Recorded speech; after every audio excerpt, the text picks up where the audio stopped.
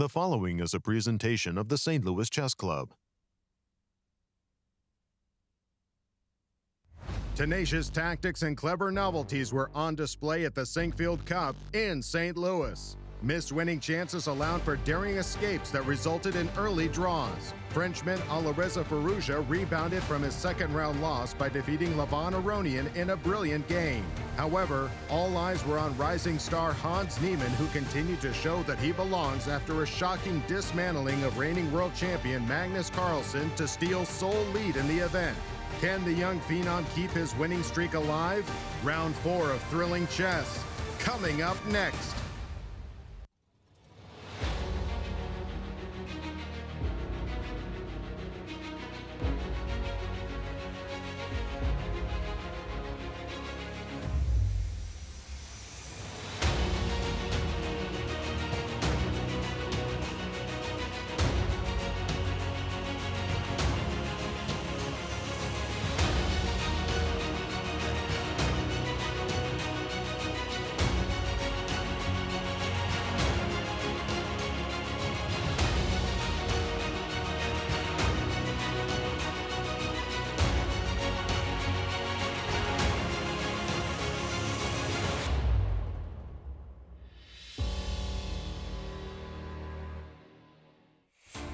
Welcome back, everybody, to day 4 of the Sinquefield Cup. We start the day in front of the St. Louis Art Museum as we are waiting for the players to arrive and create their own masterpieces over the chessboard.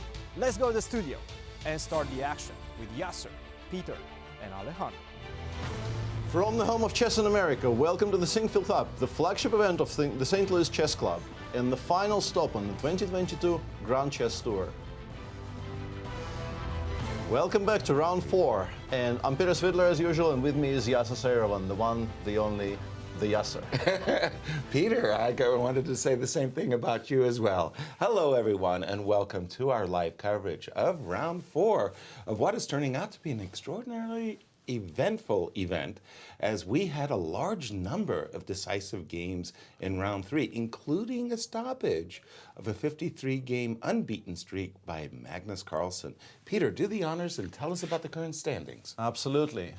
As you can see there on your screen, currently the American youngster Hans Niemann, the very, very late moment wild card, last moment wild card for this tournament, is leading the field with 2.5 out of 3, arguably underscoring from the positions he had in the tournament. He also had a very, very good position in round 1, which he did not win. Right. Wesley So is in clear second, having beaten Fabiano Caruana in a very intricate Petrov yesterday.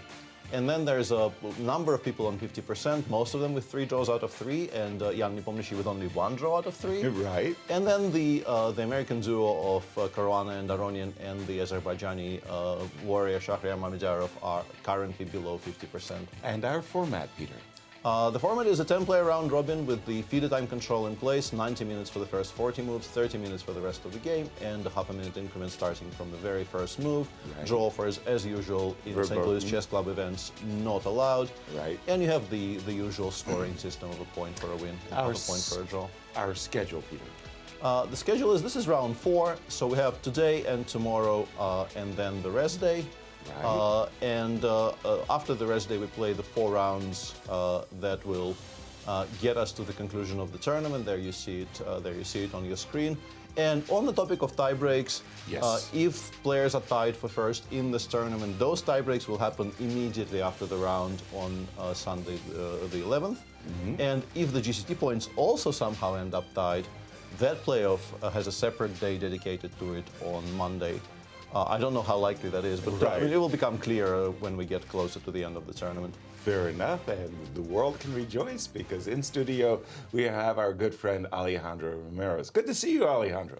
Peter, Yasser, what a pleasure to be with both of you. What a tournament we've had so far. 19-year-old Hans Niemann in the lead, and he certainly has a challenge ahead of him today because it's the other 19-year-old of the tournament that has also been making headlines recently. Remember, Alireza Firouzja comes from a dominating performance in the St. Louis Rapid Blitz, won the tournament with 4 full rounds to spare, and yesterday he caught on fire, played a magnificent game against Aronian with the white pieces, sacrificing his knight early on, and just putting together a brilliant attack. But Hans Niemann's chess has been nearly perfect, only missing a little bit there of technique to win against Levon Aronian in the very first day. Jill really played a great game against Shakir Mamedyarov, and yesterday's performance against Magnus Carlsen, well, we all rejoiced watching that one. And Hans, the early leader of the tournament, it's the two 19-year-olds facing off against each other. Not a lot of experience between them, but this is definitely going to be the matchup of the day. And speaking of Hans, he had the opportunity to get some autographs and a little bit of spotlight as he had his win yesterday. And to tell us about it, we have Women's Grandmaster Anastasiya Karlovich.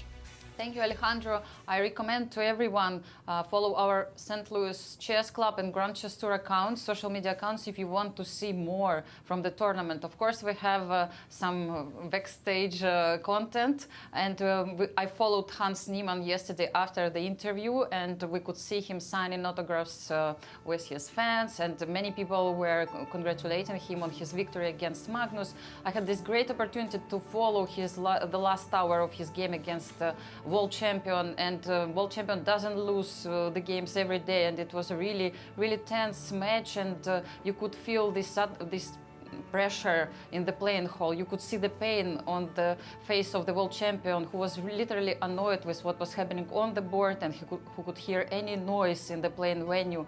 So it was a really interesting match, and I'm looking forward for today's round. Peter, Yasser, how are you doing? Well, I can imagine, Anastasia, that you were very busy with all the social media and, as you say, the background reports. Thank you for all the things that you do. Do give a follow to those accounts. Exactly.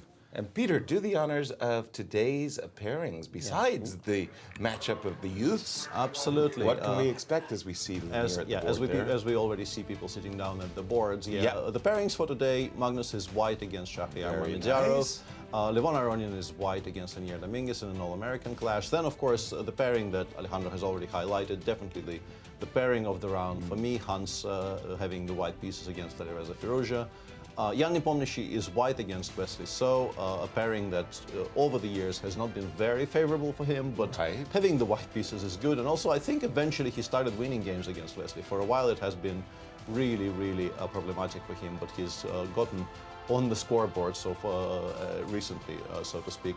And then, of course, a very mouth-watering prospect there at the bottom of our list, Fabiano Caruana playing white against MVL.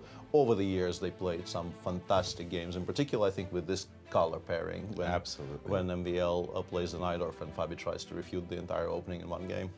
And let's go to the playing hall, where I can imagine all the excitement and the buzz of what was a very eventful round 3 carries on as we see Hans getting nicely wanded. What's he holding in his hand there, Peter? That is a hotel key card on the right and a pack of gum on the left. Actually, the other way around. Well spotted. That it is, yes. A pack of chewing gum. That'll do it. And Shach in the background there, also entering the playing area, and they're checking that. Is that the chewing gum? We got to check the chewing gum there. Yeah, we need revenue for this commercial. What kind of chewing gum we got? What's the brand? Yeah, we need to know. Yeah. There he is, Alireza there, awaiting the arrival of his opponent. He's almost like a boxer stalking, right? Yeah, like in his corner. Okay, are you ready? Kind of a restless tiger. Exactly. Restless tiger pose there by Alireza. Unleash the inner kraken. There you go. As opposed to the outer kraken. Yeah. The lesser known outer kraken. Right. So everybody getting their one. This seems like that chewing gum seems to have stimulated Chris to make sure that he really doesn't have anything else. Well, that's the arbiter's responsibility, right, to check from top to bottom. David Sedgwick, now I recall, he's been at our tour arbiter, has asked for increased security, and this I think is a radio. Potentially, I wouldn't know, but what that's going on, because that's a very serious wanding that just took place. As here he is, our tournament leader, Hans Niemann, getting ready to do battle. And there you go. I'm told we have breaking news. It would appear that a certain world champion, Magnus Carlsen, has decided to not play today's game. And oh my goodness, the clock is going to be started. There's a 10-minute rule that if you don't show up by 10 minutes, you're forfeited. And yeah, I'm sitting here. Sitting here in a bit of a kind of a stunned silence. I don't really know how to react to this. There will be some developments, I assume, but for now, yeah, this is obviously not great, but not much we can say until we'll have to let Magnus, the team of Magnus, explain what is going on in the World Champions. He still has 10 minutes to show up, so 10 minutes for him to change his mind. Exactly. But that is the news that we are getting. Of course, we still don't have the full information on the reasoning and things like that, but we'll get it to you guys as soon as possible. A stunning development, to be sure. But I do know that David Sedgwick, the tournament or international arbiter, has called for increased security measures as we see Shakhriyar sitting down. Yeah, it's very much unfun for Shach. You kind of feel for Shach, who had to prepare for this game, and any game against the world champion is going to be an important game in the tournament. And Shach, I think in particular, treasures chances to play against the best of the world. He was on our couch here, so to speak, explaining how much he still loves chess and how much it is important for him to play interesting chess. So for him there, sitting and, probably coming to the realization that the game might not actually start on his board is not that great. Very, very stunning developments, everybody. I think you're hearing the arbiters announcing the withdrawal of Magnus. The forfeit, I want to say, will determine the withdrawal later. And there's his opponent, Shakhriyar, saying, my gosh, I came to play the world chess champion, and he's not here. Yeah.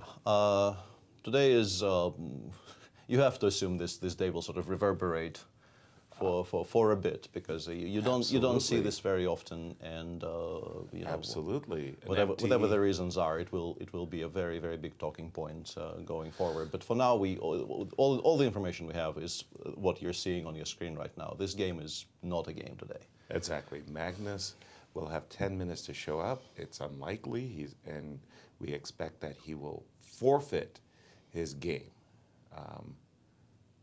Stunning. What can you say? I can't even remember the last time something like this has happened in a tournament of this caliber. Help me out, guys, with some chess history. Yeah, I don't know. We could have done some research if we knew, but right. Yeah, oh my goodness! Oh my goodness! Okay. Well, I mean, in the absence of Magnus, may I suggest we turn our attention to the moves that have been played in the games, and we will keep everybody informed as we know what's going on. We do have in the game of Fabi versus MVL, as you mentioned, Peter, these two gladiators, when they sit down, they have brought some great stuff. Absolutely, for us. Yeah. F2, F3. F2, F3 is a kind of a version of Bishop B3, specifically against MVL. I wonder why it's required, because I don't think MVL is a huge knight G4 player. The reason F3 came to prominence, I think, in like the late 90s to early 2000s was very specifically to play the Bishop B3 systems while also not allowing the move knight G4 for black at all. Okay. And this is why it's being played. In general, it transposes to Bishop B3 lines, even though black has options to deviate into some things which have standalone importance.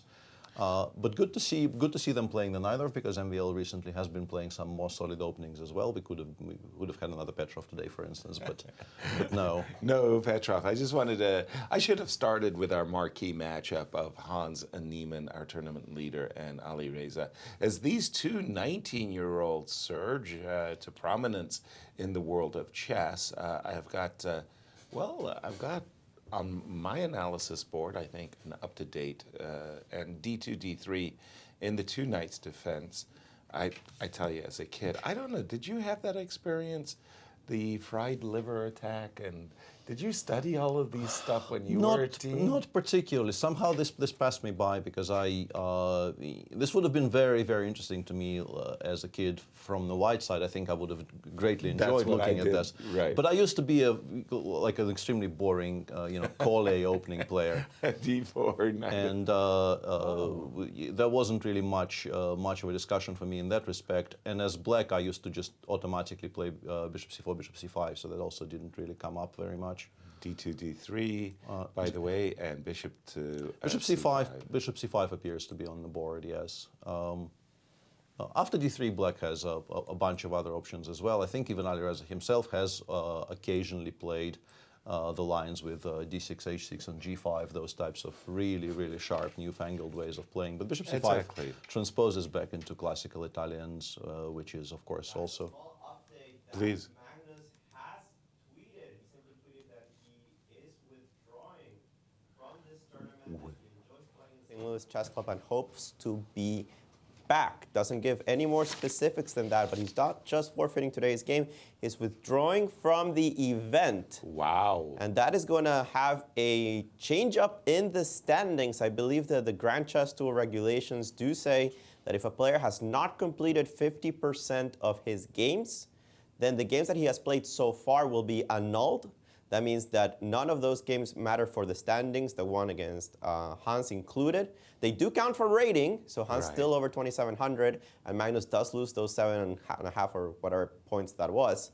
But Hans basically moves down to 1.5 out of 2 instead of 2.5 out of 3, and all of the other players that played against Magnus as well, they have only played 2 games so far instead of the full 3.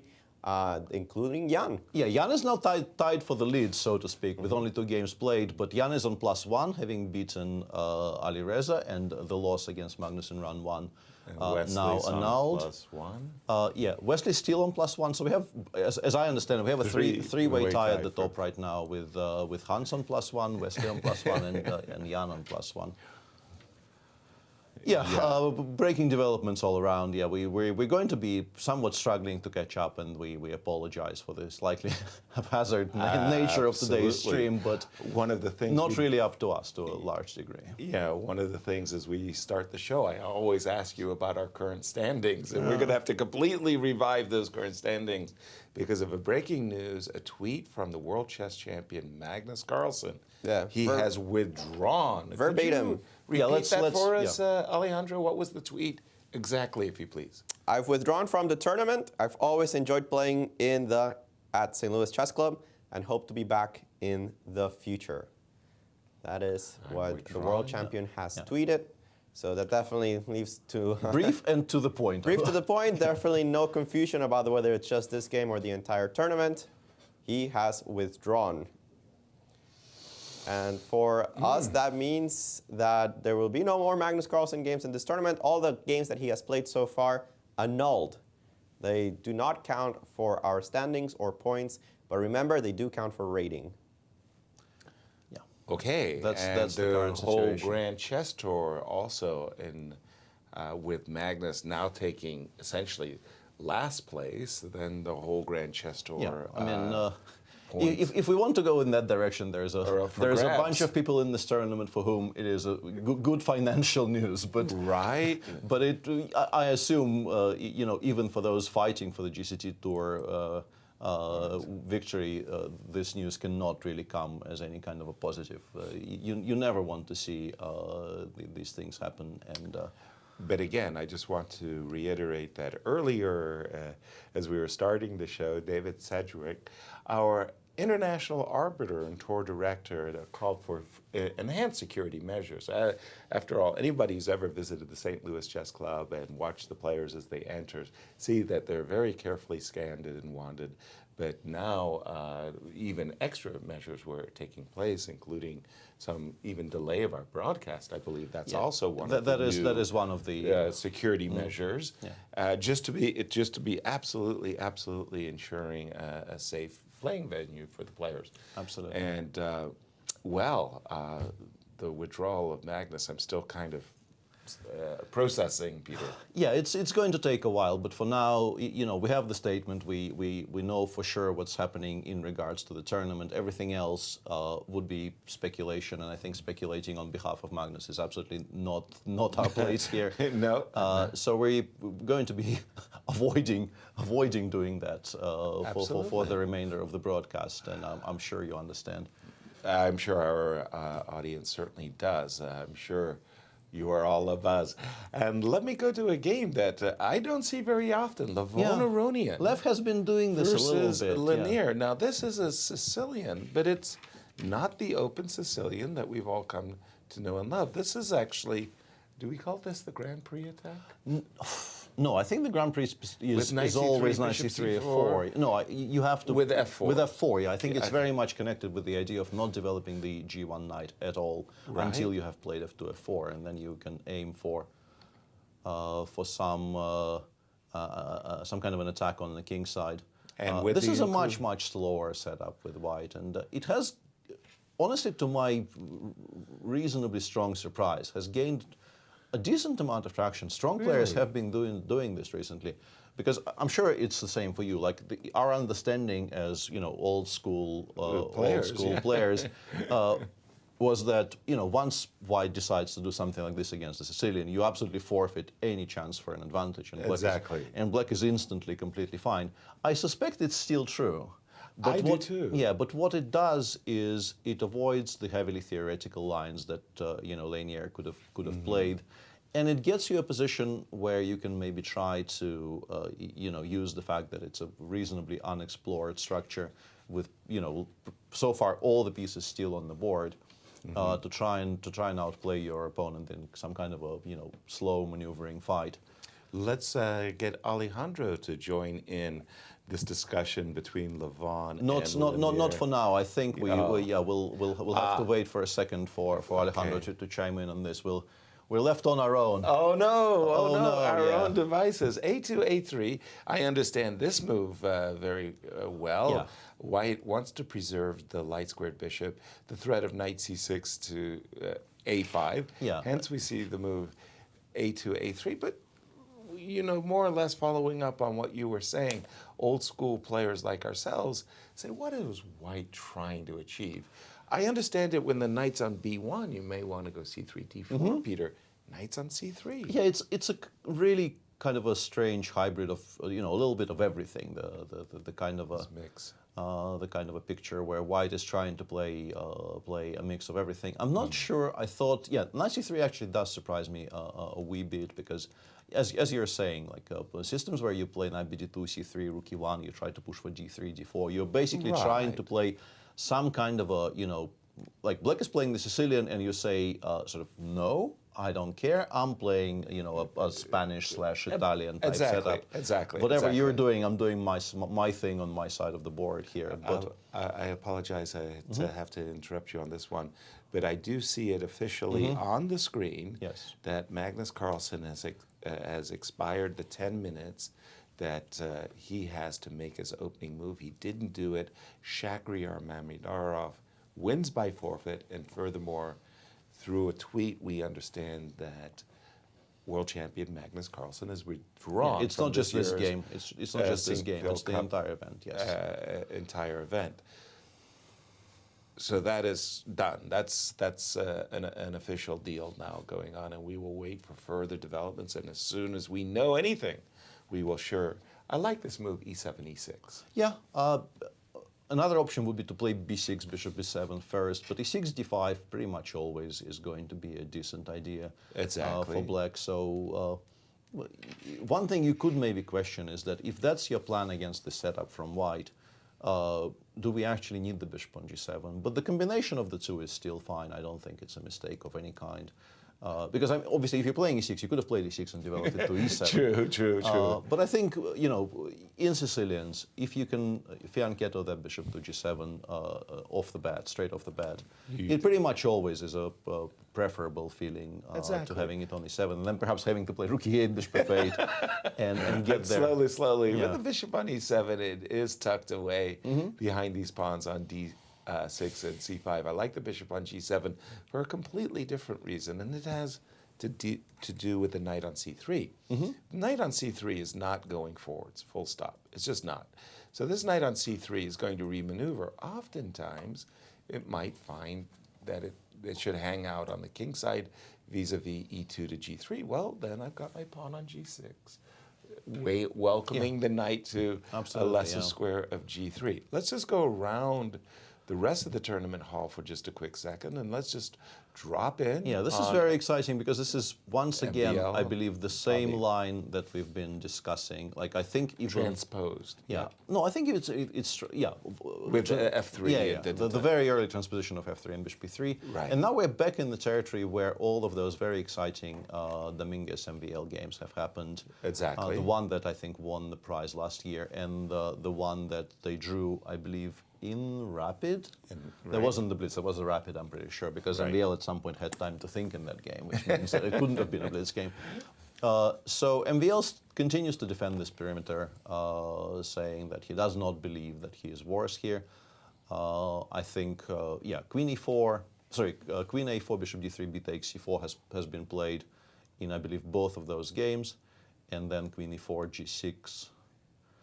And great news, everybody. We rejoice. Alejandro, you're back. Your board's working. Yeah, we had a couple of technical glitches there, but we do have our boards working, and this is good because we have this very theoretically heavy line. My question is, what is Favi's new idea going to be here? Because it seems like one of those positions that you can kind of work out, and what we're going to be wondering is, where exactly is he going to deviate? You guys were mentioning this incredibly important game between Dominguez and MVL, and that they just played it. So where is Favi going to find a new idea? Because for the moment, I still expect Maxime to play the move Queen a4 and transpose back into exactly those positions. Dominguez has played this 3 times in the last year and a half. Surely MVL knows of 2 of them because he played it. He probably also saw that game live in Zagreb between Dominguez and Saric. So he must be one of the best versed persons in this particular line. I'm curious to see where Team Favi has found a new idea here. All right, we'll keep a close eye on that. Yeah, and interesting. Yeah, I'm glad you're bringing this one up Nepo next. versus Wesley So. Yeah, because it's a curious one specifically because I mean it's the most topical line of the Catalan right now. The mainline Catalan with d takes c4, Queen c2, b5. d5 takes c4, the so-called open Catalan. Yeah, Queen c2, and Wesley in the past I think was more of an a6 player in this position. Absolutely. But b5 is of course the move to make like in the last, I don't know, year, 2 years. And the interesting thing about this position is that Wesley has just beaten Jan in this line in Bucharest, I believe. With the white pieces. With the white pieces, with the white pieces, which is always kind of funny when people play the exact same, very, very specific subline of the same opening, not just the same opening with colors reversed, but the exact same subline of an opening against each other within like half a year of, less than half a year between the 2 games. Jan also had this against Hikaru Nakamura in the, I believe, this was their game in the Rapid and Blitz. This was the whole Queen a4, Queen a1 game. Yeah, that was... which Wesley doubtlessly was watching. I think it was from here, at least. Yeah. And because now I'm kind of wondering, how did the queen get to a4? Yeah, it was some. Maybe it was bishop e4. No, I think it started with bishop d5. We'll get Alejandro in here to tell us what the databases tell us. Are the winning? I feel very ashamed results. that I can't remember the exact move order. But yeah, the queen definitely went to a1, and I'm trying to reconstruct how it could have gone to a1, and I'm not entirely sure. But it should have been from this line because it normally is. Help us out, Alejandro. Wasn't that with b takes a6 instead of knight c3, or am I misremembering? That is. You're not being helpful. Thank you. Thank you, guys. Let me actually put me on the spot there. Yeah, my database doesn't have rapid games included, so let me give me 1 the problem second here. to look it up. Yeah, I'm going to try and investigate because I obviously cannot rely on my memory at the best of times, and today really does not seem to be the best of times. No, it's not. I see you're loading, and again, for those of you who are joining us late, shame on you. But huge breaking news in the world of chess as we tell you that Magnus Carlsen has withdrawn, not just forfeited and lost his game of today, but he is withdrawn from the Sinquefield Cup. His results are annulled.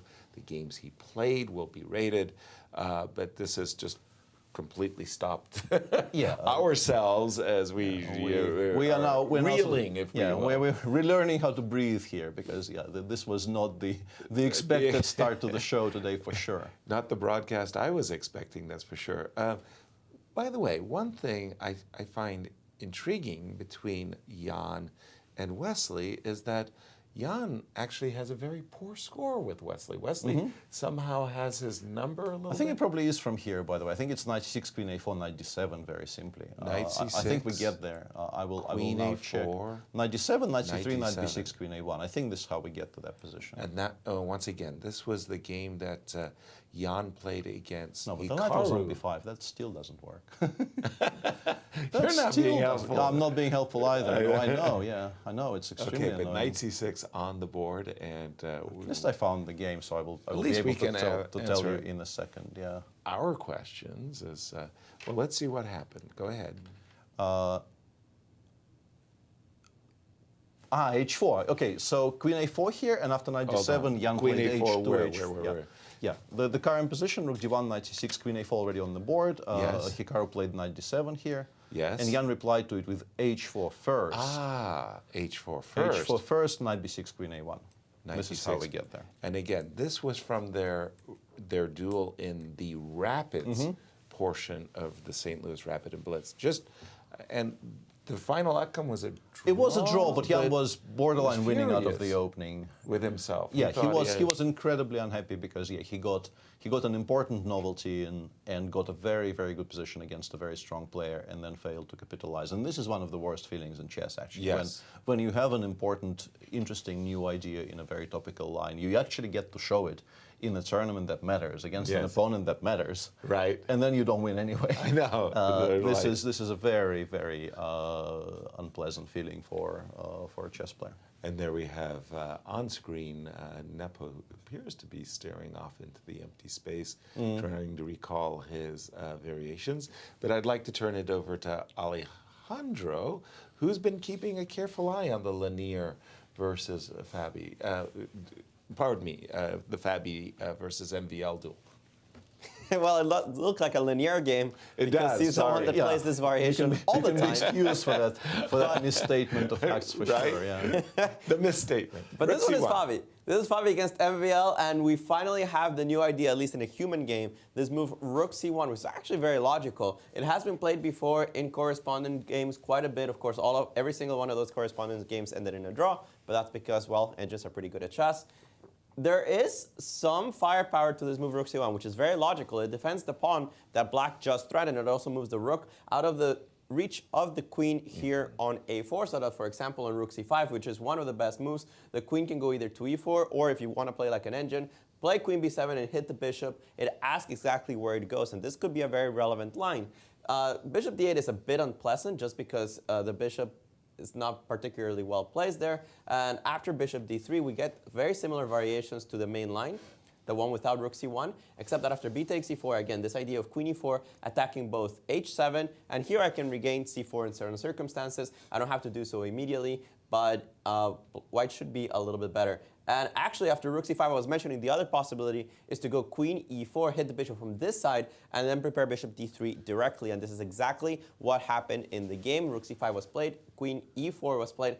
And even though rook e5 is certainly playable, because the engine prefers rook e8, and I expect MVL to be very well versed in this line, nobody plays rook c5 so quickly unless you're just remembering your variations. I expect rook e8 to be played, after which play might continue bishop d3, hitting the pawn on h7, no choice here but to play the move g6. And then we'll see if you take on b5, which doesn't seem to me like the most ambitious idea, or rather just snap the pawn on f4. If you play h5, there is this move rook e5, but perhaps this is another way of keeping the tension up. Unfortunately for white, there's not great squares for the queen in this scenario, because after queen takes f4 here, you have bishop takes g5. Now that the pawn on h4 is not defending this pawn on g5, this is the point of rook e5.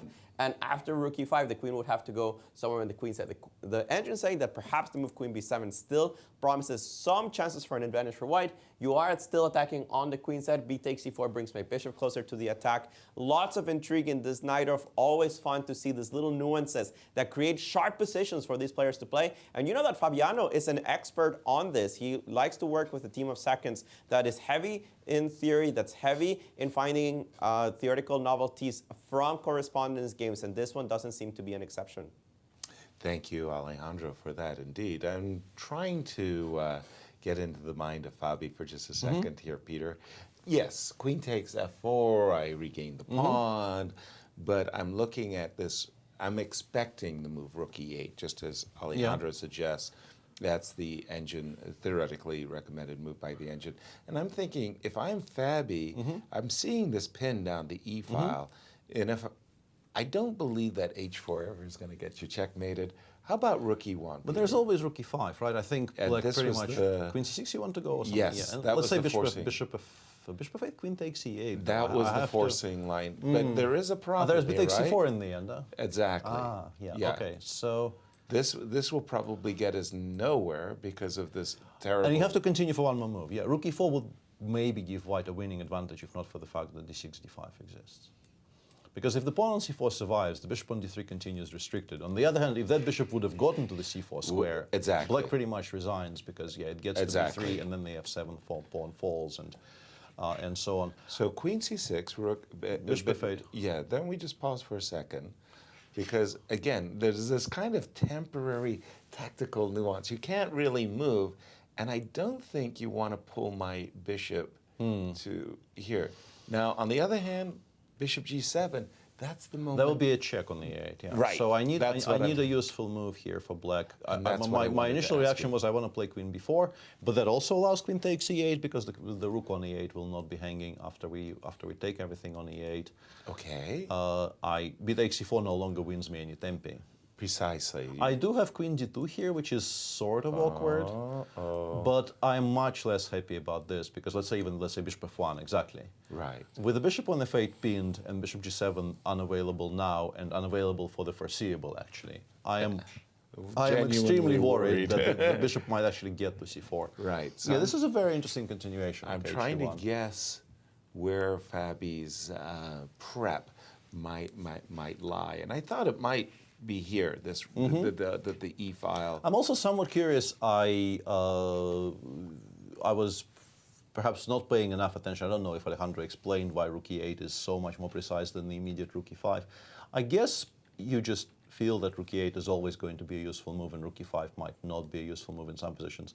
But since the f4 pawn appears to be falling anyway, why are we not playing rook e5 straight away? I guess white just takes on f4, and I think the larger point there is that maybe, certainly, the bishop on e7 is very poorly placed. It needs to be on the long diagonal. Truly. So we are actually making a serious argument that rook e8 is maybe a more integral part of our planning here than rook e5. We will play rook e5 if forced.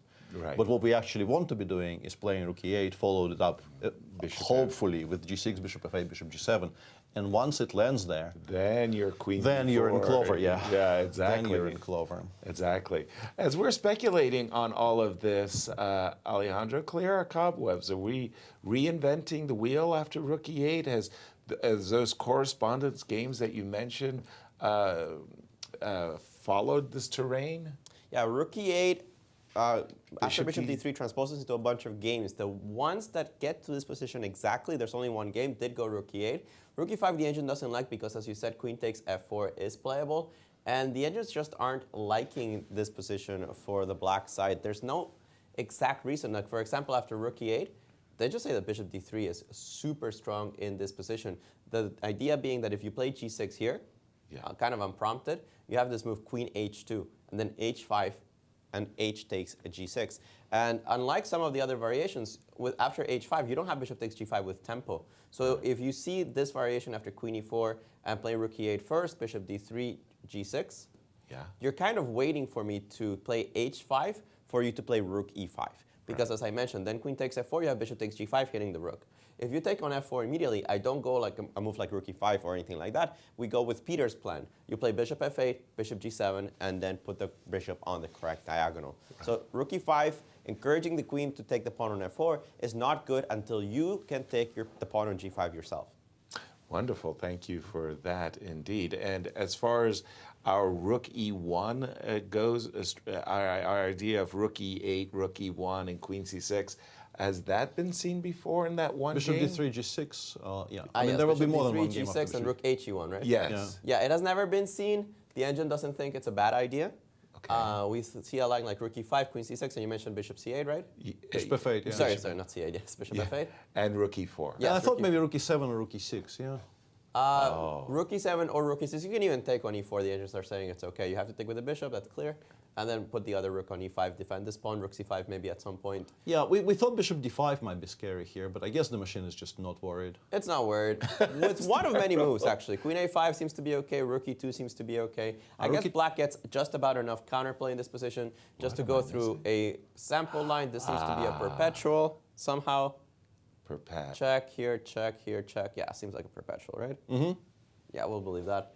So a lot to calculate when you don't know the variation, but it seems like black's resources are just about okay. I do love how white can try a bunch of moves, and they all seem a little bit dangerous. Rook he1, or you could play h5, you can play queen to b7, and they all have a little bit of poison there.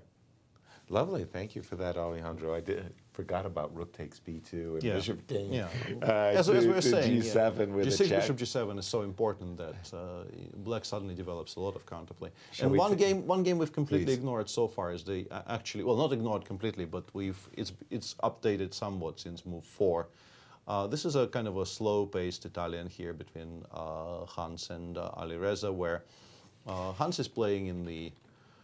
I would say that, although bishop b6 is a somewhat rare move, once again, every time I have to talk about the all the Giocopiano move orders, I feel like a complete, imposter syndrome is strong with this one. Let's put it like this. My brain's turned to mush too, trying to explain why a6. Sometimes they play a6 and then a5, and sometimes they play and a6. this is what I opened my mouth to say that I'm surprised Hans played a4 and allowed a7 and a5 in one tempo, but that's with the bishop already on b6. So black at least invested a tempo in bishop b6, provoking a4, quote unquote, provoking a4.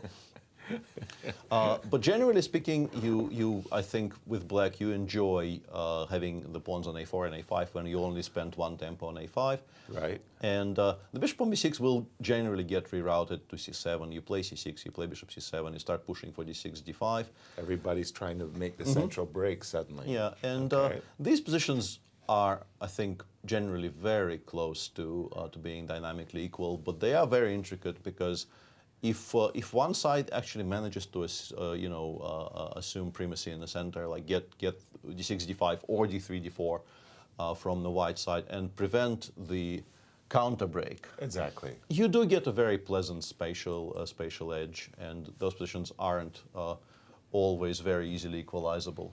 Let's jump to Alejandro, and he can bring us up to date on the theory of this position. Alejandro. Only a few games have reached this position, but one of them is pretty high level, like Quang Lian playing against Shakir Mamedyarov, who had no game today.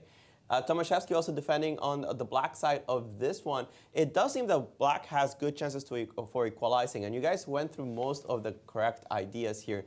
The games that have reached this position have both gone bishop b3 or even all the way to bishop a2, but I have the feeling that in this particular Italian, black's doing okay. d4 played seems to be the novelty of the game. The engines, at least my kind of weak engine, says that after takes on d4, and either d5, which is a very typical break in this kind of position, especially with the knight on a3 as opposed to c3, where it pressures the d5 square, you would have to consider both e takes d5, knight e takes d5, which to me at first glance looks like the better version of this isolated pawns for the black side. Better version, again, because this knight seems to be slightly off place from where it usually should be. Have to watch out for queen b3 ideas, but I don't think they're that scary at this position.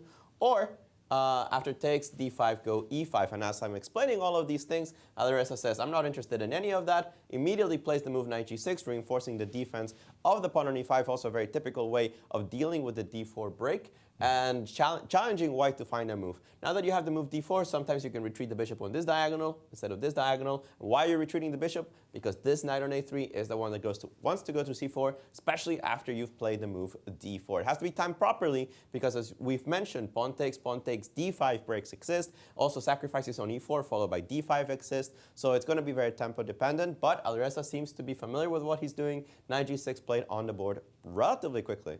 Absolutely, and thank you for that. Now, after we started our show with our current standings, we're going to update our current standings. And for those of you joining us late, shame on you. But we do have breaking news as world champion Magnus Carlsen has forfeited today's game and withdrawn from the tournament. And Peter. I will have to ask our graphics department. I was going to say, yeah. We need an asterisk on the people. No, you can keep the standings up. Actually, I do want to see them. Yeah, it's a good graphic. It's a good graphic, but we do need an asterisk on the people that have already played The 3 games. the 3 games against Magnus Carlsen, because those will count. I believe that's Jan Nepomniachtchi, Hans Niemann, and, well, obviously Shakhriar Mamedyarov. Right. And why am I missing one? You're not. It's no for Shaka. Nepo. I don't think it Nepo has played and a game. Levon, yeah, but I don't And think Levon, yes. I don't think it impacts Shach, because that already is a non-game. I don't think Shach got the point from today. But yeah, we sort of, like, some of those people played 2 games now that Magnus has withdrawn, and some they played 3. But the standings are as follows, with still Firouzja, still a kind of a quirky situation where the field is on an unequal number of games in some cases. Exactly. That's exactly what is going on. Some people have played, will have a free day coming up. Yes. Yes. Like Shakhriar has had a free day today. Levon Aronian with a single draw. That looks so strange. Well, a single draw out of 2 games. Yeah, exactly. Out of 2 games, not out of 3. Yeah. Precisely so. And knight g6 was played very quickly in the game between Alireza and Hans Niemann. And for me, the bishop has always been nice on the a2 diagonal, Peter. But listening to Alejandro is making the point that the bishop can withdraw to d3 and even to f1. Why would white want to withdraw his bishop on f1? Well, I think it's twofold. First, you are actually getting it out of the way. And this game has finished, guys. Jan Nepomniachtchi and Wesley So found a repetition early on, and that game is over. We have 3 games left. Yeah. What is going on here? Wesley showed, I think, a very kind of cutting-edge equality against the idea that Jan came with, and it involves a piece sacrifice as well. So it's not that easy. What Wesley showed here. So again, up until this moment, knight d7 was it h2, h4 before queen a4? No, it was knight d7, h4. Yeah, knight d7, h4. And instead Wesley goes queen b8, deviating from Hikaru's play in that game. Okay. Jan plays knight c3, queen b6, Very understandable, logical. protecting his pieces. e3 is also a very logical move, protecting the pawn on d4. Because 1 second, guys, because we have Wesley on the screen before we continue the analysis. Yeah, Wesley looks like a easy day at the office for him. Yeah, and as you can see there, the improved, somewhat enhanced security measures are now also including perhaps sort of random checks after games, which definitely wasn't the case yesterday. No. These are new protocols in place. And that is our international arbiter, David Sedgwick, had called for these increased protocols, as you say. Yes. Knight e5. Yeah, knight e5. It looks like white is achieving a lot of progress It here. sure does. Because if you take on e5, your position just collapses. The pawn on d5 will fall. And here comes this very, very beautiful tactical option from Wesley, which I'm sure both of them actually knew about. I'm pretty sure that Jan was just kind of hoping this will not get shown on the board. Queen That's a7. a very visual move, isn't it, Peter? Absolutely, yeah. Sorry. And it's just so stunning because if you take on a7, the endgame is just not better for white at all, because there's this pawn on b2, which is kind of backward, and it's difficult to, like, there's a lot of pressure against it already, and the black structure is very, very solid. The bishop on c1 is very passive. So that's not very attractive. If you go back to c2, you give black attractive opportunities as well. So you take on c6. Go back to c2. Yeah, night before, I night would assume, and then perhaps before. bishop d6 and so on. And yeah, you've really Yeah. solved a lot of your problems. But queen takes c6. Queen on the takes other c6, rook hand. b6, and your queen is caught. And even more interestingly, as you will see in the game, you can maybe even rescue it, but that doesn't help either. Because one thing that I was curious about, you can play bishop d5 here, which seems very strong for a second. Exactly. Because you after get a pawn, yeah, a rook. after rook c6, knight c6, I thought we win the e7 bishop with check, but I guess queen a4 is very strong here. That would be my understanding. Queen a4. Knight e7, king f8, and suddenly white has a bunch of pieces hanging on the board, like d1 is hanging, e7 is hanging. But what is this? Because we get Bishop d2, two yeah. bishops. How many pawns? E4 Peter? knight takes e4 though. Yeah, and then f5, and I think black is completely fine. Okay, so bishop d2, as you said. Yeah, maybe knight e4 here. The thing about this position is that if you don't know what's happening, it might be interesting for a second from the white's perspective, because if you do somehow establish control, if you get time to play bishop e1, rook c1, bishop e2, perhaps start putting the pressure on the c4 pawn. Right. But I'm assuming both of them just know it doesn't work. Something like knight g5 here followed by queen c2 or something might just be extremely painful. An initiative suddenly on black side of the board. And when you know the answer, you're just not going to entertain those kind of gambly possibilities. And Jan made a very cute move as well. He played after b6 the move b2, b3, seemingly creating the threat of queen a4. And also, if you take on c6 now, there is no queen a4, meaning that we can take on c6, take on e7, and be reasonably happy about things. Makes sense. Yeah, and then came the stunning, the really visually very stunning move by black. Hello. Hello. You think your queen is getting away? No. And this is the repetition. And this is the repetition. My feeling is both of them actually knew this is a draw. Right. But from Jan's side, first of all, Wesley, as I mentioned, is not really a queen c2 b5 player. At least not every single time. And secondly, perhaps he hasn't looked at this position as in depth as he could have done. But no, today it's one of those games you occasionally see in very, very strong tournaments where a player with the white pieces comes to the board with a question. The question gets answered exactly as it's supposed to be answered, and everybody goes home. Remarkable, remarkable draw. It strongly reminds me of a piece of advice I got when I had just gotten my Grandmaster title from Grandmaster Michael Steen. He said, Yasser, pay attention to those quick draws. You'll learn something.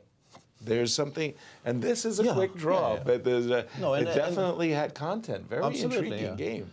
It's, it progressed the theory of this Catalan a step further. Right. And sort of publicized something which I assume a bunch of top players would have known. Right. But now it's out in the open, and okay, I guess this chapter perhaps can be closed, because now black has once again showed that this line is just very solidly holding. So I suspect that it will not get proffered by the white Catalan players again. Like something else will become, the focus will shift a little bit to something else. Yeah. Those Grandmaster draws. Alejandro, with two results in the history books, what have you been, what's caught your eye? Well, this one is definitely going to keep catching my eye. The game between Fabiano Caruana and Maxime Vachier-Lagrave, because Maxime decided to very quickly play this move rook e5 without first stopping by the move rook e8, which honestly looks quite human. Queen takes f4 was played quickly by Fabi, and then a very unexpected move. I did expect something like rook e8 anyways. The engine was throwing the move bishop d8 to improve the bishop somehow. I wasn't so fond of that one, but I didn't even consider this move. f6 on the board by Maxime Vachier-Lagrave. A little feisty. You're trying to open up positions for the rook on f8, especially for the bishop on e7. You actually want to open up the king side, but hold on. Your king's on the king side. Yeah, right? This king's not on the king side. Who's benefited from opening the king side, especially the light squares that are now like Swiss cheese for this bishop on f1? It seems a little sus to me. The computers think it's just bad. We'll see how it progresses. You don't want to play bishop d3 and give on g5 just so easily. The engines don't think this is bad for white, but they don't see the reason to do it right away. It does require a lot of calculation. Even this, after queen d4, the engines are starting to warm up to my pawn sacrifice. But you don't have to do it. You can just retreat the queen to d2. If you take on g5, well, I'll just take back. You cannot take on g5. Well, you can, but after queen takes d6, white seems to be a little bit faster. than black because this rook is hanging. Bishop d3 is coming with an important tempo, and this queen is currently a little bit offside from where it really wants to be. You might be wondering, what happens if I take here? Yes, queen takes e5 is fine, but even stronger, this move bishop d3 attacks this rook. You can imagine that bishop takes h7 is absolutely lethal. You can't allow that move, especially with the bishop on c1 hanging, so you won't have enough time to defend that rook on e5. To show the audience, bishop f4, for example, is made in 4. Bishop takes check, king f7, check, here, and after rook h8 here, queen takes f8 is just an example of how dangerous white's attack can be on the light squares, because I was allowed to play bishop d3 takes h7, and you don't even have an f-pawn to cover any of those positions. Queen d2 is one way. The engine is also very adamant about the move queen d4, take on g5, and then just take on g5, completely winning for white is what they say. Bishop takes g5, bishop d3, giving +5, no way to defend this position. The queen is just too far offside. And again, you won a pawn. Congratulations. But as what did Fischer say, Yasser, about these pawns on the king side, considering it was a Sicilian? Sack, mate. Sack, mate. That's it. And as we prepare for an early break, again, the breaking news has been that Magnus Carlsen, world champion Magnus Carlsen, has withdrawn from the Sinquefield Cup. But before we go on a break, you've got to tell our audience what they can get Absolutely. from Q Boutique. And Peter. Today is a new item. Every day is a new item. But this is a GCT women's cardigan and a GCT men's jacket. Super soft women's grade pocketed cardigan, features the GCT logo on the bottom left pocket, or a lightweight cotton zip-up gray jacket with pockets, which also features the GCT logo on the front left. And as is with everything else, all of these items are available at qboutiquestl.com. I can tell you women's grandmaster Katerina Nemtsova absolutely loves her cardigan. It's yours. We'll see you on the other side of the break.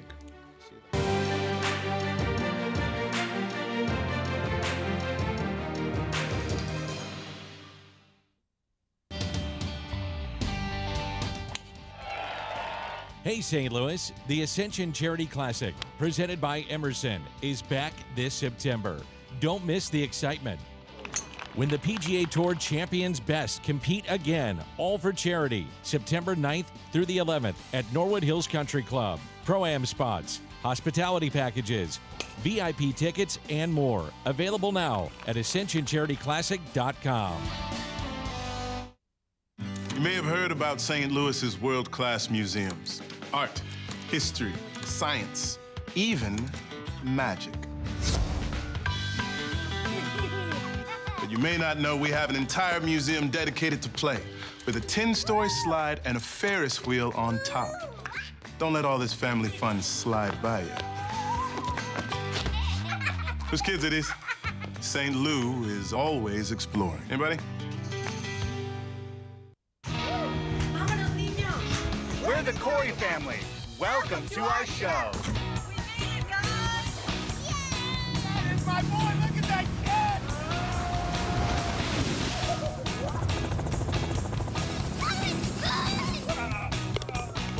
You guys gotta see this. That's our show. Now go start yours at visitmo.com.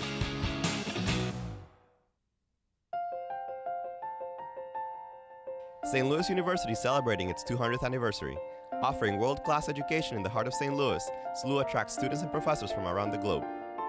In 2015, SLU partnered with the St. Louis Chess Club to start a top-tiered collegiate chess team. On the very first year of the team's inception, SLU obtained second-best university at the Pan American Intercollegiate Chess Championships. Higher purpose, greater good. St. Louis University.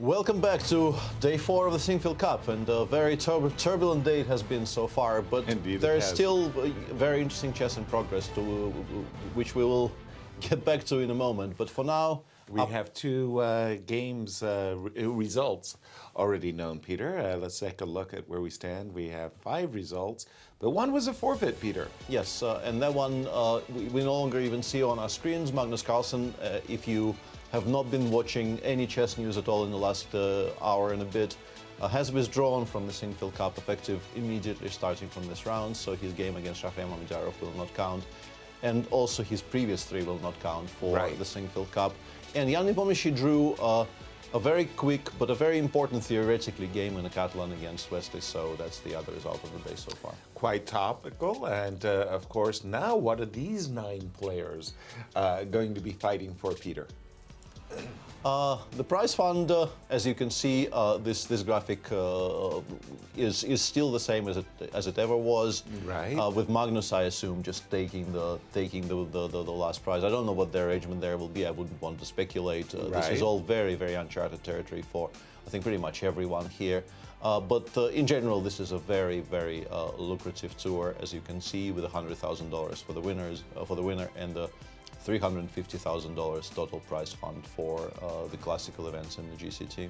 And in this event, we are very fortunate to have the sport once again of Brian take us through the Brilliancy Prize, Peter. Absolutely.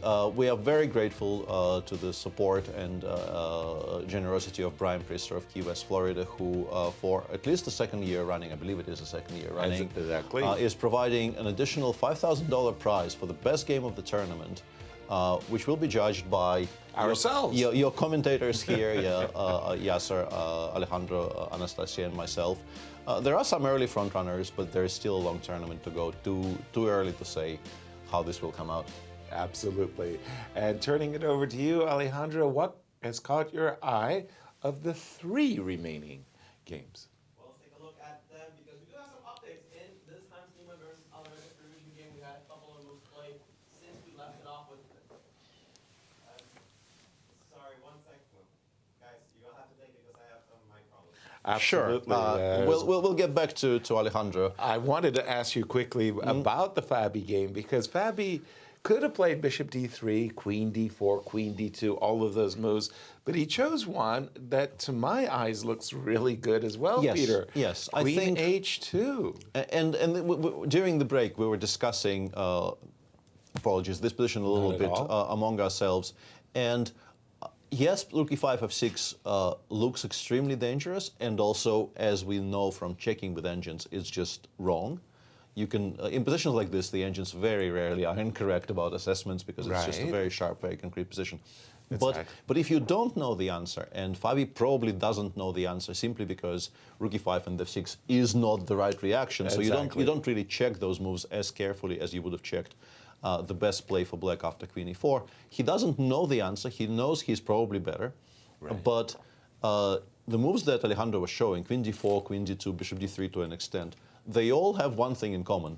You completely ignore the fact that the g5 pawn is hanging. You are offering it up, and then you just end up attack. You end up giving mate, as we know, but he doesn't. Right. And for him, I think the move queen h2 is extremely logical because you're saying, you can take on g5 if you want, but h7 will be hanging straight away. Straight, no waiting. No waiting. No waiting. We get there instantly on the turn. And it's a problematic position for black. As a kind of a counterpoint, I will say that with the queen on the d file, black would not have had an opportunity right now to play b takes e4 and d6, d5 maybe. But I hate that. I hate that too. I hate that. I don't know. Like this is a point of difference because the queen on h2 doesn't control the d5 square. Right. But developing the white bishop from f1 to b3. That looks suicidal. I'm not unhappy about this with white. And the other point with the move queen h2 is it kind of preps f3, f4. Yeah, all of those moves makes the f4. whole issue of f7, f6 questionable. Alejandro, we think this move queen h2 is a really good move. Over to you. Well, the position is this bad. You can have many moves that are good, guys, and queen h2 is just one of them. As ugly as it looks, b takes c4, according to the engine, is the best move in this position. But what else? Because otherwise I'm playing bishop d3. I need to find a useful move that helps your position. Retreating the queen doesn't really help your position because where are you retreating it to? The rook's already as good as it gets on e5. You might as well wait for me to play f4 and kick it out. You cannot take. You just cannot. You can't do this, right? h7 is indefensible. Right. So how do you improve your rooks? Like if you play a move like rook e8, I'll either kick you out or play the move simply bishop d3. I'll slowly start pressuring your pawn on h7, and it'll be very difficult to defend. Imagine this queen was not on a4, and I play the move queen c2. That might already end the game. Right. Because h6 creates too many weaknesses, g6 will be met with h5, and where is the black counterplay? Let's say that we put the rook on a slightly, let's call it, more active role. I don't know. Maybe it's on the b file, maybe I'll sacrifice it on b2. The Indians really don't care. They play bishop d3 anyway, and they're still saying, try to find a good move here for black. At some point, I'll actually take on b5 and open up my rook to the 7th rank via c7. Right. Terrible position for MVL. I think he didn't quite grasp how difficult his position would be after f6 based on any queen move. Even the move bishop d3 was dangerous, but any queen move that prevented f takes g5 with the tempo is seemingly just too dangerous for his position.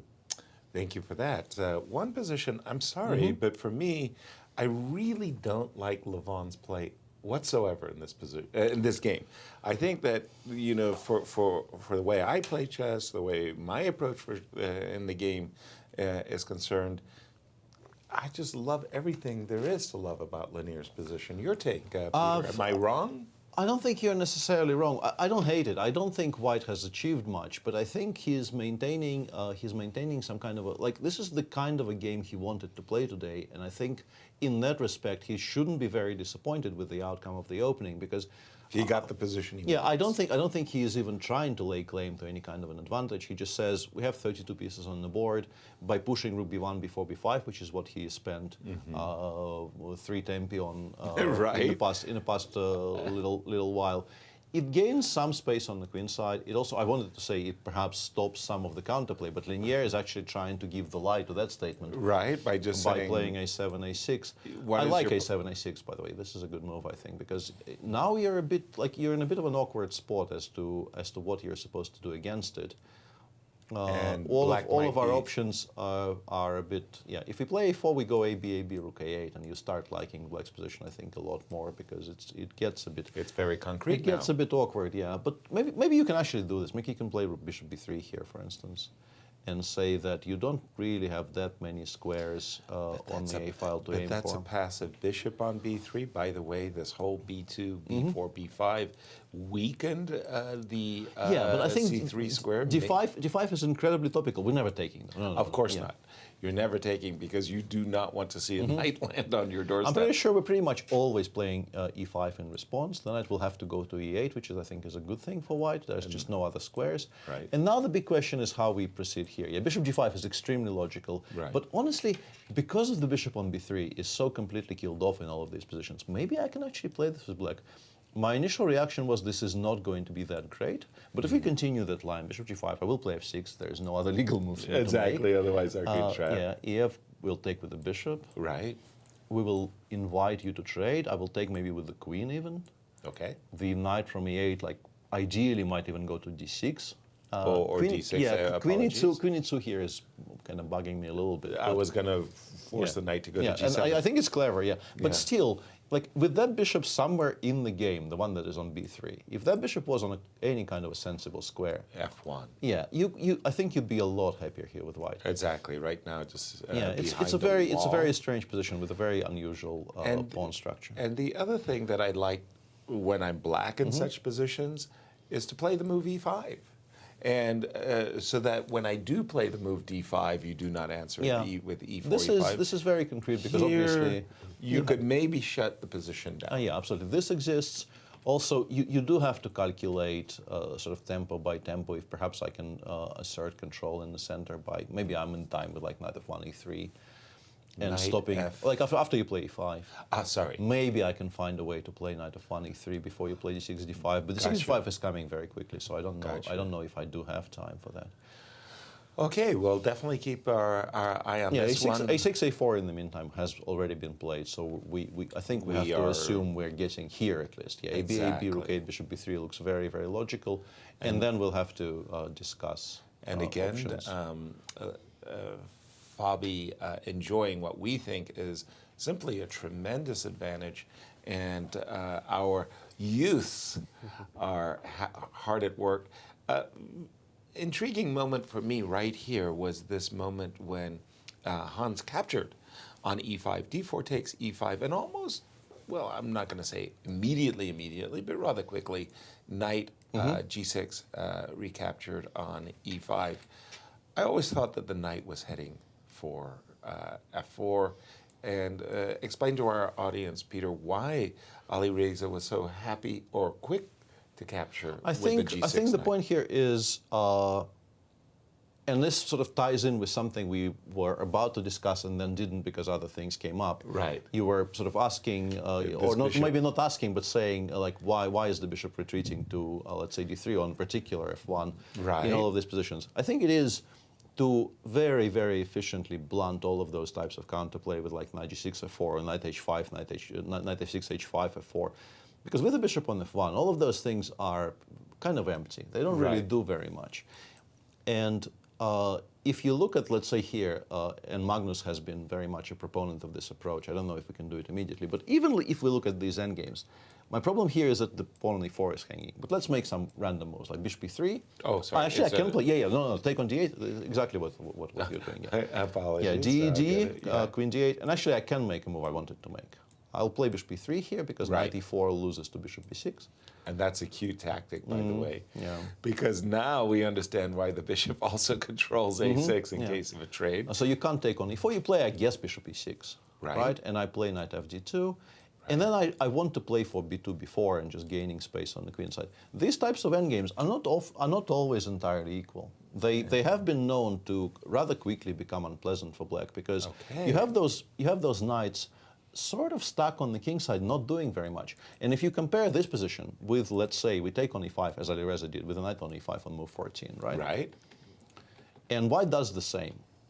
You go knight f3 takes e5. I apologize, yep. We go de, takes, bishop b3, bishop b6. Okay. And now we've traded off one pair of knights. I think black is happier here than in the previous position because I think the addition of knights on f3 and g6 should be in white's favor, in my understanding. And I think this one is easier to manage for the black side. We did in fact see that Hans wasn't eager to capture on e5, but did play instead the move bishop f4. We saw a trade, and now we have d5. And again, you're just kind of knee-jerk reaction. Alireza looks like he's equalized. Yeah, the bishop on c8 is still more passive than the bishop on f1 in some positions. Like if we just go like in the most natural fashion, we take on c7, take on d5, right? I assume you take with the knight because the Isolani position doesn't appeal. Doesn't look that great. And here we play. I want to play bishop d3 somewhere, but I don't know if it's immediately necessary. Okay. Bishop d3. Yeah, it's not much, but sometimes it's a little bit of something. Like it's a kind of a position where you still perhaps have to show some precision. Although, of course, obviously, if black does manage to, let's say, play bishop b6, rook a, e8, and nothing bad has happened to them in the meantime. Right. Yeah, the margins are incredibly small. Yeah. I haven't killed you on the king side either with something as brute force direct as rook h5, but here we can start trading here with like bishop d7, I would guess, right? And just start slowly getting stuff off the board because the structure is very, very solid. Like structurally, we have nothing to worry about. Oops, that was not intentional. But yeah, we'll see what Hans thinks about this because there are also maybe some sharper options available along the way. And let's invite Alejandro into our discussion. By the way, after d5, no trades on c7. Yeah, rook a d1 play. Rook a d1 immediately. Has Hans achieved an advantage of any sort, Alejandro? I think the jury's still out there. The engines are giving between a 0.3 and 0.4 edge, but that's more or less what Peter's saying, right? It's not fully equal, but it could get there very soon. Rook d1, a very logical move, as you are pinning the pawn against the queen. It's, of course, the top engine move as well. It's, I think, much more direct than taking on d5 or taking on c7, simply because it keeps the tension in the position. It forces black to make a couple of choices first. For example, a move like bishop e6 doesn't force me to take on d5 just yet, which actually only encourages your knight to jump into the center. Here, the move queen g3 is possible. According to the engine, rook d4 is possible. But I would expect, instead for Alireza to take first on f4, take on f4, and then play bishop e6. Somehow I found this a little bit more human. And on take on d5, you can take with the knight, hit the bishop directly. You're also preparing to play the move queen b8 and get out of the pin that way, threaten the exchange of queens. The engines think it's a little bit better for white, but the moves here are a little unnatural. Playing knight d6 is a bit unnatural in my opinion. The knight might get, it's caught in the wrong spot. Even the move rook d4, which is one of the top engine moves, doesn't look super easy for me to find the move rook d4. There's so many other moves in this position that I would consider. So this is the current situation after rook d1. Basically, Alireza has a choice of whether taking on f4 first or playing bishop e6 first. Hard for me to imagine any other really logical moves in this situation. A quick question for you, Alejandro. Could you give me a number, a numerical count on the Levon versus linear position? Because to my way of thinking, I just much prefer black's position. I'm actually a little curious on why you say that, Yasser. I saw you analyze this position with Peter. I understand some of your reasonings. But at the end of the day, white does have space. The white is pretty solid in this position. Perhaps you could argue that black's more flexible. But I don't think I would prefer black that much. The engine does agree with you slightly. It gives between 0.2 and 0.3. So minus 0.2 or 0.3. Okay. So it does prefer black is like a little tiny bit. But I guess, you know. Give me a little pinch. I can do something with it, you know. Okay, very good. Thank you for that. And again, since we saw the move queen h2, Maxine is beginning to realize that life is not that easy, Peter. Yeah, it's a difficult position to play, and you know, I'm sure he's not enjoying this. I don't know if he realized by this point that, you know, it could have gone even worse. Right. But even this position is just very, very unfun for black, because your issue is once f takes g5 has been sort of taken off the board, and it has been taken off the board because, as Alejandro and we are continually pointing out, you don't want to open up the h file. Yeah, you don't want to be playing into the attack there by taking. But if you can't take on g5, your previous play makes very, very little sense. And f3, f4, Alejandro is saying bishop d3 is the largest threat, but I would argue that even the very simple f3, f4, followed by, like, where does the rook go? If it goes to e3, I can play queen g2 and continue chasing it, and it once again will not have good squares. Let me take a stab at it. I don't like it for MVL, but let's just I want to go switch. I want to go f4 here.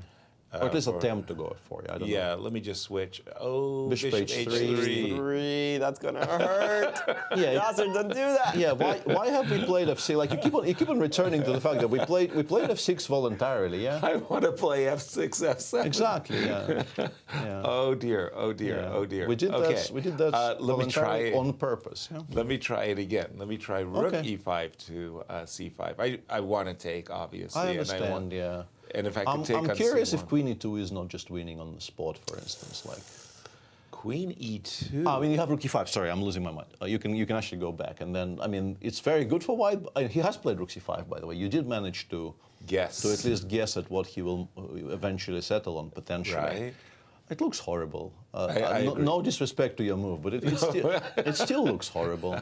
I don't want to claim it as my. How dare you offend me by claiming it as my move? Rook c5. Of course, what I'm dreaming is that you would allow me some type of play which you would never ever allow me. This is, of course, rook c8 is maybe mate in like 5 there. Exactly. Let's not go there. I mean, the funny thing is, I suspect at least part of the solution here for white might actually be queen e2, rook e5, and then a better square for the queen. Not h2. Which you know what it is. It's queen d2. Yeah, exactly. This is the top line of the engine. Good job. You guys figured it out. We even know the solution. But since he's already not played queen d2 once, it might not be such an easy decision for Fabi. Although you can take it from the other side as well and say that he is sort of really being forced into it now. Yes. Because I think he understands he is better. Yes. He's definitely not repeating. Right. So if he doesn't find anything stronger here, he might play queen e2. I think MVL blitzes out rook e5 in response because everything else does appear to be basically losing on the spot. Exactly. And after rook e5, Fabi will not play to h2 because he's just come from there. He will look for a better square, and he might just be forced by events to produce the best move in the position because everything else has been attempted. Exactly. And Peter, would it be completely terrible to suggest that f4 takes queen e? But I'm worried because I really don't like the idea of allowing. I'm not entirely sure what, but I'm allowing something here, like rook b8 maybe I'm allowing. Right? Well, e7 is hanging. Right? Yeah, I know, but I wanted to maybe see if I can find some mating attacks on the queen side. Rook b8, queen takes e7, c3 or whatever. Like it probably loses to rook h2, so I'm not expecting this to work. But wait, see. Oh, c2. C2 I can take twice. Yeah, I have more pieces. You have more pieces there. I have more pieces. Yeah. Then we should count to be sure, right? Yeah. Okay. I don't like this, but I mean, f4 is a logical move. I don't hate it at all. I think we generally just very much want to play f3, f4. But this is again the computer killer. Yes, but I think in a way it might be easier to find queen g2 now because of that thing that I described. That basically, like after rook c5, if queen e2 is sort of legitimately the most obvious move, and then you can return to the question of whether maybe I have better squares. Right. We'll see how Fabi approaches it. His play in this tournament has been sort of good in patches and very shaky in patches. Right. He played a very, very nice game against Lanier and then failed to put it to bed. Exactly. And he showed, definitely played decent chess yesterday in parts of the game, put up, as is very, very usual for him, put up a very, very valiant defense once he was in trouble, but also made some questionable decisions coming out of the opening, I would say.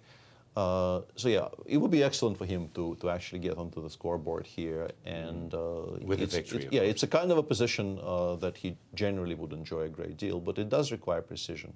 Little misfiring, Alejandro by Fabi, but nonetheless, he still has a wonderful position. Well, the guy knows a little bit about theory, and in this position, I was playing around with it. Of course, you got the correct answer, queen e2, rook e5, queen d2. I don't know if humans necessarily play like that. Another good move in this position is to play queen d2 immediately, since that indirectly defends the pawn on c4. Right. Let me show the audience why. Take on c4 would be kind of silly here, because after bishop takes c4 check, you cannot take on c4 because queen d5 check, fork on the king and the rook. That just wins the game. So queen d2 immediately, but I was thinking, why not bishop h3? I like my bishop targeting the light squares. I'm not so sure that I'm worried about this pawn on c4 because I thought I had the move rook he1. Targeting the bishop on e7, if you move it back in this particular position, you just lose to some combination of queen takes d6 or bishop e6 check first. So you have to find some moves. I analyzed this a little bit with the engine. It still thinks it's dangerous for black. It's not as bad as some of the other lines we're looking at because you at least got a pawn back. But I think Fabi has more than one option to put real pressure on Maxime's position. It might not be the most engine-approved variation, but it might be very human to just sacrifice the pawn on c4 in certain variations. Now, if he doesn't want to do it, he's definitely going to have to find the move queen d2 at some point, either before or after he plays queen e2, because the other ways, well, he has to shed a pawn for it. Thank you for that, Alejandro. And I want to go again to the matchup between the 19-year-olds, Hans and Alireza. We did see the move bishop e6. No captures on f4, no captures on c7. And one of the things I like about this move for black, actually, Peter, is I'm not 100% sure my knight capturing on d5 was that great, but bishop takes looks very legit. Sorry. Yeah, I was wondering if perhaps the engines were suggesting including bishop takes f4 is important because maybe in this position it is somehow smarter than in some others to play e4, e5. But e4, e5 I think just doesn't work because of knight d7 here very specifically. Very specifically knight d7, not knight e4. Against knight e4 I found some idea. I promptly forgot what it was, but I found some idea.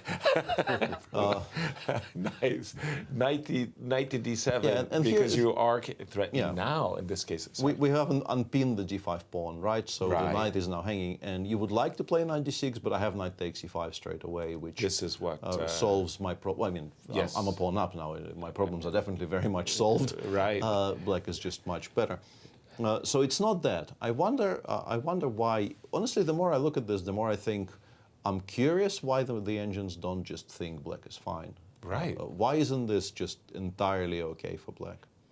Well, let's ask our resident engine chief, Alejandro. Why isn't black just fine? I think black is fine, but the engines are still giving this small pull. It's one of two moves. Rook d4 is one. Rook d4. I know, a little bit surprising. Wow. It makes e5 a little stronger, since maybe against knight d7, I will have opportunities of taking on h6.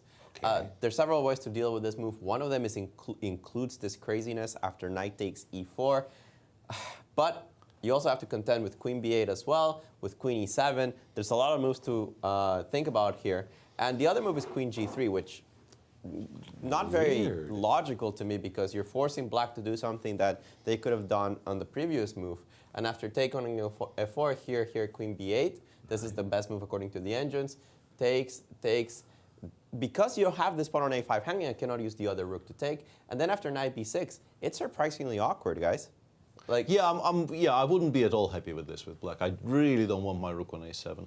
The thing is, the line continues. Right, because e4 is hanging, yeah. Because rook a6. Oh. Whoa. That's why I use an engine. Bishop takes, pawn takes, surprisingly traps this knight on b6. And the engines are saying 0-0 in this complicated, wild endgame at the end. Of course, this is anything but 0-0.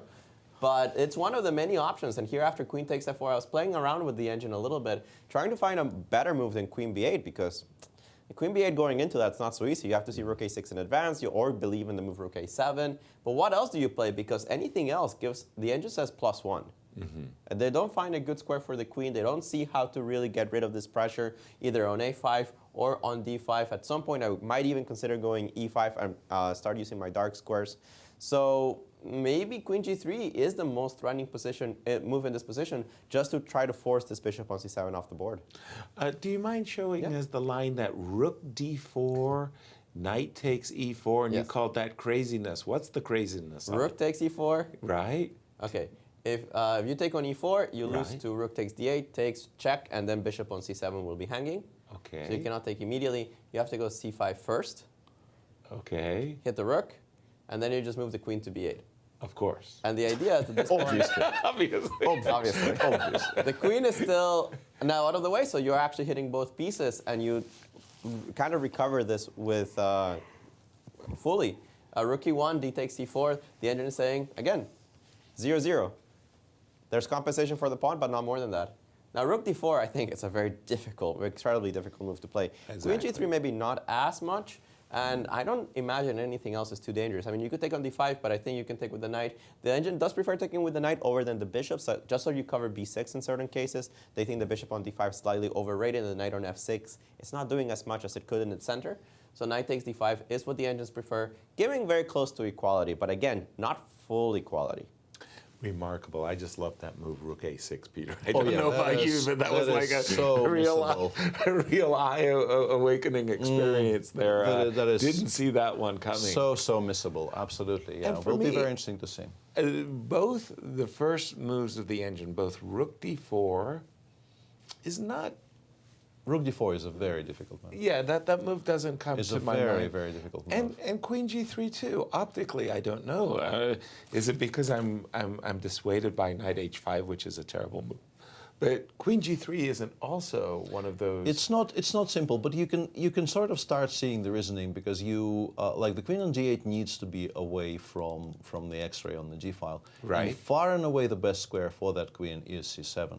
Right. So by forcing black to take on f4 and establishing our own queen on this diagonal, we're saying whatever you do now, you can't put the queen on the best square, meaning that Knight b6 ideas continue being present in the position if you choose any other square. You're still under some pressure here. Right. And yeah, the fact that if you don't play queen b8 here, you're just in massive trouble, I think, is very much testament to that. But queen b8 is just such a difficult decision. And to Because follow rook a8 loses the a5 pawn, as Alejandro correctly pointed out. And here you can play rook a7. Like if you don't see rook a6, you can play rook a7 using the fact that the e4 pawn is hanging. Right. And any trades on yeah, d5. if we are trade on welcome. d5, we will immediately smoke out the knight by trading it pretty much. right? Exactly. And yes, the rook is still on a7. I'm still a bit worried, but I suppose after rook e7, king f8, rook c7, we will find a way to smoke out that intrusion.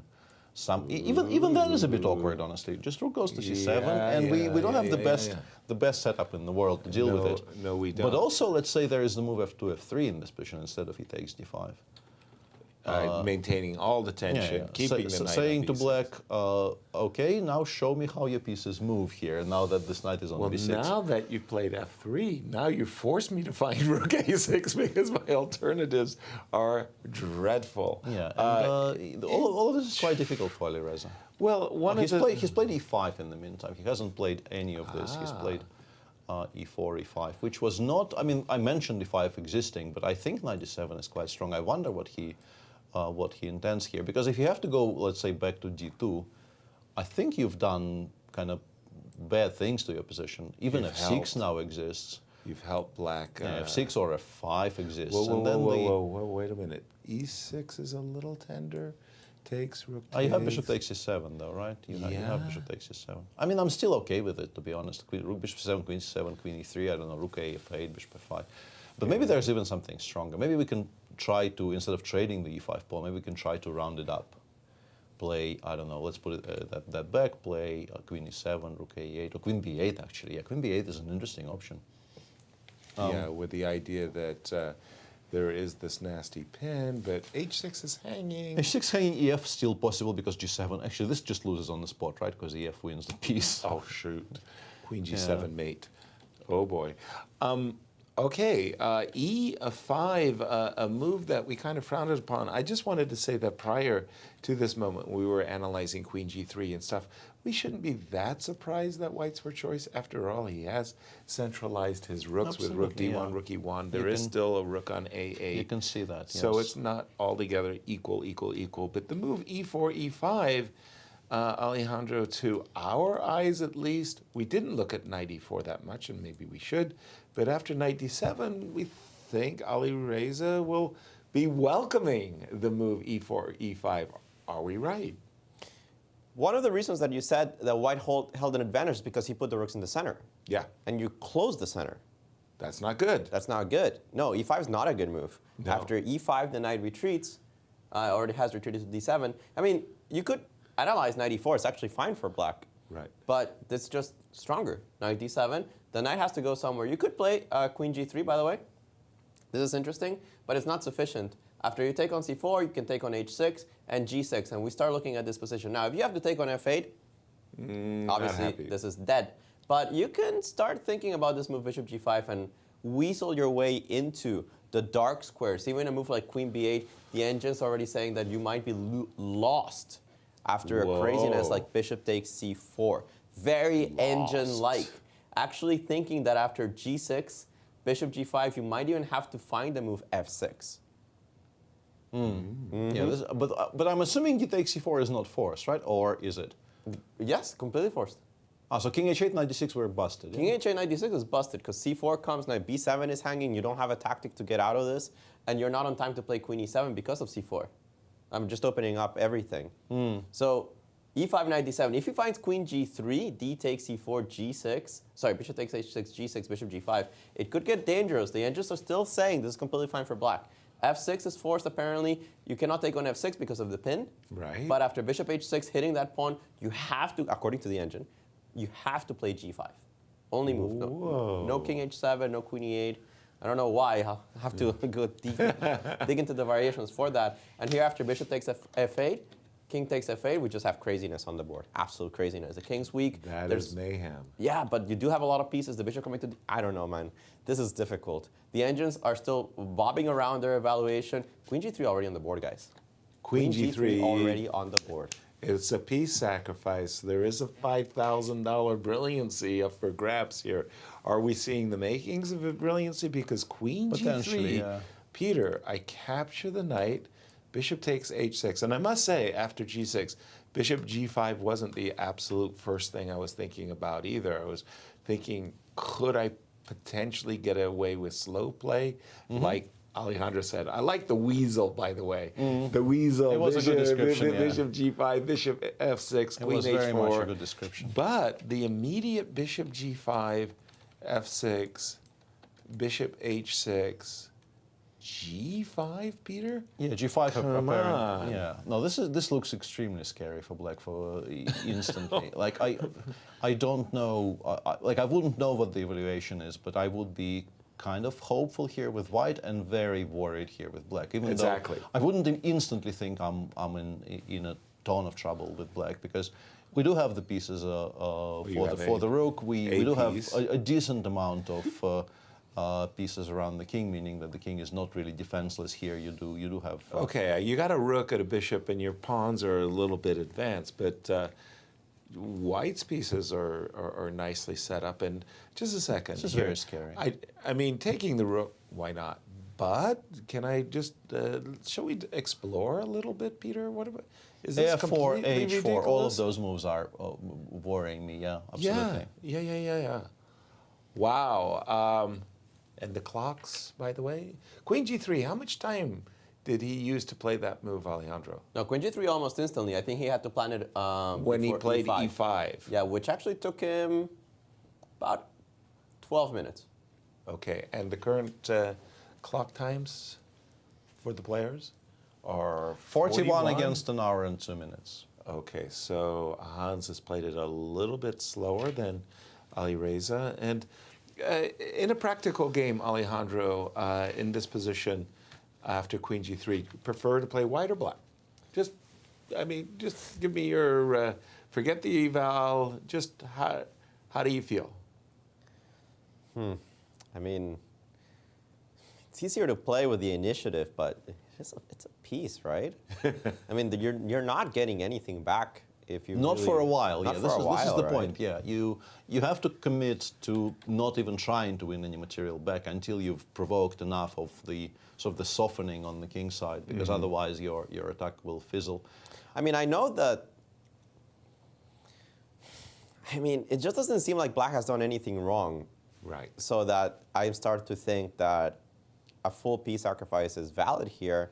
Not to, like, if I had bishop d3, I'd start thinking, yes, this is very attractive instantly, and yeah, I'm loving white's position, but you just never have access to this move, which means that I'm completely relying on killing you in the dark squares, unless h4, h5 works. But Yeah, I've so been looking slow. at attempts to really slow play stuff here by just completely ignoring what's going on material-wise and just pushing for this. But it feels to me like it shouldn't be good enough. Queen e7, bishop f5, for instance, we can. Then the c4 pawn will fall though. Help me out here, Queen e7. h5, bishop f5, I thought, but then yeah, I'm not sure I want to be offering the c4 pawn so freely, because then hg suddenly becomes a much bigger threat. Yeah, it's one of those where Alejandro said, my rooks are on the open file and you're opening up the center. Not good. Not great at all, yeah. And it's definitely a position where, yeah, I think I'm choosing white here. I think regardless of what the engine says. Right. If it's a practical game and we assume it's a game of like zero available information. Right.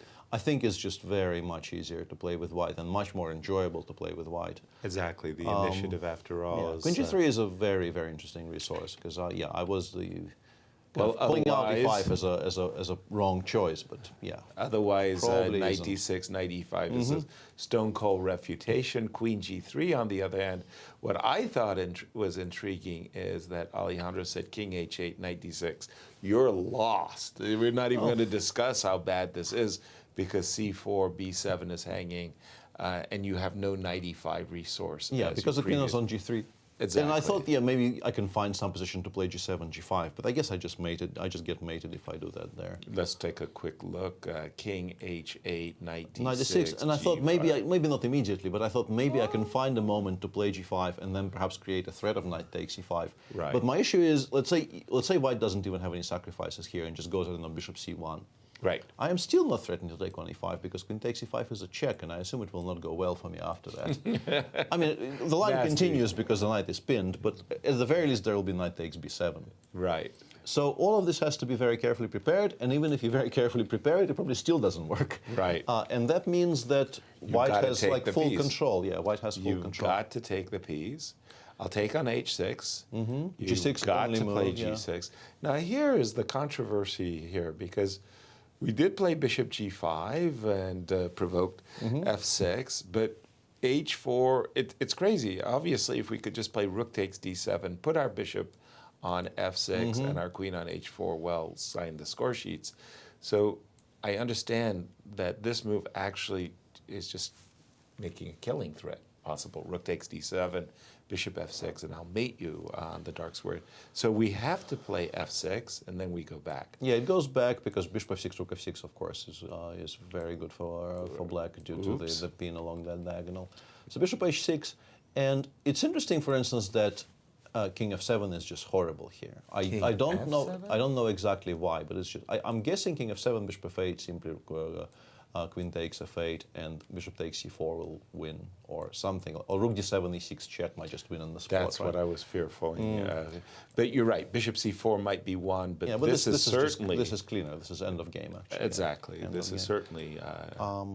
So it appears to actually be more or less forcing G6, G5 here, which is a move you hate to make as Black, because you continue advancing the targets for White, for White to be more and more comfortable breaking your structure open on the king side. Hey, F4, H4 is also a move. Now that you reminded me of the fact that I do have a bishop, I start to think about dislodging the bishop on E6. All of these things, they look very, very scary.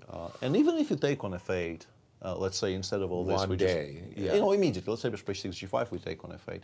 Okay. I think once again, we probably just straight up cannot take with the queen because Bishop takes C4 will win the game. That's my feeling. Bishop C4, Rook D7 will not hold. Anytime we crash through like on the once we get to the 7th, you generally kind of resign. Like life teaches us that those positions don't hold. So you have to take with the king, I think. Yes. And then, all kinds of things. Even something very simple like Queen G3, F3 here, using the amount of pinnage. Like Bishop E5, Rook E5 is a very cute position. How many pins can we talk about? The knight on D7 pinned. Absolute pin with the king. I like that pinnage. Yeah, so Queen F3, and what do you play here? E takes F6 is a very strong threat. If you play F5, once again, I get the feeling the Bishop takes C4 wins there. I'm going to have to close my eyes. Bishop D5, maybe, yeah. Bishop D5, I maybe underestimated. At least I spoil the pinnage. yeah, it's a good move. For some reason, it just... Spoiled the porridge, spoiled the pinnage. Yes. Never mind. Alejandro, no, that's not correct. Don't even ask me. Bishop D5 is the only way for Black to survive that position, and it's 0-0. Well played, yes. Queen F3 probably not the best, though, right? Best move, yes. Best move? Yes. Whoa. Okay, I mean, Bishop D5, I absolutely, the moment Yasser mentioned it and I realized it exists, I knew it was the best move. But Queen F3 I thought was just not great, but apparently we're doing okay. Our guesswork is... Guesswork's on point, Guesswork's on point. But also, Alejandro, our guesswork is such that we're warming to the initiative. Even if the eval is 0-0, we're beginning to feel like White's the one having the fun here and dictating the course of the game. And Alireza didn't even see this coming. Yeah, he's just completely stuck. Yeah, I think he's stuck. He's stuck. I mean, you can see this expression when Hans just played Queen G3 and he was like, yo, isn't your knight hanging? Hans doesn't seem that worried. Yeah, that is Hans seems to be waking up to his task here. Alireza there, it's an expression I believe I've seen before, and it's an expression of a man who is sort of acutely unhappy with his lot. And we'll see how that goes. we think that Alejandro put himself in contention, or leading contention, to win the Brilliancy Prize. And do you ever have this feeling that after delivering passing the a baton, masterpiece, it's your turn to become the student or something like that? I don't know. The baton here. The brilliancy might be on the other foot? It's very possible.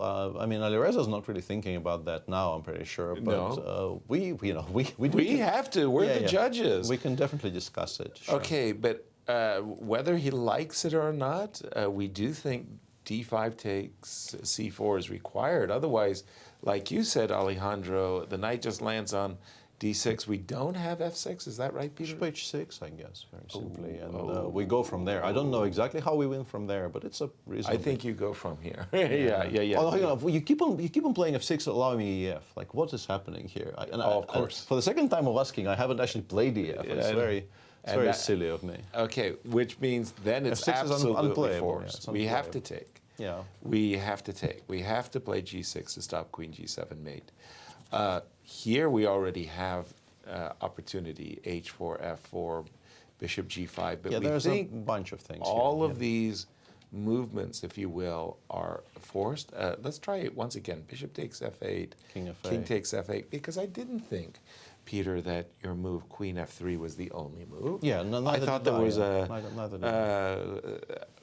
an array of choices. Is f4 a potential choice? What did you have besides queen f3? What was occurring? I think if you're playing f4, I would actually, maybe from a human perspective, I would prefer to postpone taking on f8. In that case, yeah, fair. I think I like my bishop on h6. Okay, if we're making some kind of a move here that is... Whether it's h4 or f4, I would like to do it with the bishop still alive on h6, because I think it might be useful for me in trying to develop my attack further. Okay. We do expose our own king. Yeah, absolutely. I mean, you have to at some point. And I mean, you don't have to h4 does exist, but f4 is sort of more concrete because, as you mentioned, it also introduces perhaps in some positions the idea of f4, f5, which might become relevant in some cases. Yes, we could get our bishop. Yeah, I think perhaps we need to maybe, I understand it's the most exciting position of the round. But sure. It's one of those where I'm pretty sure we can talk about it non-stop for the next 45 minutes, and we will still not exhaust every single possibility here. But we have 2 more games going, and Alireza is faced with a very difficult decision. So perhaps we could let him, you know, stew on things for a bit. And jump back to the Fabi game, because after the move, rook we're still c5, there. We're still there, guys. You can talk another 30 minutes about the Alireza. No. I meant happily so. Yeah, I mean, there was a structure change in the Levon game versus Lanier. Yeah. Lanier actually, after bishop b3, he played rook fc8. He did not play d5. Levon replied. e5. Yeah, Levon replied with c2, c3, and despite appearances, I guess both of them agree that d3, d4 was a plan, right? Because it doesn't feel immediately obvious to me that playing d4 and allowing either, let's say, the opening of the c file, or perhaps c4, bishop c2, and then the pawn on b5 perhaps feels a little bit lonely. But then I guess the way to think about it is, let's make some kind of a stupid move here. I don't know, h7, h6. Excellent. d4. Okay. And then let's say we go, I don't know, c4, bishop c2. Okay. And the bishop on c2 currently is kind of passive. The pawn on b5 currently, you can argue, is sort of stuck on the enemy's isolated. On the enemy's side of the board. But then you start looking at pieces that black actually has to attack it. Right. And the list is basically one. You can play rook a5. And that's it. Yeah, it's still not hanging because there's a rook on b1. Right. And in order to attack it with one more piece, you can maybe play knight e8, knight c7. You will get mated in the meantime. Yeah. Bishop e3, queen g2, the threats will start piling up. Even if you do end up winning the pawn on b5, in the meantime, something really bad will happen to you on the king's side. So I think I can understand Lanier's decision to play knight e5 to... I don't know if it prevents d4 altogether, because I think it's maybe even still playable. It's another question. Can we play d4 here? Knight f3, queen f3? C takes d3, c takes d4, c takes d4. But you can definitely argue that removing knight on d7, which had no moves, is in black's favor here. Absolutely. For the knight on f3. Yeah, and Levon agreed. Levon took on e5. And now we have this extremely solid structure on both sides, where it will be difficult for both of them to actually generate any kind of play. Knight f1, knight g2 is a nod towards the knight on d6 being a very strong piece. I assume it gets traded. Oh yeah, well, I just didn't know which was the better Exactly, yeah. avenue. I wonder why he towards chose the change. 92 and not 93. I guess maybe to preserve the option of, in some cases, going to f3, but I don't know. I think it pretty much always goes to c4 anyway. Just for our viewers, the reason knight takes b5 here is not that great is,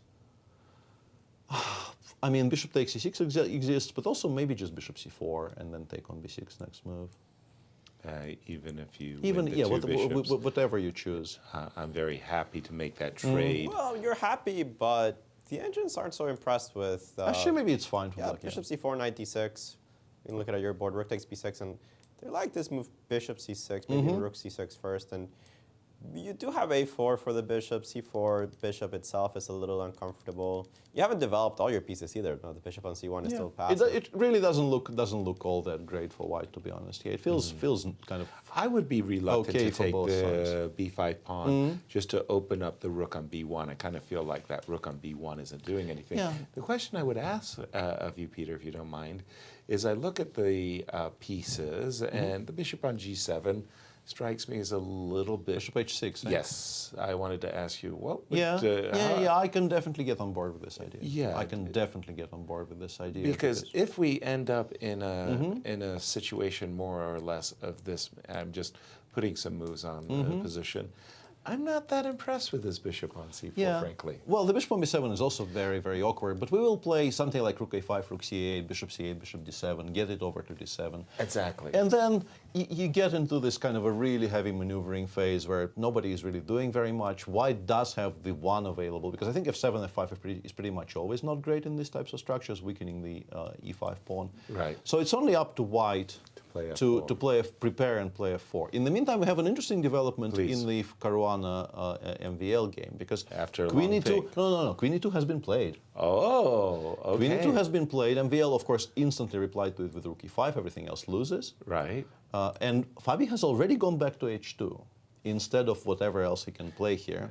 And we had been Yeah, we know Queen d2 is strong, but he doesn't. Drumming Queen d2 into our heads. Yes. And then so rook c5 is already back. Okay. He can still play Queen e2, and after rook e5 choose a different square. Right. But that would be the last time. Exactly. That would be the last time. He can no longer repeat after that. Gotcha. And I mean, we know everything we need to know basically about this position. White is better pretty much whatever he does along normal lines, but big advantage is only really achievable via Queen e2, and then Queen d2. I'm looking for this alternative way of getting an advantage, Alejandro, and the move I was attracted to was f4, pawn takes, Queen e2, with the idea of Queen e6 check. Can we actually take a look at this? Because I wasn't able to. I remember when Yasser showed it to me a few moments ago. I wasn't able to equalize. It was the last hour, I think. Okay, sorry. King h8 played, by the way. King h8 by Alireza, guys.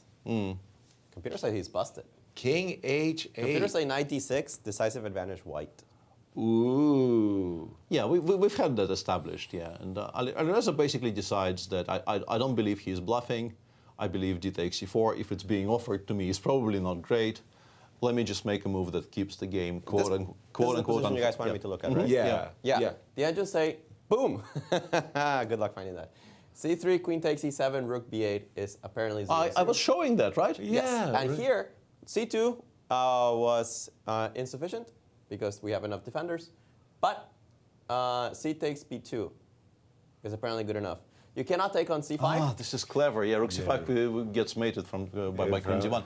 Okay, this we can sort of understand. My question would be then, instead of rook h2, can I not play queen e6 check on b3? That was my second try. King h8, b3 here. Yeah. But I can play c2 now, right? Probably. Okay, I just kind of... You have to take, I'm trying to lose, yeah. And I just take back. Yeah, okay, king c2 and we run. But we run, okay. Yeah, that's as far as we run. And 0-0, by the way. And 0-0, fantastic. Yeah, chess is a very rich tapestry. Yes, maybe it's also a draw.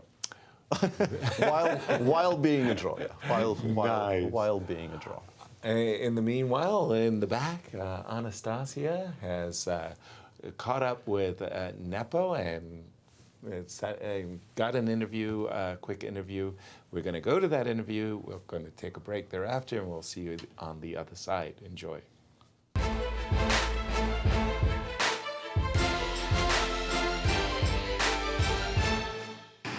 Jan, the game between you and Wesley So finished in a draw. Tell us a little bit about it. What happened?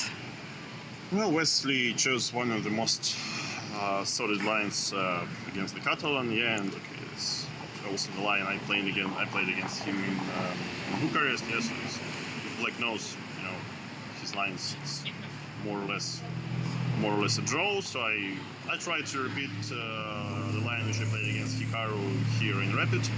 Yeah, but this probably was a bad idea because he was brilliantly prepared and he came up with all the best moves. And it's one of the draws which computer shows. Sometimes it goes like this. Yeah, exactly. Did you notice, I'm sure you noticed that Magnus didn't show up for the game. Did you see his tweet before the round or you learned the news after? No, somehow I'm trying not to spend a lot of time on the socials during the tournament, but okay, now you say there is a tweet, okay, I'll come and check it, but yeah, probably he had a reason. Absolutely. What do you think about his game with Hans yesterday? Do you think it was affected by the result? Yeah, in some way for sure, but the game was more than impressive. Absolutely. Thank you so much, Jan, and all the best in the next rounds. Thank you.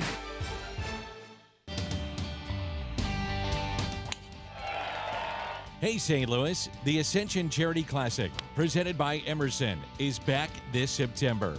Don't miss the excitement. When the PGA Tour champions best compete again, all for charity, September 9th through the 11th at Norwood Hills Country Club. Pro-Am spots, hospitality packages, VIP tickets, and more. Available now at ascensioncharityclassic.com. By now, you guys probably know there's a lot to see and do in St. Louis. But when it comes to the art scene, there's more here than meets the eye. From Laumeier Sculpture Park and the City Garden to the stunning Cathedral Basilica, one of the largest mosaic collections in the entire world. So if art is your thing, St. Louis is on display all year long. Ooh, now that's an exhibit. St. Lou is always exploring.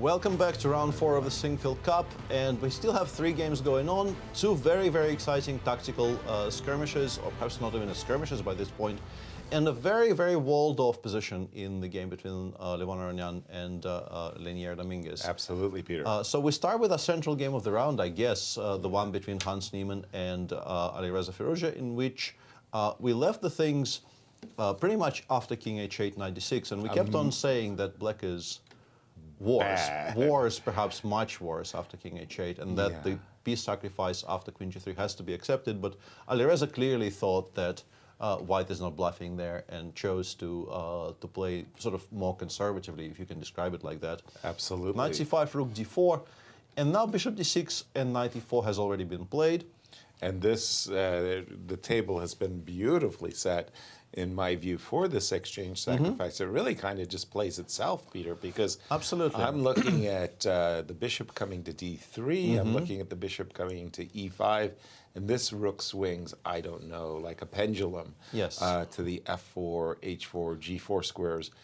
And feels to me that, I think you have to play Queen F6. I would assume it's really the only move that makes any sense whatsoever, because otherwise I think you get mated. Exactly. But I haven't been able to entirely refute it yet. I don't quite know if we're doing as poorly as all that here. I didn't like the early bishop E5 because of moves like Queen G5 and or Queen G6. But it's crazy. I really want to stop Bishop D5. I want to play Bishop D3, and I want to play Bishop D3 and Bishop E5. I thought a prelude, very nice. I mean, this is a huge monster I want Absolutely, yeah. But my plan here with black would be to play Rook E8. I'm assuming the A rook, I think. Right. And then to try to play either Bishop F5 or Bishop D7. Okay. And to get some material off the board. Let's try Bishop D7. I'll play the, how do you say, straightforward. Queen G5 still. Queen G5 still. Okay, just a second here. I think this is maybe not that horrible for black. I mean, this particular position, because I've brought the rook into the game. Your rook hasn't landed on E7, and it seems like the queens might be coming off.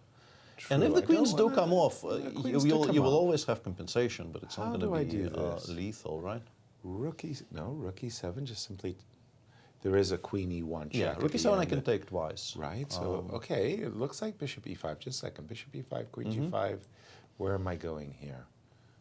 This looks like I should even.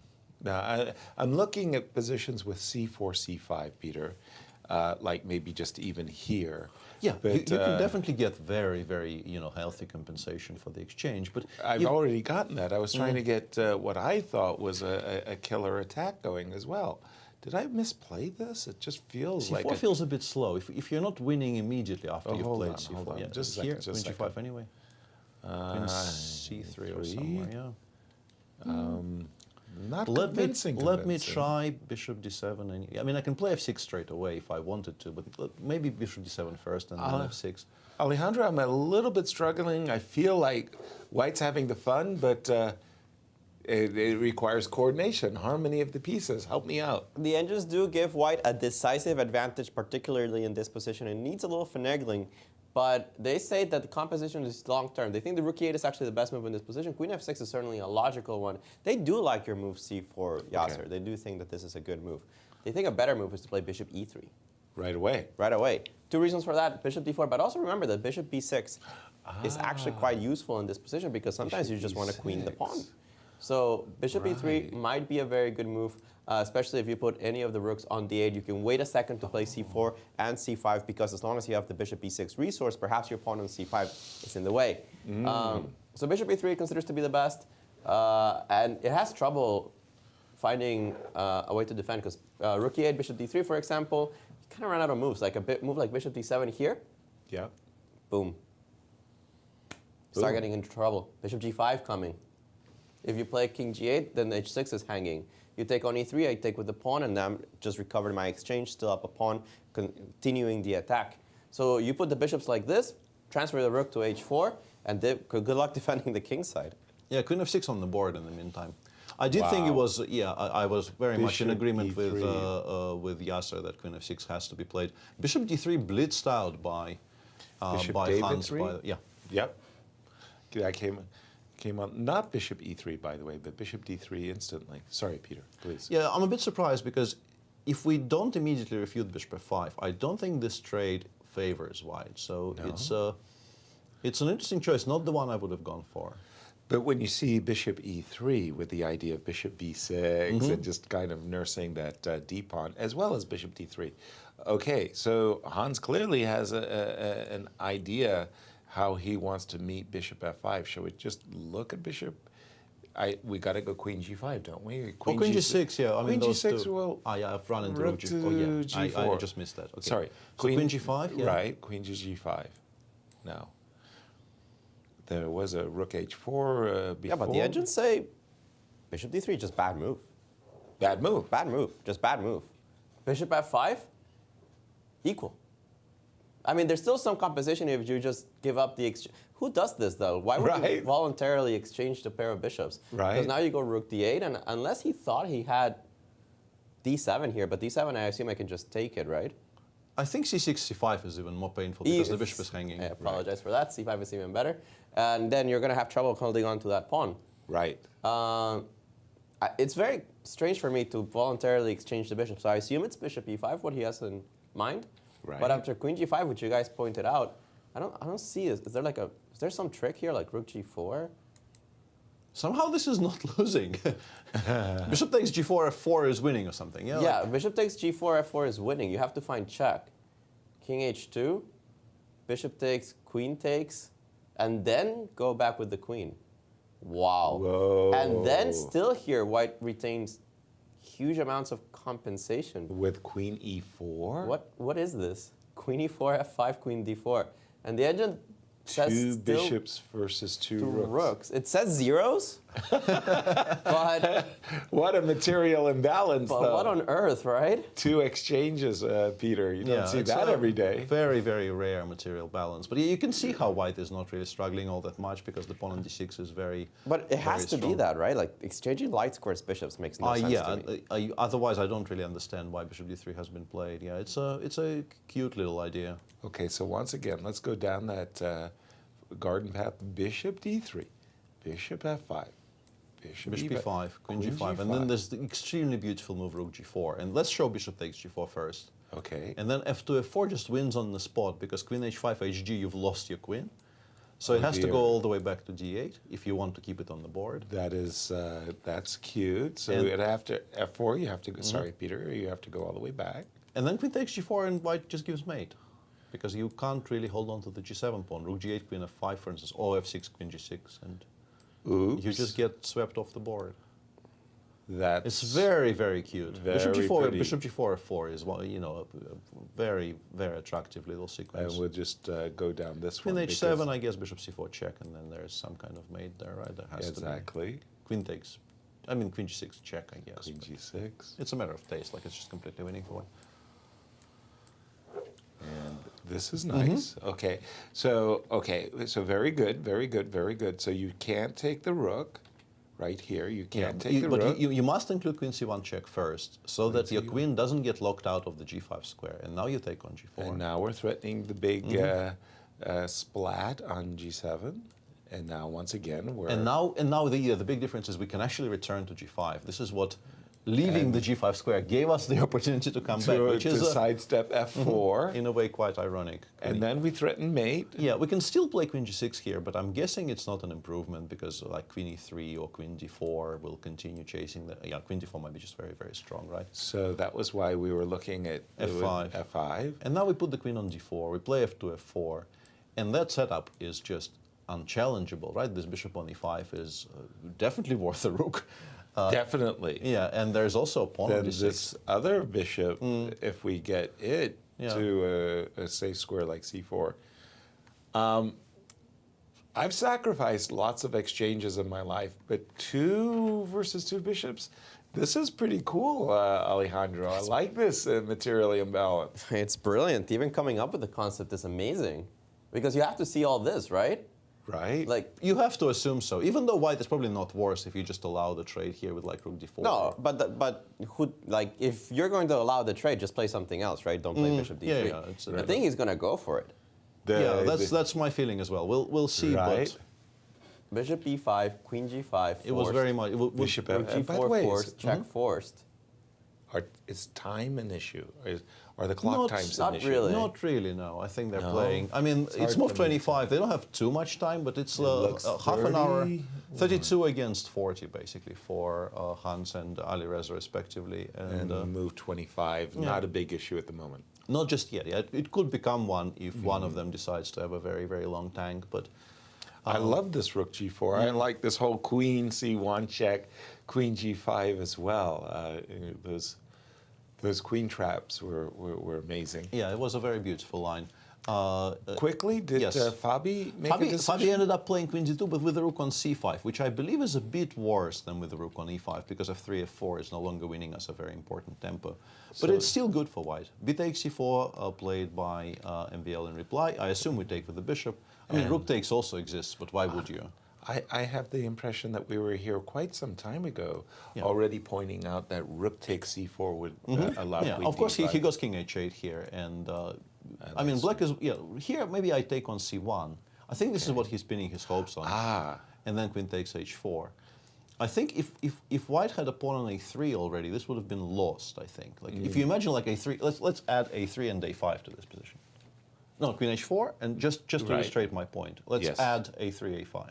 Fair, okay. Then I think rook c7 might be winning. Exactly. Because I have the a2 square for the king. Like queen h1 check, I will simply play king a2. And defending the bishop on e7 is going to prove difficult. It will, and if it has to go, then queen takes d6. d6. But if we do it without a3, a5, without the absolutely artificial addition of those two moves, if you play rook c7 here, immediately, hoping to take the bishop. Yeah, you get hit by queen h1 check. And then after bishop d1, what do? And yeah, maybe it's still bad, yeah? It's just lost. Maybe it's still bad. Just lost, says Alejandro. Wow. Just lost indeed, guys. I mean, take a look at this position. Bishop d1. Yeah, I thought maybe sometimes like rook e8 might be kind of saving things. Boom. Yeah, like. And the engines say you just don't have a way to defend against king c2 to defend this bishop, and then take the bishop on e7. Yeah, I was going to go a3, king a2, take the bishop. I was assuming that because we're currently not threatening to take on e7 due to the bishop on d1 hanging, maybe there is a difference, but nope. Apparently no. Apparently not. Bishop b3 is a strong move. Actually, so strong the engines say that rook takes, queen h4, rook c7 is decisive advantage white, and that you should try to trade the queens right now. Another variation that is possible from that line, queen takes h4, rook c1. I was looking at bishop d8 immediately. Of course, the point is that after queen takes, I have this move at least saving me for the time being. If I play bishop d1, I can retreat my queen and kind of hold on for now. Okay. But there's this really tricky move. You go rook c1 instead of playing bishop d1. Forces the exchange of queens, really nothing better. Kind of think so. But after takes g6, I think this is hopeless, right? g6. It could be, it's made, right? Like I go rook h1, down. you have to go h6. Which means you're playing down a king for the rest of the game. You're playing down the king for the rest of the game, and those generally end up being hopeless. Yeah, I would agree with you. They generally end up being hopeless. But in the middle of this fast and furious capturing of the bishop on e7, you stop and you go g6. It was sort of like that's a change of direction. And wow, nice variations, guys. Bishop takes e4 check, king e8. Queen e2 on the board. Played by Fabi. Also a very, very concrete way of playing there. And once again, sort of very centered on that horrible bishop on e7. Exactly. Inviting rook e5, I assume, and then he wants to put the queen on a better square. D3 I assume maybe? d3 is a better D3 square. D3 maybe, yeah. Interesting and option. By the way, again, it just goes to show how pathetic a threat f6 takes g5 is just ever going to be. Just not working in so many variations. Opening up the H file looks great for Fabi. We'll keep an eye on that. Yeah. And the other one is very, very closed down. Yeah, this one is just very Actually, closed down. I thought this was a really clever little nuance by Linear in this moment, because we were thinking about knight takes b5 and knight c4 coming. Thought it was very nice rook a5 to kind of force this well, move not force, c4. but like make Levon determine whether he wants to go knight c4. Knight c4 maybe Knight loses. c4, rook takes b5. Rook b5. Maybe we can do it anyway. But yeah, it's a good point. Yeah. Yeah. So I thought this was a nice little, and then yeah, bishop I like h6. this. I like this. Yeah. Bishop b2, f6, and Queen c3 is a bit mysterious to me. I'm not sure what it's doing there. I think he's just getting out of the way The of other, the bishop. the other bishop, yeah, rerouting the other bishop towards some squares. I don't know what those squares are, Exactly. but some squares. Now this one might be setting up for a little swindle there. Yeah. Bishop takes and knight takes e4. So we've caught up to the players, and like you say, it's a lockdown. Let's go back to the Ale Riza game because boy, Yeah, Hans is thinking now. Yeah, he played bishop d3 kind of surprisingly quickly. I guess he was expecting queen f6, so he had a move prepared. Right. And I think maybe what had happened is he perhaps missed queen c1 check. Like he thought bishop f5 is just unplayable because bishop b5, queen g6, rook g4 once again bears repeating is a very beautiful immediate win for white. Exactly. Pretty much. So yeah, this is unholdable. Nice and then after queen g5, he saw rook g4 and he became very happy because he realized bishop g4 f4, bishop g4 f4 is definitely going to be winning for him. And now he is coming to the realization that queen c1 check exists, and the game will continue. Flares are new. Wow. I'm telling you guys, I'm in the grip of this game. There's certain moments where in a tournament round where you see on board 3. And everybody just kind of collectively goes over there, drifts over there. Very, very nice. And then returns to their seats. This one has definitely got my attention.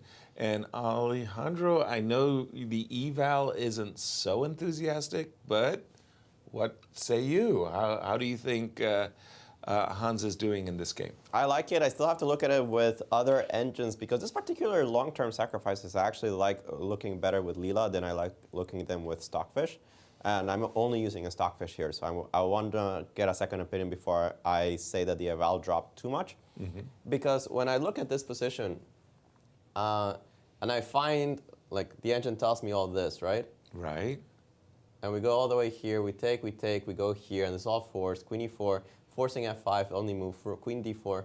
We get all the way to this position, and I guarantee that white goes f4 next move. It's visually very nice. Getting here is difficult. Right. But visually, this is very nice. And even though the engine's saying 0-0, I would never evaluate this as 0-0. I'm lucky if I escape this with black. Exactly. Like, white's position is just so sound, so strong.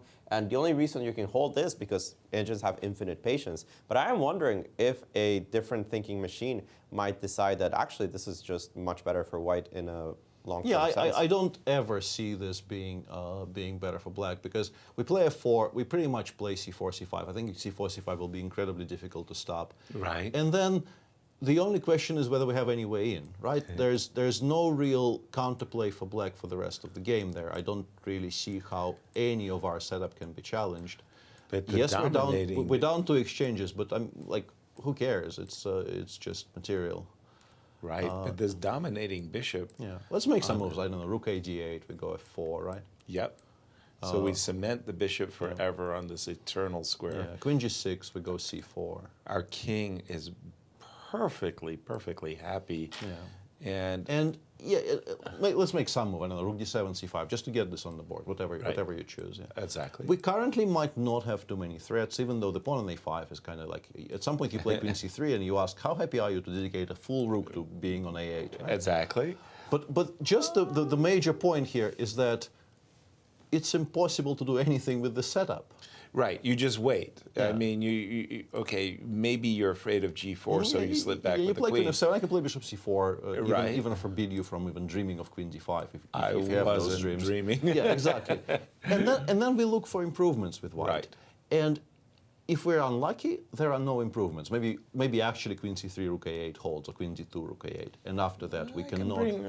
I can really eyeball that pawn. But yes, I mean, is black happy, as you say, assigning a whole rook to the defense? Yeah. So you get to some kind of position like this, and black will be playing king h8, king h7. Right. Pretty much. Like maybe some other waiting moves are slightly stronger, but you are kind of resigned to making those types of waiting moves for the foreseeable. Right. Because there is no counterplay, there will be no counterplay. And if you give up on a5, I think white will very easily open up, create an additional passer, and then everything collapses, everything goes to absolutely to pieces. And as Alejandro said, infinite patience, pretty good, but human beings not known for it. Not known whatsoever. And you guys already lost. Pardon? You already lost. Like this way you played it, already lost. Like Vienja's saying +3, it's over. They woke up to the demise, or did we do something? They're very specific. That in this particular position, white can't execute two things at the same time. If you play f4, start like this, queen g6, c4, absolutely only move in the position. b6. I was wondering about Right on time. If you take on b6, rook takes no, d6. that's a huge improvement, of course. Right. Now you get one exchange back. Now, it's only equal after bishop takes f5, since you are getting another pawn, but huge improvement.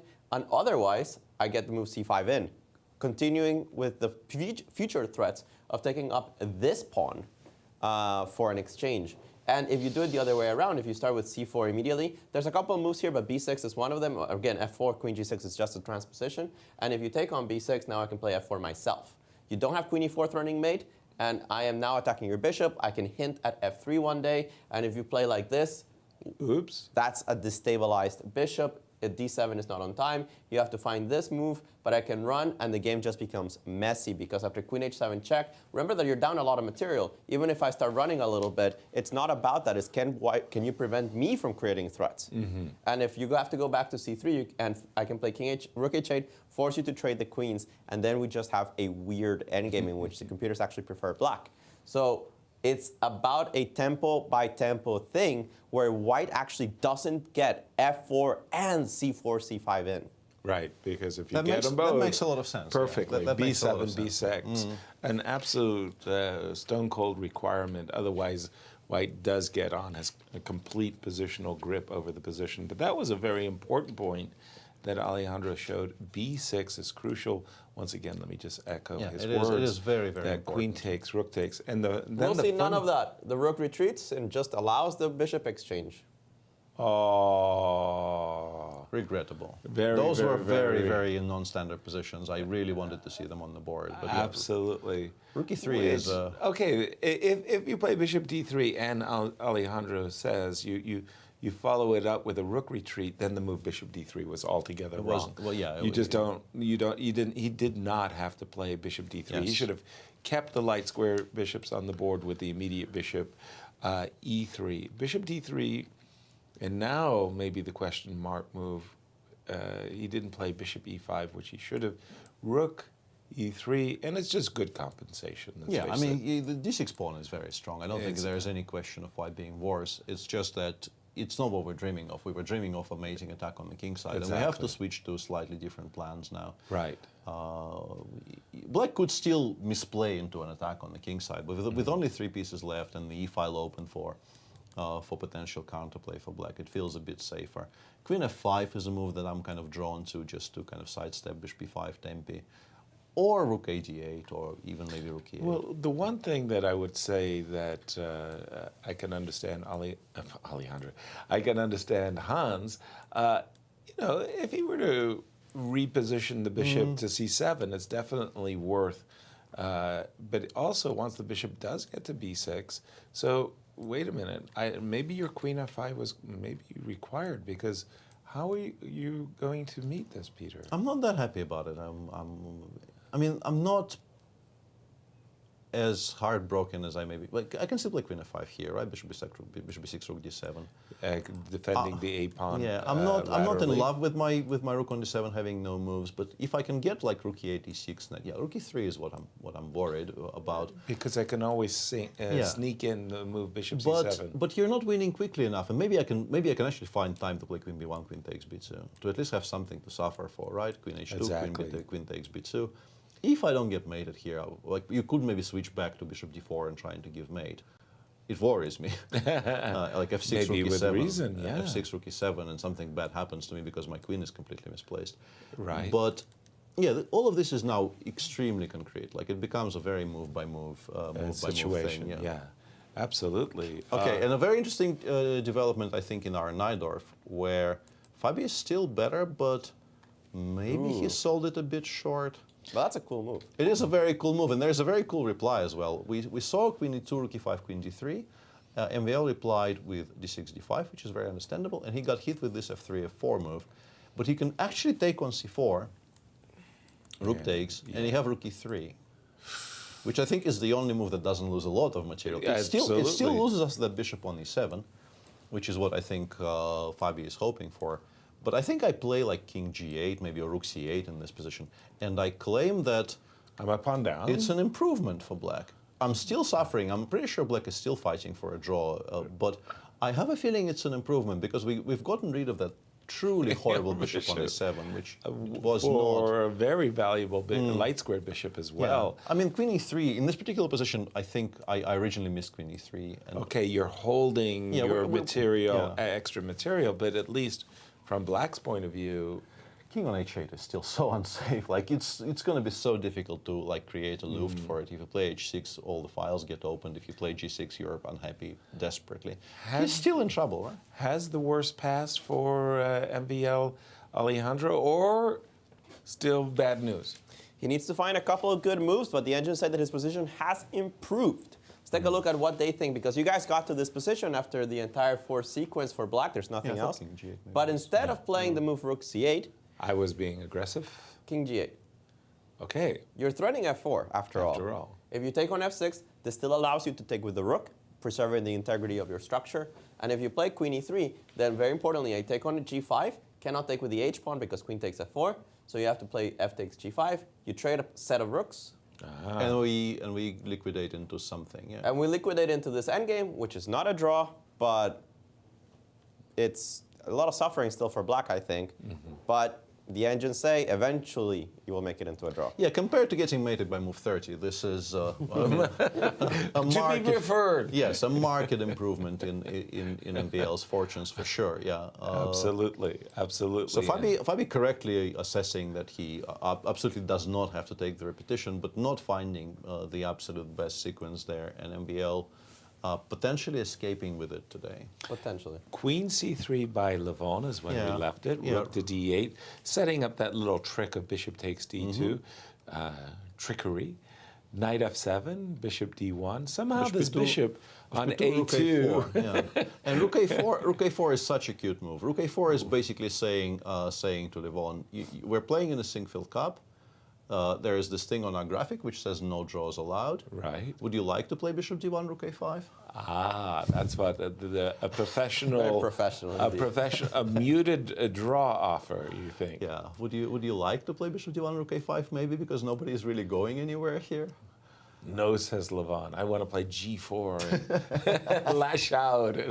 You're crazy. Honestly, no draw for you. The black position is just so utterly solid. Like if you actually break open in the center, I feel like you will be breaking open very, very much in black's favor. Like if you push for f4 and f4 happens and black replies by ef and then f6, f5 somehow, you just start hating life with a vengeance with white. So I have a confession to make. I like bug house. Bug house. And I love these good bug house positions. This is a good bug house position for sure. Like I'm absolutely terrible at bug house, and even I can recognize that some flow has been achieved by this pairing. Alejandro will be my partner. He'll gnash at me. Keep your king safe. I said, look. He goes, okay, good job.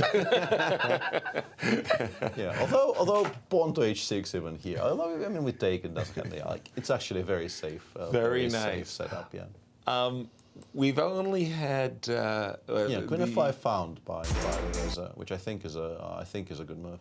I'm sorry, which has been found by Ali. Yeah, queen f5. He played queen f5 instead of all the rook d8s of the world. Exactly, and I like this move a lot because it just does. Yeah, it keeps an eye on everything. Yeah. So it was the only move. Pardon? It was the only move.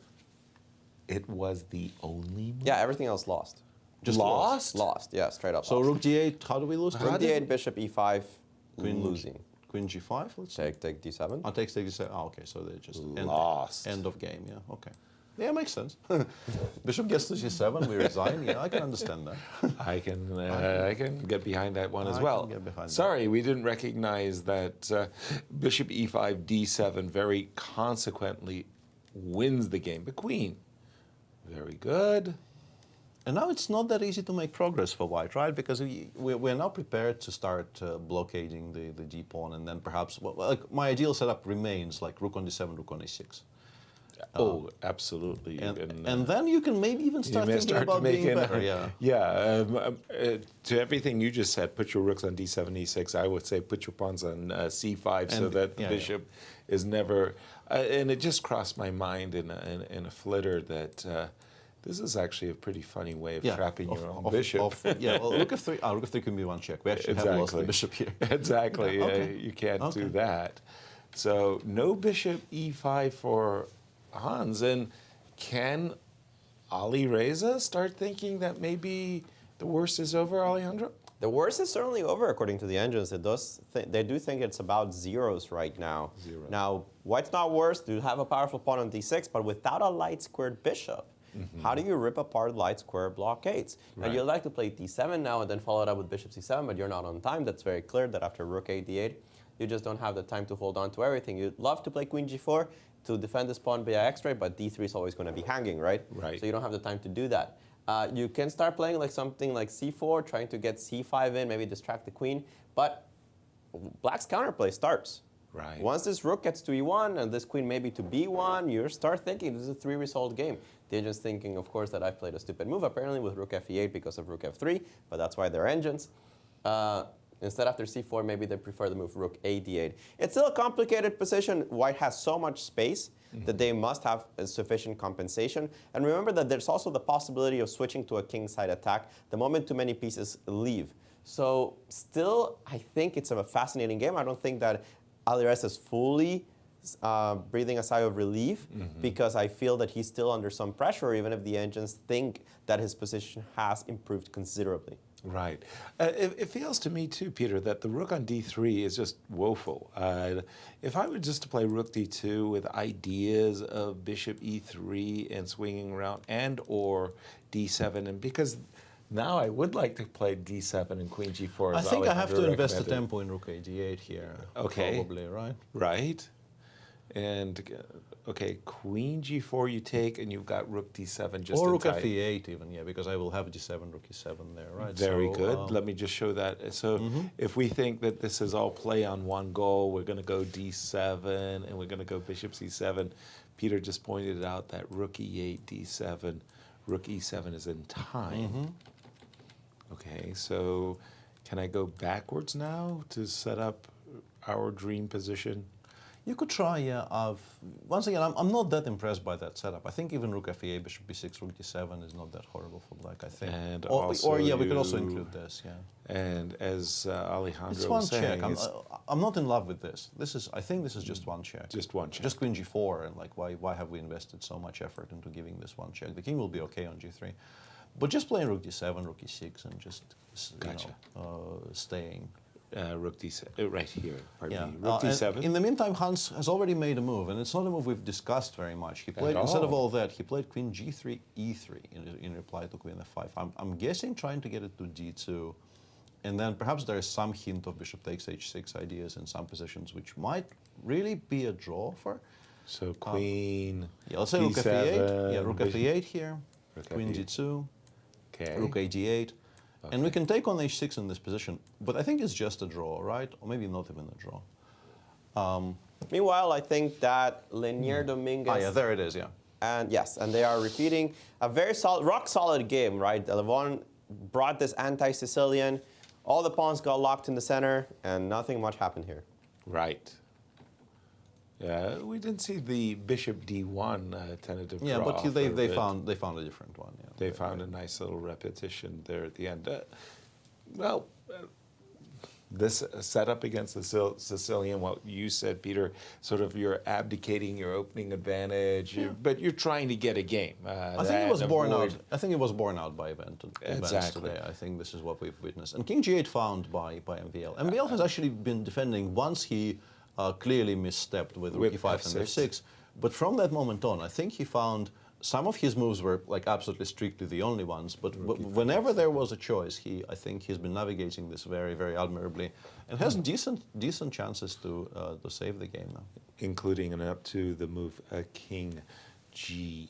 8. It's move 34, 5B is down to 16 minutes, but it's 16 minutes for 6 moves, so it's not really any kind of a particular problem. Just, no.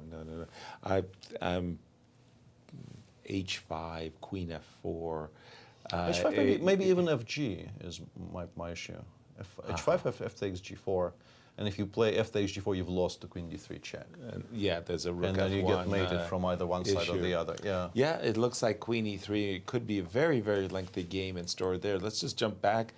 We didn't discuss Queen E3. Why not? No particular reason. It's a move as good as any other. I don't think there's much wrong with it. And we do expect this. Yeah, for instance, this and rook A8. And I was wondering if we can take on H6 here. But honestly, I'm not even sure we have perpetual. I can take Queen takes H6. Of course, I do not play King G8 because rook G3 is painful, so I play Queen H7.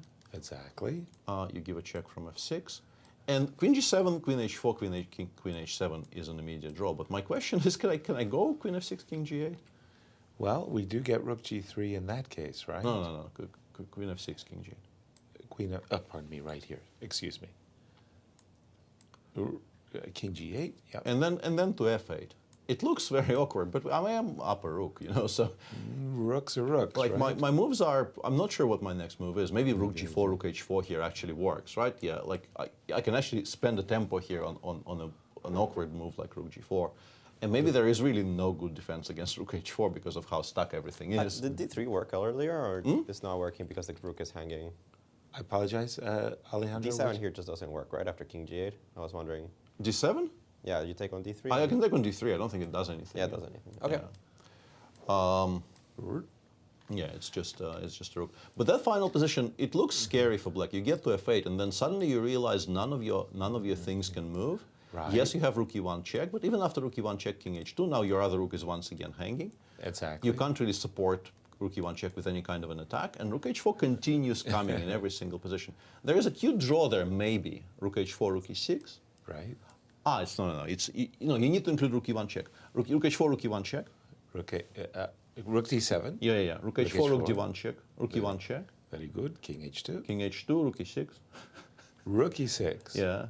Queen takes E6, Queen takes H4, and I have a perpetual via F4. No, but Queen takes E6, I take the Queen. Yeah, you have a fee here. What do I do? Queen E6, F takes E6. Everything suddenly got connected. Peter, it's about harmony with your pieces. You have to yes. The thing is, I create harmony and then don't recognize it. Like nice. I'm capable of doing it accidentally, but not on purpose, apparently. Alejandro, we're having too much fun. Be the party pooper that we all know you to be. Bishop takes H6 is just a draw. Yes. Yeah. Okay. Thanks for invoking me here. There's also rook D8 immediately. You don't actually have to play rook F8, but somehow the engines don't like this because of G4. Crazy stuff. G4. Yeah, I know. Rook F8, I think, is the most logical move. Queen D2 and rook A D8. This looks like something I would do. Rook coming to D7 at some point means that's a stop to the pawn. And after bishop takes, we'll go down these lines again because they're very critical. Check. There's no choice here. King G7, check. And the engines think this should end in a draw. If instead I play the move King G8, then... Okay. No. No. Gah.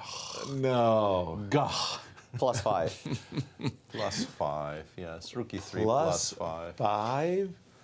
Yeah. I don't know how you see this from afar. Very nice attacking move there. Very nice attacking move you got there, buddy. let's trade some rooks, yeah? But the threat of rook takes E8 and D6, D7 is just crushing, yeah? Yeah, just crushing. Remarkable, yes. You can even start with D7, actually. No. Queen D3? What? I mean, here, yeah. Yeah, like... But I mean, even King F8 doesn't stop rook takes E8 because King takes, Queen E7 is mate. And rook takes D7, we have a very, very winning just a moment. Right here. Instead of King G8? Rook E3. You've missed rook E3. Yeah, I have. I mean, finding rook E3 from afar, though. I brought shame upon my name. And by the way, if you don't find rook E3, if you don't find this move... You're busted. You're busted. Like, none of these things work. This doesn't work. This didn't come close to working because of what you guys mentioned. Right. And rook E6, just evicting the queen. Right. So you don't have time to take on E6, as we mentioned. You have to foresee rook E3 winning to go into this variation.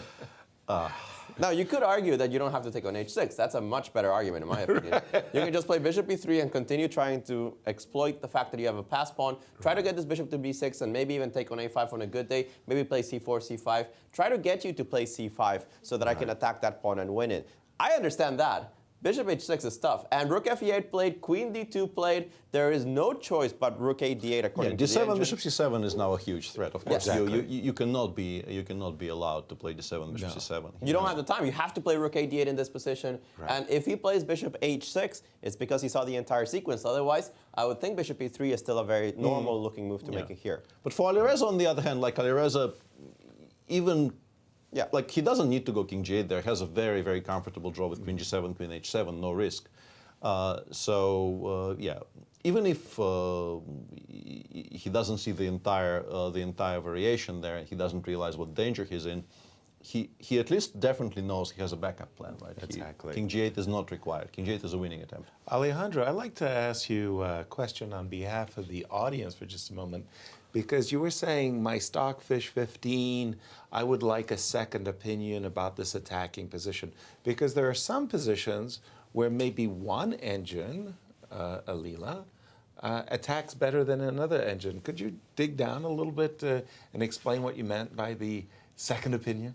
Right now we have the two strongest engines in the world are Stockfish and Leela. There are some others that are worth mentioning that I do play with the big boys. But right now I think in commercial use, those are the most common ones used by grandmasters. And there are certain positions, there are certain variations, especially certain openings, in which you tend to agree with Leela a little bit more than you tend to agree with Stockfish, at least at lower depths.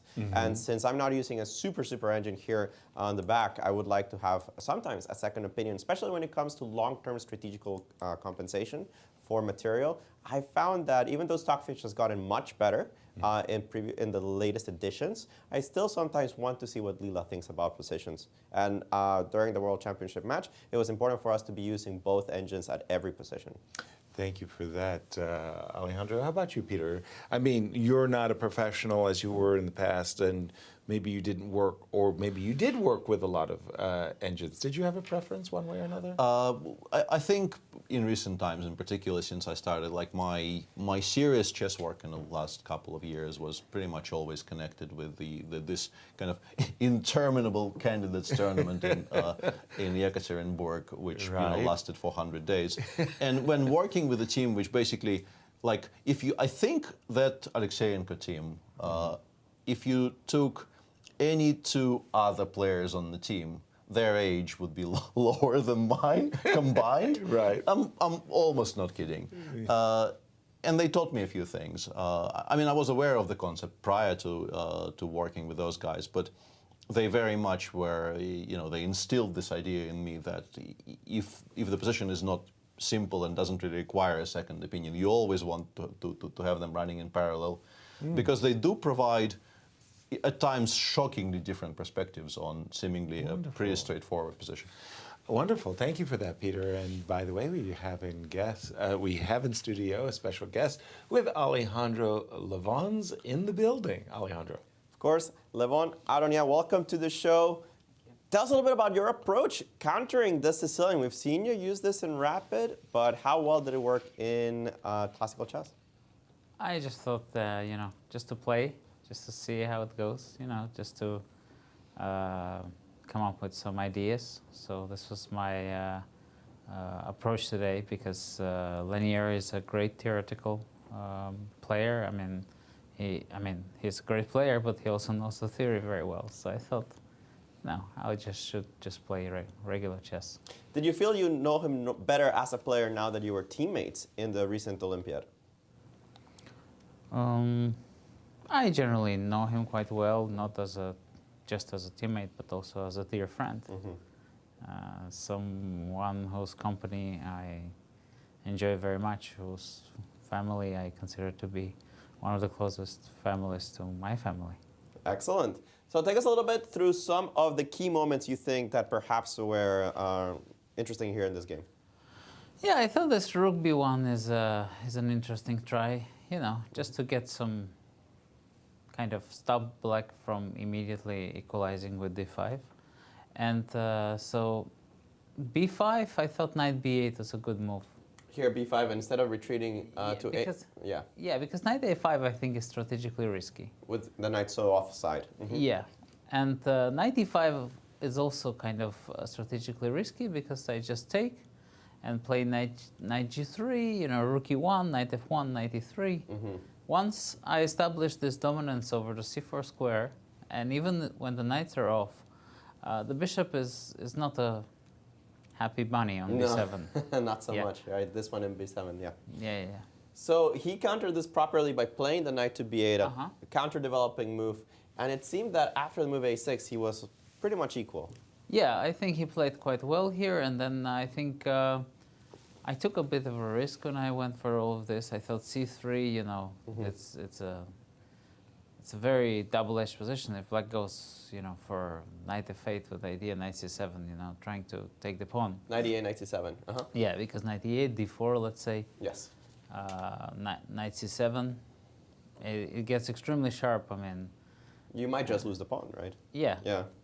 Because he can close it with c4, but then I get my play on the king side, so I was kind of getting excited. And then knight e5, I think, was a strong move. Knight e5 just shutting this down, right? Yeah, because now I will have to put the pawn on c4, I think. Right. I tried to by queen c2, but then, yeah, what I did I thought made sense. You mean you're trying not to put the pawn on c4? But somehow I couldn't work this, I couldn't make this knight c4 work on move 34. 24, sorry. 24. Here, Yeah. knight c4 in this position. Because somehow rook b5, and it seems that everything is covered for him. Right. Now. It seemed to me that I might have this good play with rook a1, knight c4, bishop c4, rook a5, you know, takes, and all those weaknesses. But the rook protects the a5 pawn, the bishop protects the c5 pawn, and he just comes out. So it's an equal position. All right. So at the end, you decided to agree to a draw here. It did seem about equal, too close for the position. Yeah, I mean, if I exchange the rooks, then how I'm going to win? And if I don't exchange the rooks, he will always have a counterplay. So it's tiny bit better for white because I can, I mean, I have the chances to play on, but I didn't see a way I can progress in this position. Yeah, it's difficult for sure. We thought this was a very safe construction, even in Buckhouse. Absolutely. Levon, I have to ask you, what was your thought process and reaction seeing the world champion Magnus Carlsen not show up for today's game? I don't know. Maybe he's sick. I don't know. It happens. He has withdrawn from the tournament. We are told it is not health related, but we haven't been given a full explanation just yet. We'll definitely update it. A little bit of buzzing going around for the players afterwards? Well, I think it quite often happens when young players play very well. There is all these accusations towards them. I mean, all of my colleagues are pretty much paranoid, and quite often I was the one telling them, come on, guys. I mean, I know myself, I'm an idiot, and I'm a good player. I mean, I always think that young players can play very well. I mean, there is no reason for them not to play well. So I never have this kind of feeling, I mean, oh, my opponent is, you know, he's overperforming. Because, and at the same time, I mean, if the young players are not playing very well or not occasionally beating us, then what can we learn from them? You know, and it also shows that we haven't taught them anything.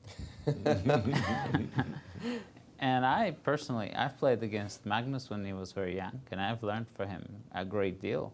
Of course, one of the more traditional powerhouse matches that we've had in the last decade and a half. And therefore, I mean, if I was sitting there and thinking that he's, you know, there's something suspicious about how strong he plays, I don't think it would be very beneficial for me. I could never learn from him. I would always think that, no, there is something wrong with his play, or, yeah.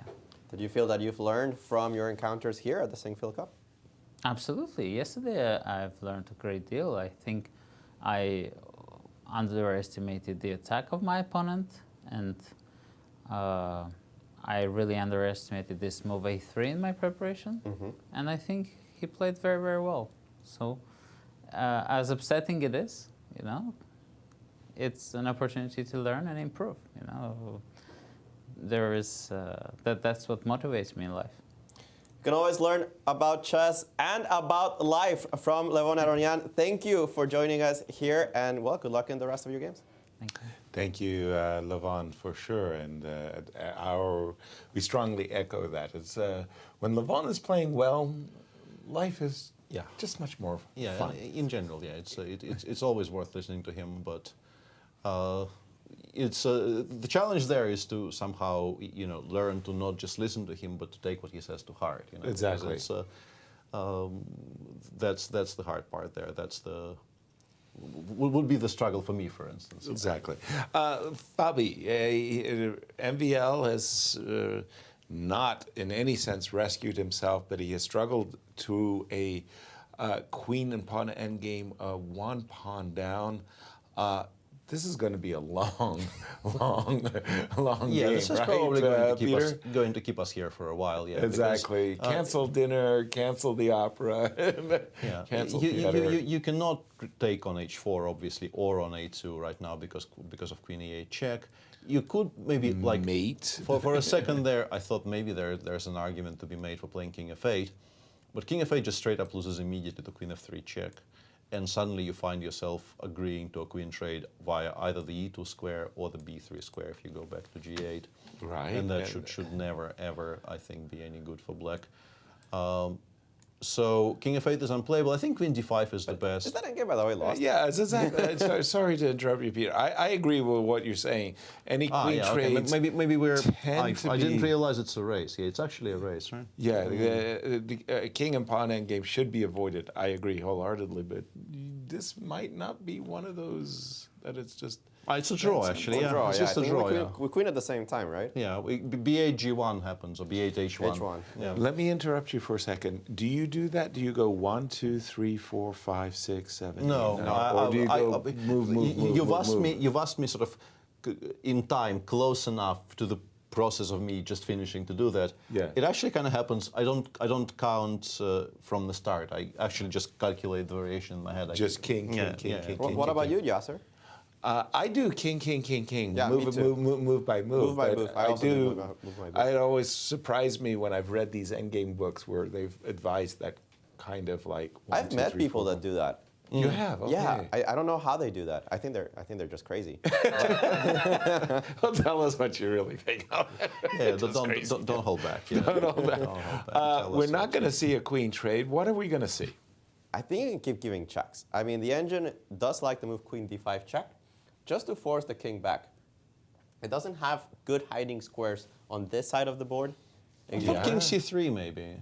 Yes, you could play king c3, but then I keep giving checks. And this is kind of the point. If you go this way, because I have access to b5 thanks to a6, you're not hiding. Oh yeah, it's queen b5, queen a5, yeah. Yeah, so you just keep going that way. So I actually, if I really want to get out of these checks, I have to go to a1. Like a1? Yeah, I played around with it, like check. Eventually, you have to agree to this. Okay. And then after queen f1 check here, check. The checks finally die, but you've not made a lot of progress the queen in the position. King's deeply stuck in the cave on a1 there. Yeah. Again, cancel your dinner plans, folks, because that's going to be a very, very long game. You feel that with the extra pawn, you're Fabi, and you're Fabi. You've got to play. You probably think you're going to end up drawing, but you've got to play. I've actually the needle got moved for me in these types of endgames. I played. I believe I maybe even mentioned it during the broadcast this summer. I had this game against Dieter Nisipianu in the Tbilisi World Cup, if I'm not mistaken, where I made a kind of a horrendous mistake out of the open and just blundered something very, very simple, and was pretty much lost, but you can continue fighting. It didn't, luckily for me, I didn't have to resign immediately.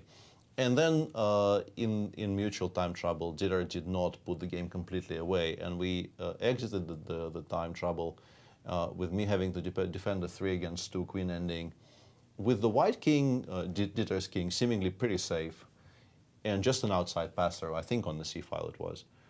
And my assumption was, I will eventually lose this, but I'm definitely going to put up a fight because it's a queen ending. Right. And I drew it relatively easily, and then I came back home to my room switched the broadcast on, and it just says zeros. It doesn't even like white is a healthy pawn up. It just says zeros. Wow. It doesn't give 0.50 or anything. It just says draw. Right. Do not fret. You will make a draw here, and that's kind of sort of educated me on how those things are generally evaluated, because yeah, the margins are very wide in queen endings.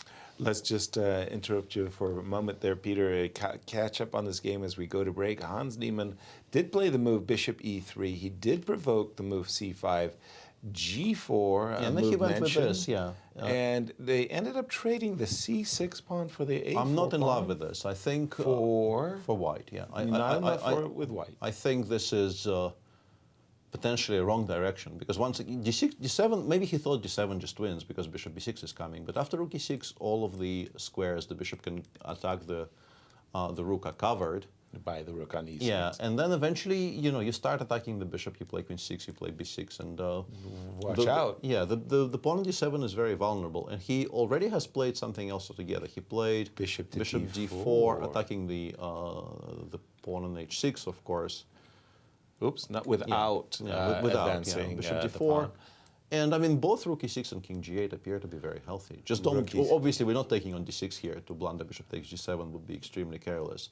Yes, that would but both of the very, very obvious non-rook takes d6 moves in this position appear to be quite reasonable. Rook e6 or king g8. I don't know which one is stronger. I like your rook e6. We're going to take a break, but we have two exciting games still ongoing. We will see you on the other side of our break. Stay tuned.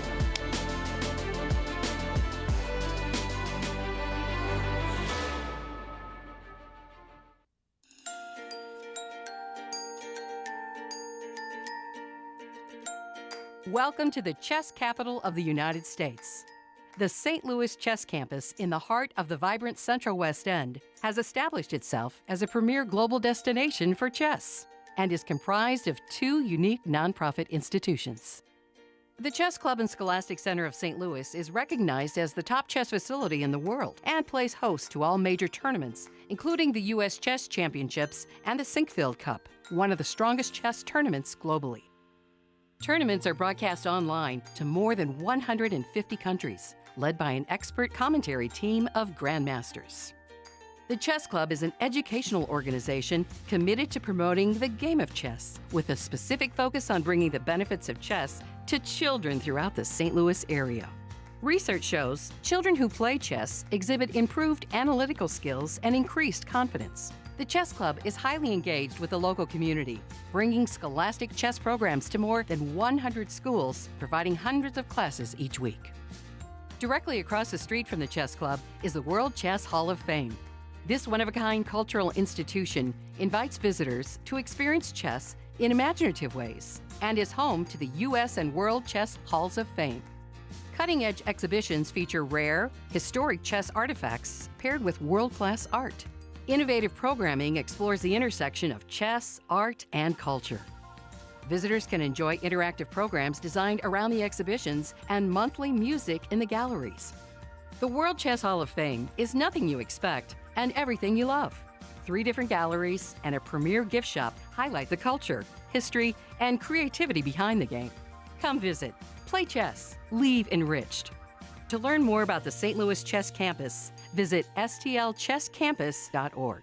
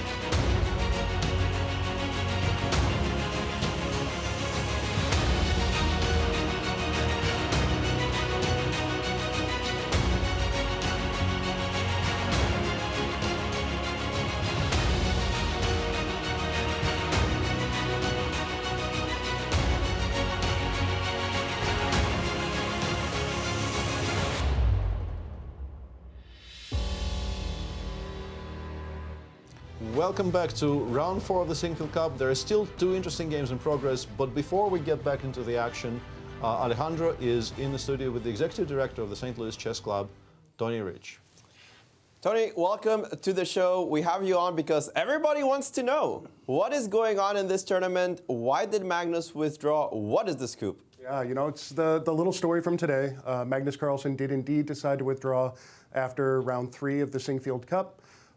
Magnus's decision to withdraw from the event are his personal decisions, and until he makes a public statement on the matter, we feel it's best to honor his wishes, and we've accepted the fact that he's withdrawn from the event as well. But he didn't give us any direct reason on why he did so. I think ultimately it's Magnus's decision to come out and give his reasons. I don't want to put words in his mouth, so I'll let him speak on his own behalf. We've noticed that today we have some advanced security measures when it comes to the players. Tell us a little bit about that. Sure. I spoke with Chief Tour Arbiter David Sedgwick today, and you know, the Grand Chess Tour has prided itself over the past, 5 or 6 years now, on making sure that we are at the forefront of the game technologically with regards to our broadcast and with regards to our fair play measures that we implement in all of our events. Whether that happens to be the Superbet Chess Classic in Romania, the Rapid and Blitz events in Europe, Rapid and Blitz events here in St. Louis, or even the Sinquefield Cup. So these additional security measures were recommended by David Sedgwick as yet another way that we can ensure the integrity of the game.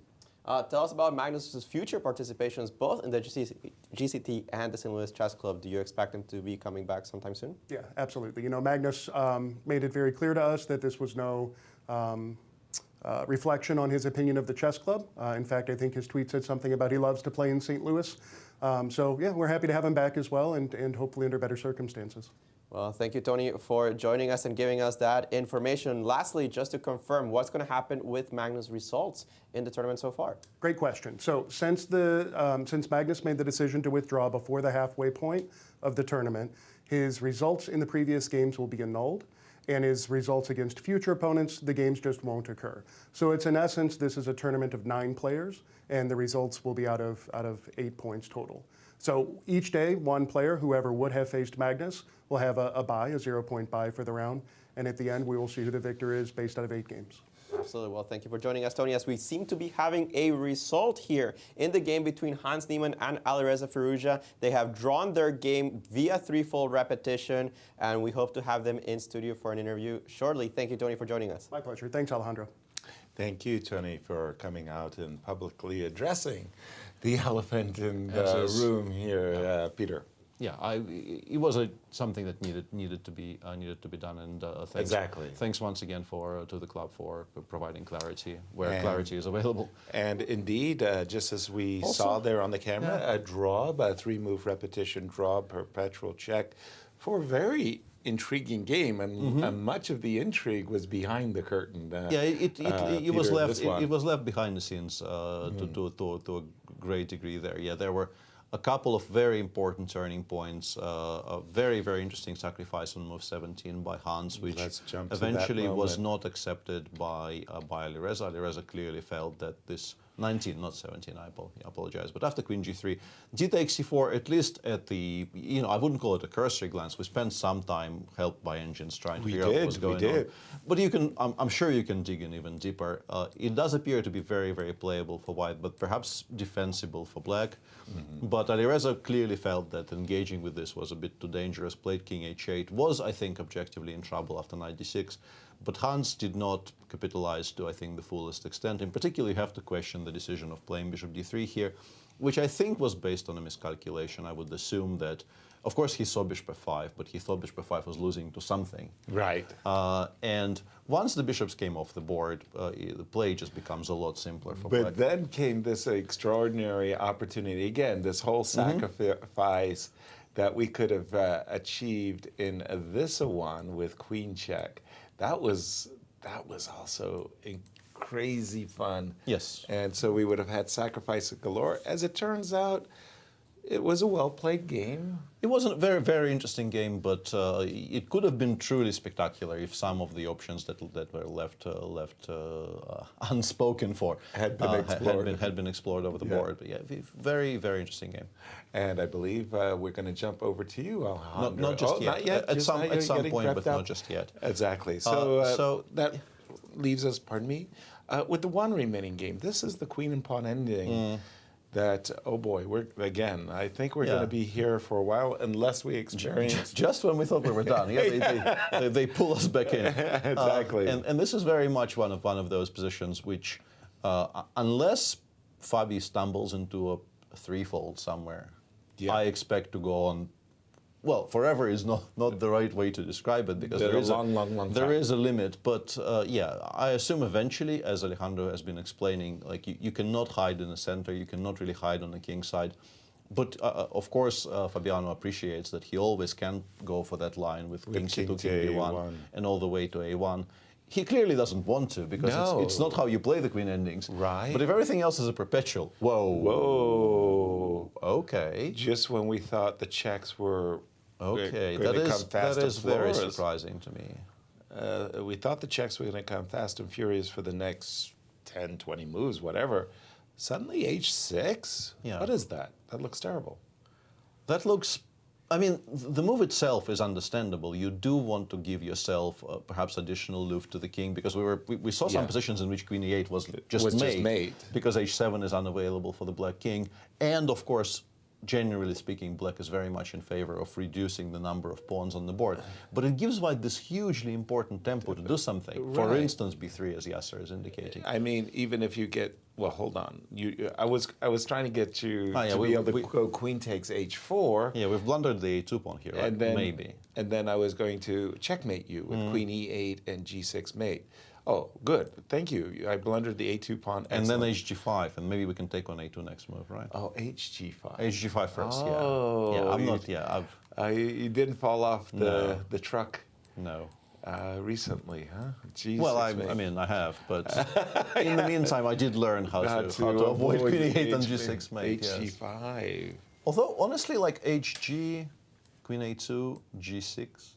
Is there a perpetual? Is there? Because we do it. Oh my gosh! Instantly, the table base appeared on my screen. Looks like this is because it gives all the moves as equal, and the first move on the screen is a6, a5, which allows mate in one, which I assume is a bad sign.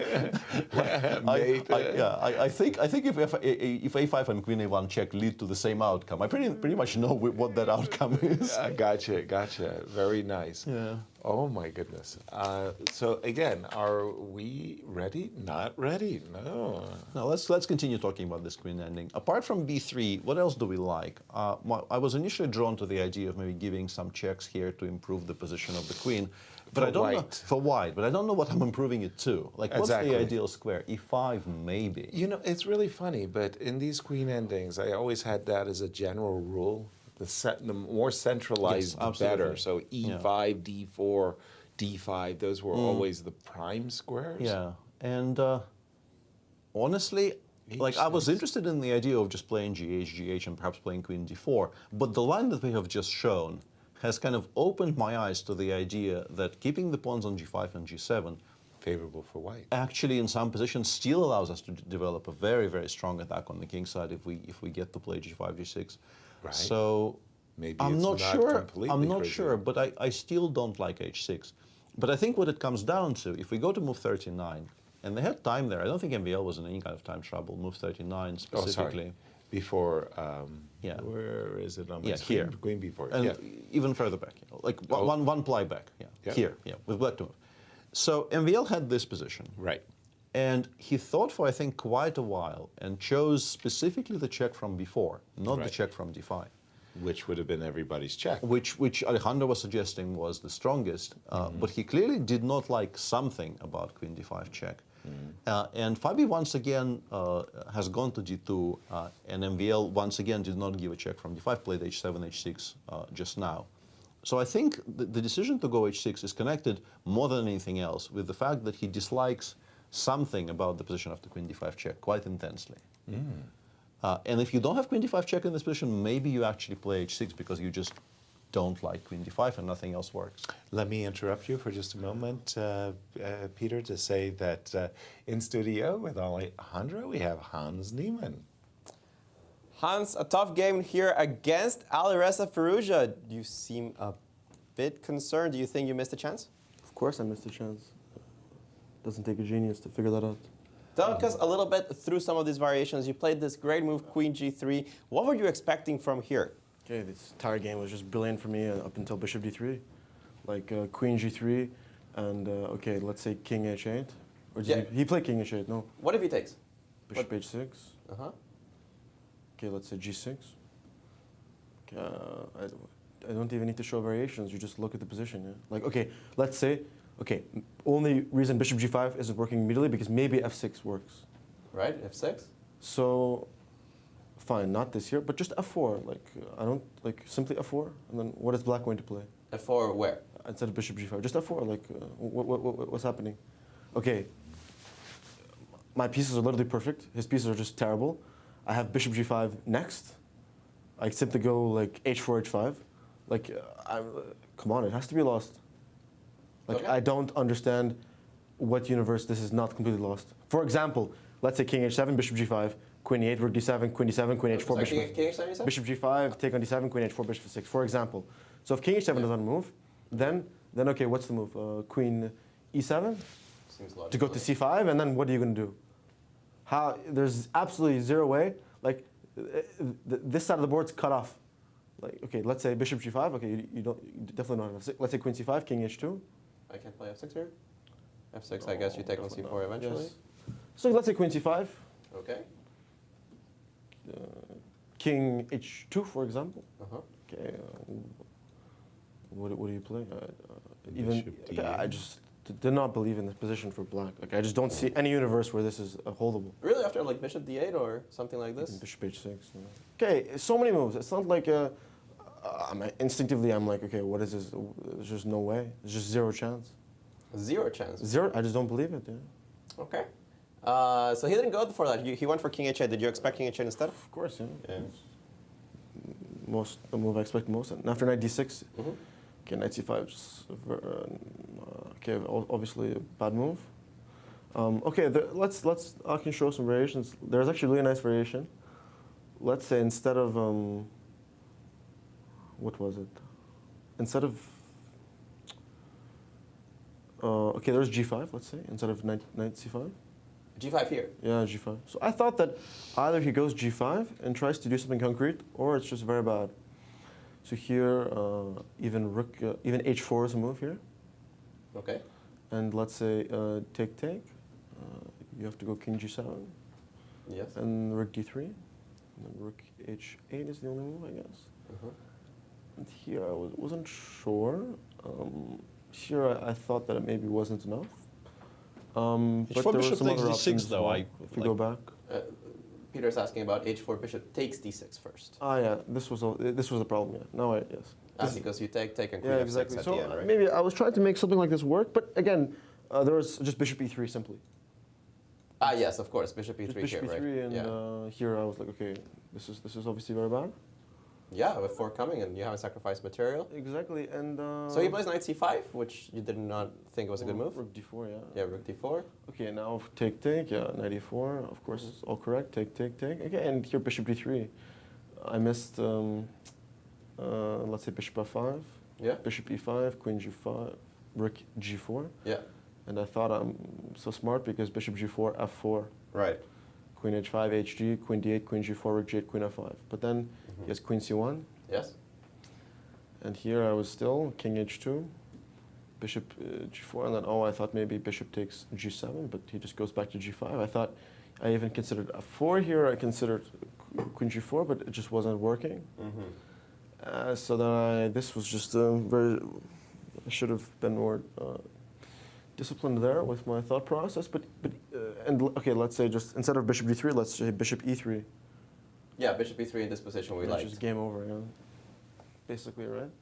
Like it's just pure domination. Yeah, it's a very strong position here for white. You have the pawn and the pair of bishops still strong. Yeah. So it was based on a miscalculation that you played Bishop D3. We had a feeling that you had missed Queen C1.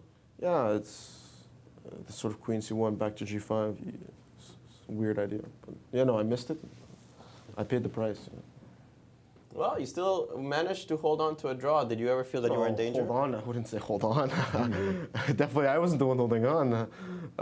Even after, let's say, what did I play? Rook E3, I still should have some advantage, right? without the bishops, we weren't as sure. I definitely don't think I'm ever worse here, so I think holding on would Not here for sure. Yeah, for sure. Here, No, I think was if never in any anybody would. danger. That's for sure. I don't think there, how could I ever be in danger when I have the d6 pawn? Like perhaps I could have been more precise. Like I don't know, this g4 moment, maybe it was a bit hasty. But here, okay, let's say I don't play g4. Let's say I play like. Okay, of course, I should have an advantage here because, let's say I sit and let's say I go bishop f4. Okay, maybe it's not a huge advantage, but okay, let's say I play c4, for example. c4 in this position, yeah. I think I have a slight edge here because this is such a passive position. And then I thought b6, rook b3, rook b8. Rook b3, yes. Rook b8. I wasn't sure how to proceed. I thought maybe bishop f4. But that was a bit, and you know, I always have bishop takes h6 ideas looming. So maybe this was the way to proceed. But I definitely think I have an advantage. I just I didn't use it the right way. I'm curious, what does the computer say? In this position? Yeah, what does it say? I'm just curious. This position, it gives about zeros. Yeah, so pushing, can we go back? Just like, let's say, right after rook to e3. Rook to e3, yeah. I'm just curious. Okay, it's equal, wow. Interesting. And bishop e3, what is the evaluation? It's like plus 1.5. Oh, wow. Let it think a little bit. Higher depth, it's probably going to be like +2, wow. Yeah, okay, rook e8, then bishop d3, that's also the only move, wow. Yes. Yeah, okay, maybe I shouldn't be that upset, but like I felt like I played the opening really well, and I felt like the play was flowing quite well, but just it's similar with Aronian, yeah. Whole game I feel like I'm outplaying, and then the killer blow wasn't quite there. Right. Hans, we got to ask you, what are the players feeling seeing that Magnus Carlsen didn't show up for the game today? Yeah, actually, it really, I was like struggling to even like focus. I was thinking about it the entire game. I was like, I've never ever in my life heard of a top player forfeiting a game, even the world champion. Okay, I don't know if he said he wasn't going to play before or after the game, but for me to like see him forfeit the game, especially it's the first time in his career. Yeah, it's like, like it's just very, very. I don't know. What's going through your mind? Well, I'm speechless, to be honest. Yeah. It's like it's very weird. Yeah. First, he gives up the title, which I thought was first. I certainly was surprised, and then now this is. Okay, I don't want to draw any conclusions, but it's very strange. But at least I got to beat him before he left. That's the good thing. Absolutely. Well, I mean, you must be happy with this game, and certainly with the quality of your play in this tournament so far. Well, who cares about the quality? Results is what people remember. So this game against Aronian in here, I think I should have won both of these games, considering the opening chances I got and the mistakes they made. But you know, converting is a skill, and at least I can play decent chess. You're currently on 2 points out of 3, so your lead has 3 been. out of 4. Yeah. You're on 2 out of 3. All of Magnus Carlsen's results will be annulled. But I get the rating, right? You do get the rating. Okay, Yes. then I don't care. Yeah. Really? Yes. Oh, that's pretty ridiculous. But wow. So, 2 out. Okay. Yeah, I see. I guess he just didn't want me to win the tournament, so he had to leave, you know? He knew that would happen. I guess that was the only reason, yes? Can't think of anything else. Well, Hans, you think that he has some kind of personal thing against you? Why did you mention that? No, I have no idea. It's obviously a sarcastic comment, yeah. Okay. Because, okay, like, out of the 4 games, you know, he's like helping Nepo because he lost. You know, I have no idea what... about anything. It's just, of course, I would prefer for the win to count. Let's just leave it at that. Well, it counts for your rating. You're still over 2,700, and you're still putting on an impressive tournament here at the Sinquefield Cup. It's okay. It's okay. Considering my current rating, you guys might think it's impressive, but I'm always striving for more. Okay. Well, Hans, thanks for joining us here in the studio, certainly. We look forward to the remainder of your games, and good luck in them. Thank you. Indeed, Hans. Good luck, and thank you for today's very entertaining game. I guess what we were looking at, these whole lines with Rook G4, Hans, from what he expressed, he just kind of stopped. Confirmed our suspicions, yeah. But he stopped and he didn't go any further. When he got to here, he didn't really consider where we were just kind of, we're picking up the gauntlet and carrying it all the way down the track and running away with it. I think if we had shown this position to Hans, he would have said, oh, yeah, two exchanges. Possibly. Let me play for that one. As it stands, we've got one game remaining here in this round 4, and it's this queen ending. But before we get there, I think we have another interview. So Alejandro with Alireza Firouzja. Thank you, guys. I'm here with Alireza. Surely a little bit of the analysis was spoiled, but I was hoping that you could take us through some deeper lines. I was particularly interested. What was your thought process and your psychological reaction when he plays Queen G3? It must have been a move that shocked you. Yeah, Queen G3 is insane. I mean, he played it also very quickly. I think 5 minutes maybe he thought about it. And it's just insane. So I immediately understood that if I take, this was my plan originally, but I understood that he wants to take and just play H4, so, or F4, H4, and I was just scared. So because if somebody giving the piece like this, then, and there is no immediate mate, then it means I don't understand this position. So I didn't go for this. So let me pull you back. You didn't understand the position, and you still felt that you were too scared to go into a piece-up situation? Yeah, I just trusted him, so I just wanted to make more, play a bit more. So, yeah, no, this is an amazing idea, yeah. We've seen through the rapid and blitz that when strong players gave you pieces or pawns, you just took them. What caused you to trust your opponent today? Yeah, he's in a very good shape. So, what can I say? I mean, he's playing very good. So. But I played knight c5. I think I am a bit worse. Okay, at least I'm playing at least here. So I was happy that he doesn't have bishop h6 at least. Yeah, bishop h6 doesn't work here. Yeah. Yes. So, how did you feel about the position? Yeah, I think rook d4 is a great move also. Yeah. Takes, and he sacked the exchange is amazing, and queen f6. Yeah, he just played quickly bishop d3. I didn't understand why. I mean, bishop e3 looked very, very reasonable, like very logical. I think everybody will play bishop e3. Yeah. Did you get to listen to his explanation on what he missed? Yeah, I listened. Yeah, this idea he had, it was weird, but yeah, obviously he blundered queen c1. So. Yeah, which you had seen in advance. Right. Yeah. So yeah, after bishop d3, I think it's just equal. Maybe I was better at some point. The angels did give you a little bit of an edge all the way down when I think you took an a4 here. Because after bishop d4, rook e6, here, bishop c7. They did not like so much queen c6, but maybe check and rook e1 and start attacking. Yes. Yeah, I was a bit in the shock of queen g3, so I wanted to make draw and go home. So. And goal achieved. How do you feel you played in this game? I think I played well, but okay, still I was, I think, much worse. So. I felt that I played very solidly, at least, so I'm happy with my play until now. Alireza, you seem to be in great shape. Another game, maybe not exactly perfect for you, but you defended very well. You still think that you're in great shape? Yeah, I think I am in a good shape. Yesterday I played a good game, but Nepo also, when I lost, he played a very good game, so I cannot be very sad about that. So I'm happy how the thing's going, and there are many more rounds to go. So. Absolutely. Well, thank you, Alireza, for joining us here in the show. We still have one queen endgame, guys, so don't go anywhere. We'll be here another 5 or 6 hours. But thank you for joining us in the show. Alireza, I have a question for you, please, if you don't mind. And you mentioned also the queen c1. I'd just like to ask you your opinion if he had tested you in this position with bishop e5 and rook g4, this whole line.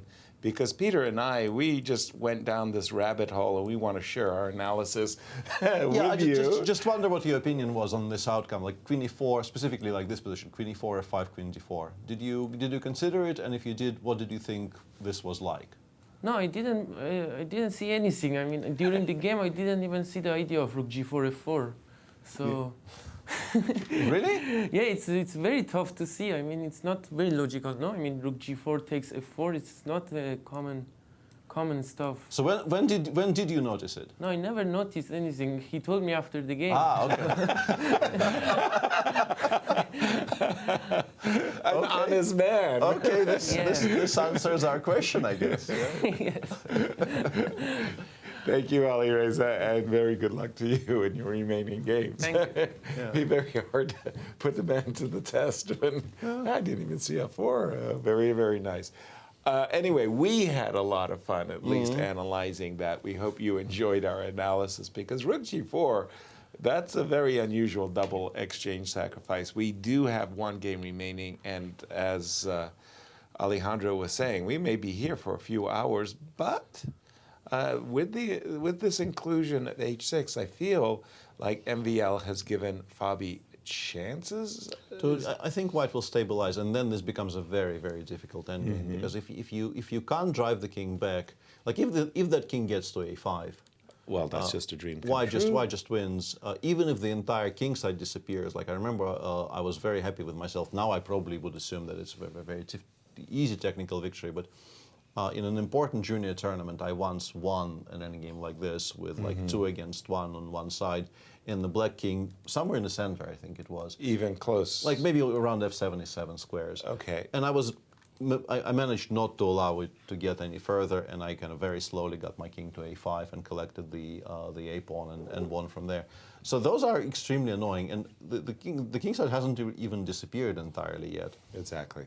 So yeah, I think Fabi is favored from here for sure, and like a win for white is favored over a draw. Obviously, Fabi is favored; he's a pawn up. Exactly. What I mean is even two.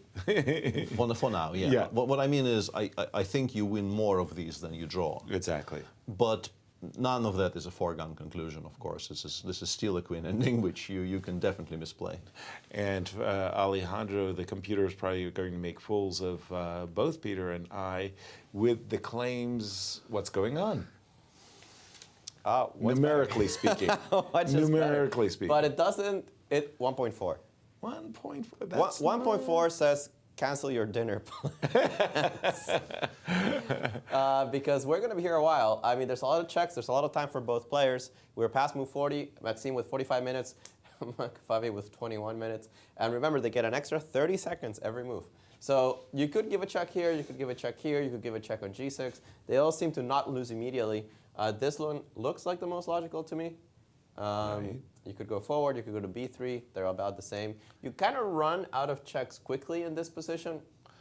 For example, if you go check this way, I can go up. If you go check this way, then I start hiding on a3, and because I have the extra resource of b4. Or queen b4, yeah. It's a huge big difference. Or queen b4, then now I can hide in these positions. But, you know, you can still just take on h6 and force me to prove the pawn, which is going to be very long. You have to create a passed pawn. You have to make sure that your king doesn't get caught in perpetual checks. Right. So it's still quite a while. Now, for the time being, there are options. You can also play the move queen e4 check, as you guys mentioned. Tons to analyze in this position. Right. But it's all at some point going to start looking the same. Very good, and we do have the human move. Yeah, queen 6 chosen, and there's a lot of play left, and both of them still have plenty of time. MVL on a whopping 44 minutes by move 45. It's going to take a while for us to reach any kind of a conclusion, but I feel like it's just a very, very dispiriting defense in front of the Frenchman, and.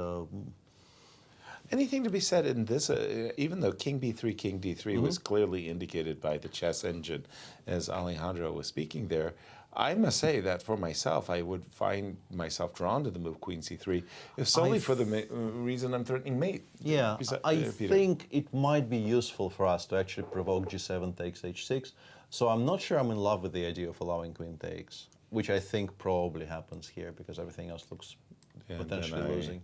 Yeah, I'm not saying white is suddenly not better or anything. Right. No, but I think in general I would probably prefer to force black to take with the pawn, because it gives, like, the black king really feels very very bare. Yeah. Yeah. And less of a shield. Yeah, and having sort of additional checks to the black king along the way allows us sort of further down the line. It allows us for an easier way, let's say, to optimize our queen position by giving those like stairwell checks and and getting to the squares that we want to get to. Very, very But useful. Possibly I'm entirely wrong. Like, it's No, very possible I'm no. entirely wrong. I think in the queen endings, having these, as you say, the ladder checks that allow us to reposition our queen with a gain of tempo involves taking away the pawn shield there. So you're absolutely right. G7 takes H6. I don't hate Queen C3 at all. I think Queen C3 is a very logical move as well. But if I had to choose, I'm probably choosing the ones that will force GH. Exactly, exactly. Okay, again, and as Alejandro was saying, be prepared for a very long ending. I remember, once again, my worst fate ever as a commentator was this Vachier-Lagrave, where Anish Giri, the Dutch grandmaster, was leading the tournament. He was playing against Wesley So. It was the only game in the playing hall. They'd been playing for 6.5 hours. Big audience. We couldn't say goodnight and go on the dinner. It was a queen ending. And Anish was enjoying the extra pawn. So there I was trying to explain, and then I said, I just give up. Turned on the engine, and it was -47. The move was made, and it was triple zeros. Another move was made, it was -47. It's just, they just threw this back and forth, and I couldn't even explain why one move made it -47 and the other made it. I think that was maybe last year when we were doing it from the previous studio, maybe in May. I think we had this discussion with you, and we came to a very important conclusion, which I want to repeat for our audience here, because maybe you haven't been watching then. The trick about learning how to, the way to approach the queen endings is not to play them. I think you remember we got to this conclusion, right? It's very, very important to just not play them if you don't want to feel like an idiot. Right. Because I think the absolute best chess players in the world, in particular on limited time, are going to make consistent fools of themselves in complicated queen endings, because it's just like there's no terrain you feel comfortable with, like unless it's completely winning from the get-go, or completely drawn from the get-go. It's just so difficult to figure out what you should be striving for, like which squares are better, like how to construct a situation where you can avoid perpetuals. Whereas the computer will just immediately tell you, yeah, you can go on this like 25 move long maneuver, which ends with black running out of checks. So either don't play them, or if you do play them, just completely ignore the fact that you've made like 25 game-changing mistakes in the last 27 moves, because you will have. Exactly. By the way, we do see Queen C3, Queen C4. Let's just refresh for everybody our current standings, Peter, with, well, the 3 results, shall we say, after the forfeit. Yes. So far, a quiet day. I mean, nothing nothing to report. Yeah, like I just completely stopped there. With, the idea that today has been a quiet day. Quiet day. Uneventful, uninteresting game. Day. But in terms of chess results, there was this very exciting game between Hans Niemann and Alireza Firouzja. But the rest so far has been very peaceful. Levon's game did not really take off at any point. And Jan's game, while extremely important to the theory of the Catalan, absolutely finished in 20 minutes. Yeah, as both players showed incredible homework in that particular game. We are now in this, what we might call the 4th phase of the game, these queen endings. And what I mean by that, I read books which basically said there's the opening phase of the game, there's the middle game phase, there's the end game phase, and then there are queen and pawn end games, the 4th phase, where a lot of the things that you learned about the first 3 phases, you just have to throw out. And I remember the 2-volume book by Alexander Alekhine, Best Games. He explains that he's 3 pawns down in this queen ending, and he's losing. But no, he's much worse in an ending, queen and ending. He sacrifices 1 pawn, and then he's got some chances. 2 pawns, he's proved his chances, and 3 pawns down. Now finally, it's a draw. It's like what? It was. In the meantime.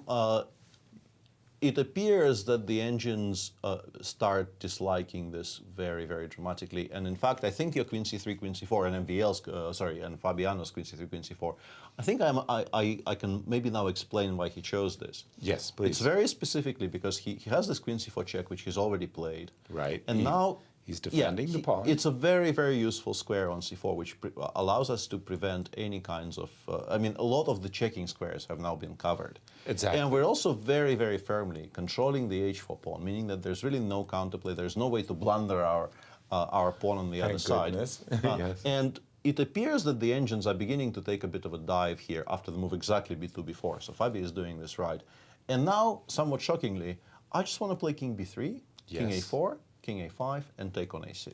Not so shockingly, yeah, by and the it's way, Peter. it's difficult to stop because the queen on c4 will take away so many of the checks that black generally has available. It really is controlling, as you say, so many of the checking squares, and doesn't allow any of this counterplay stuff. I mean, if the king was on h5, we might be talking about a race, but you're never getting your king to h5. And as you say, in the meanwhile, I have a very straightforward idea. Yeah, king goes to the a6 pawn. Yeah, and weirdly, the more I tried to calculate this, the more I came to the conclusion that sort of regardless of where you start from, we are pretty much going to get the following position. Let's just make some moves. Queen f6. All right. I go b3. You give me a check, the only one in the position. I go to a4. You give me a check, the only one in the position. You actually drive me to a5. Yeah. And then you go queen d8 check. And weirdly, after king takes a6, queen a8 check, okay, it's somewhat difficult, and it looks like it might just be a draw now, judging by what I see on my screen. Because king b5, queen e8 check, I think. Queen e8. Oh no, but this doesn't work. There's queen c6 there, right? Yes, I was. I thought this was very clever. I thought I can play queen e8 and prevent you from reaching the a4 square. And and then let's say if you play king a5, I give another check from a8.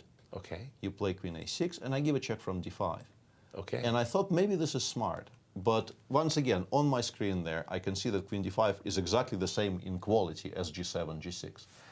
So, which is and I want to refer our viewers to my previous statement about queen endings. I have already made a complete fool of myself in like every single sentence I said during this speech. I support you wholeheartedly. Yeah, like it's just. I don't like this last move though. Even b4 or no, king no. e7. b4.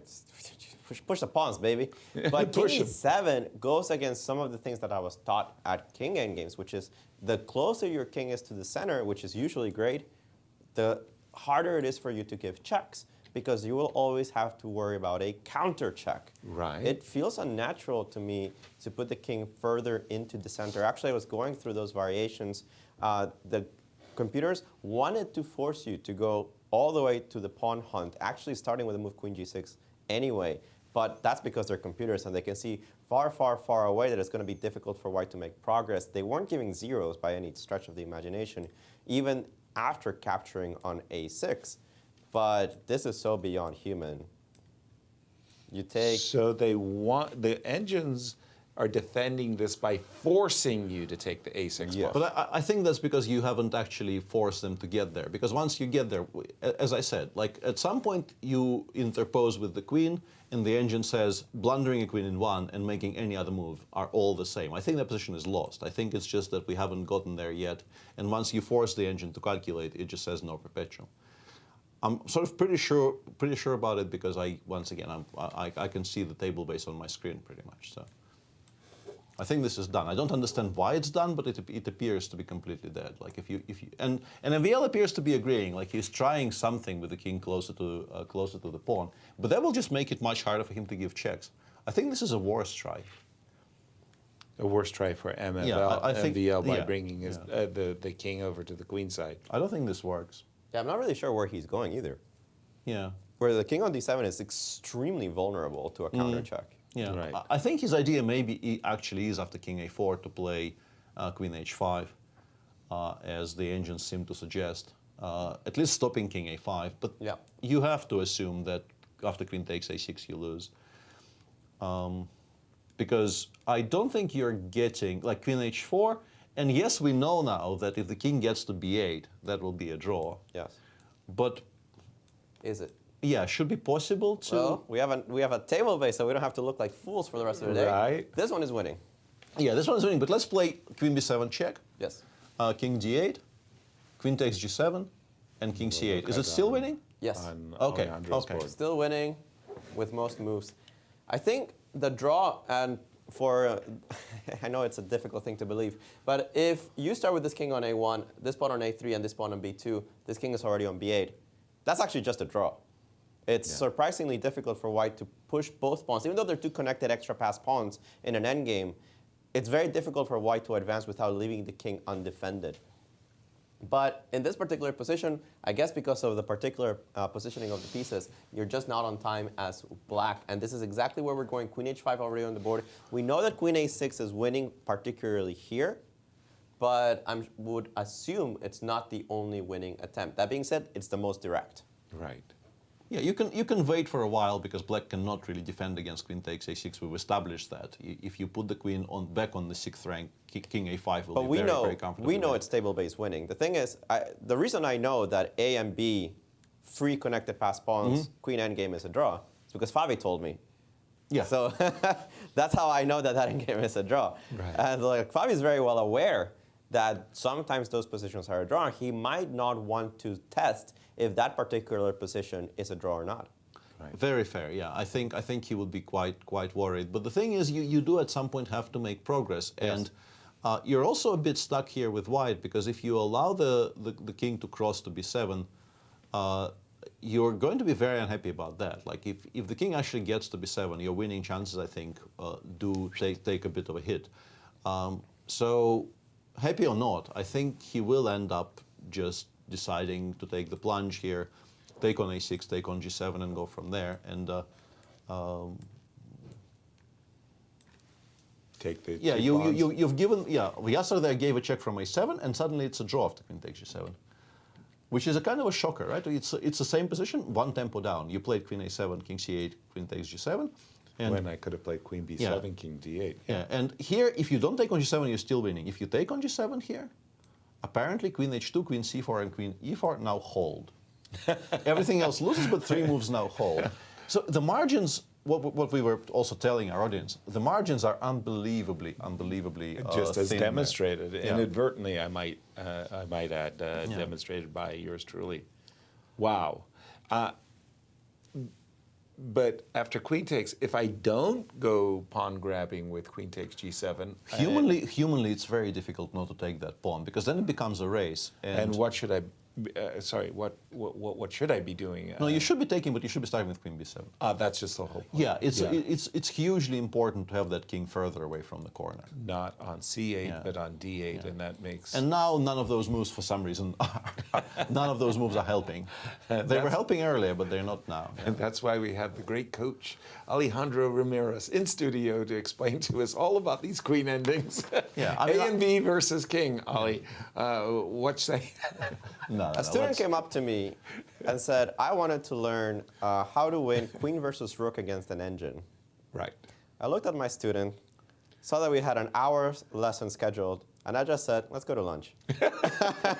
I mean, the way you win that endgame against an engine. Yeah, it's I can show the critical position. At some point, the critical position was explained to me. Yes. I can show the critical position, and I can show the winning move. Right. But even from there, I suspect I will occasionally still fail to beat the engine, despite knowing there's a very specific position. For those of you in our audience who can, because we can't really organize it, we don't have a rook on the board, and it would be difficult for us to artificially organize it on the board.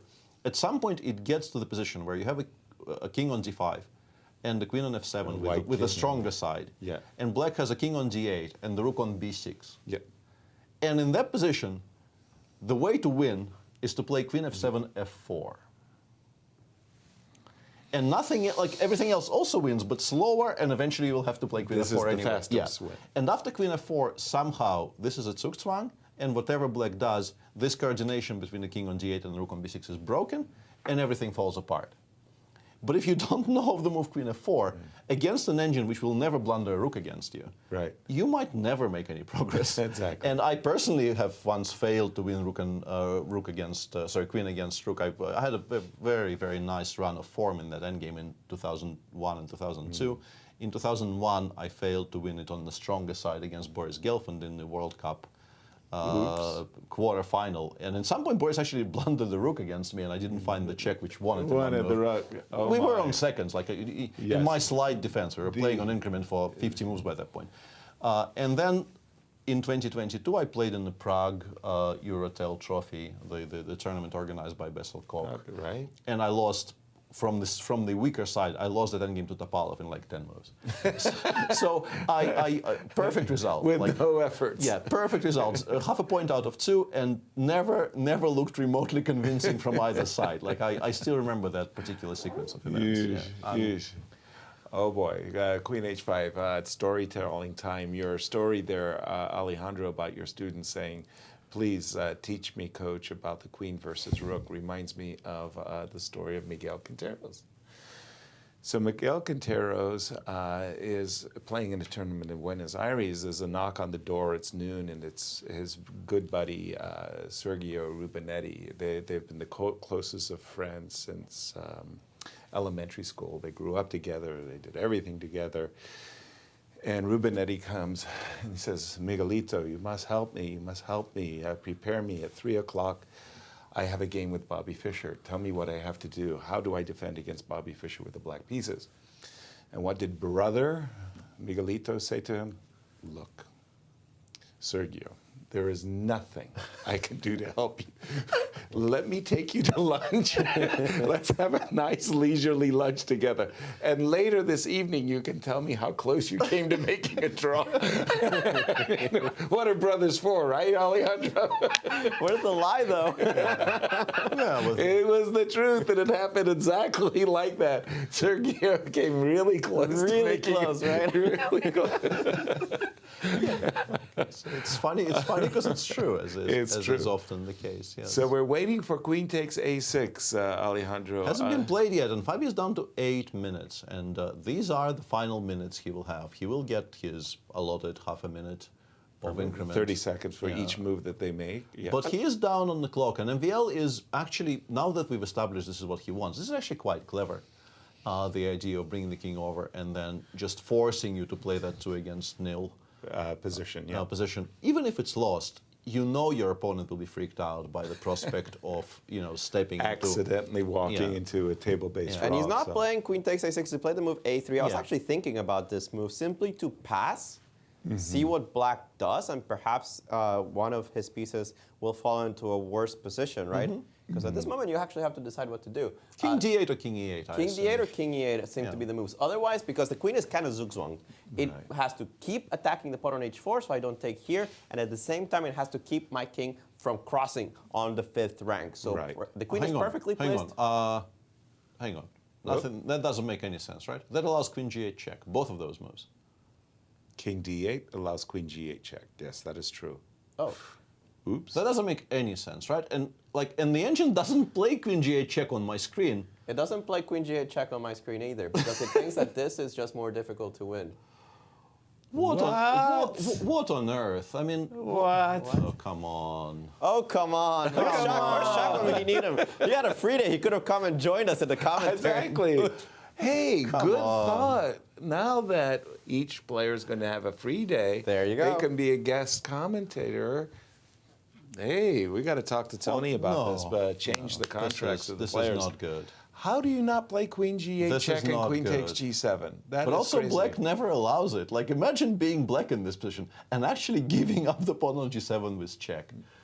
No. Like I would never allow that. Impossible, right? Right? Impossible. Imagine, I mean, I'm playing g6 in a heartbeat. But everything here. else is worse. Oh, sorry, worse. Yeah, my pronunciation. It's okay. Yeah, he's gone g6. Like g6 in a heartbeat. Yeah, he's gone g6, and now queen a6, queen g6 is apparently much stronger because the queen on h4 is completely locked out, and you will get mated. I hate queen endgames. Like just don't be here. Like just don't get there. Yeah, just never ever get there.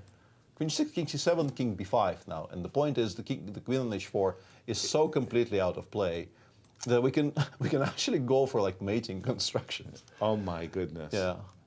Going for mating. This is ridiculous. Yeah. I mean, no. Like, come on. How is king d8 the strongest move in the position? There's like you can't do that. Truly. Yeah. G7, G6 on You the cannot board. do that, Ben Stokes, as the quote goes. Yeah. For those of you who didn't follow a broadcast that Peter and I had at Bucharest, it was just the most wonderful, wonderful, wonderful interview with Shakhriyar Mamedyarov after his game with Nepo, where he came in and he said, "Oh, I played a wonderful game. I'm so proud. You know, all I want to do is play good chess. That's what I live for, good chess. I don't care about too much, but good chess." And then one after another, he overlooked this, he overlooked that. I mean, finally, after one of the last, major oversights, come on, come on, you can't play King D8, Yeah, come on. It should be available as a gift to all the chess lovers. Like Absolutely. It has to be a kind of a service provided by somebody. Just make this into a GIF and distribute it as widely as possible, because it's one of the most. I hurt myself. One of the most wonderful moments of all of my years of chess commentary. Chess broadcasting. Yeah. Now that you've mentioned it, I have a couple of good ones. What was your worst moment? Oh, I think it was when you played with Lawrence Trent. I remember that. Yeah, that was a good one. Yeah. One of the worst. That was quality of your life. That was made into a viral video even. And you have to understand like the depth of our bond with Lawrence to just fully appreciate the pain of office politics being what they are. Yes, the pain of what happened there. I can only imagine. Yeah, I can only imagine. Your worst moments as a commentator, Alejandro, where you're getting everything wrong. It all goes bad. It all goes south. Oh, that's happened many times. I'm like adamant about a move. I'm trying to think though, like a specific moment. I'll come back to you with this one. Okay. It's been a lot of years. In a way, I can actually. It'll be slightly from left field, but the absolute worst moment in terms of like quality of broadcast wasn't even necessarily our fault. I was commentating on the first the second Carlsen and Niemann match in Sochi with Sopiko Guremishvili. Yeah. And that was a reasonably polished broadcast. We had a whole production team in a separate room close to us, but in a separate room. And we had ad rolls running every hour or so. Excellent. And then you remember the game. Everybody remembers that game. The game that could have turned the match when the score was level. And King D2. Yeah, and Magnus played King D2. And there was this like a minute and a half during which Vachier was thinking about A5, A4. Right. And we were on an ad break.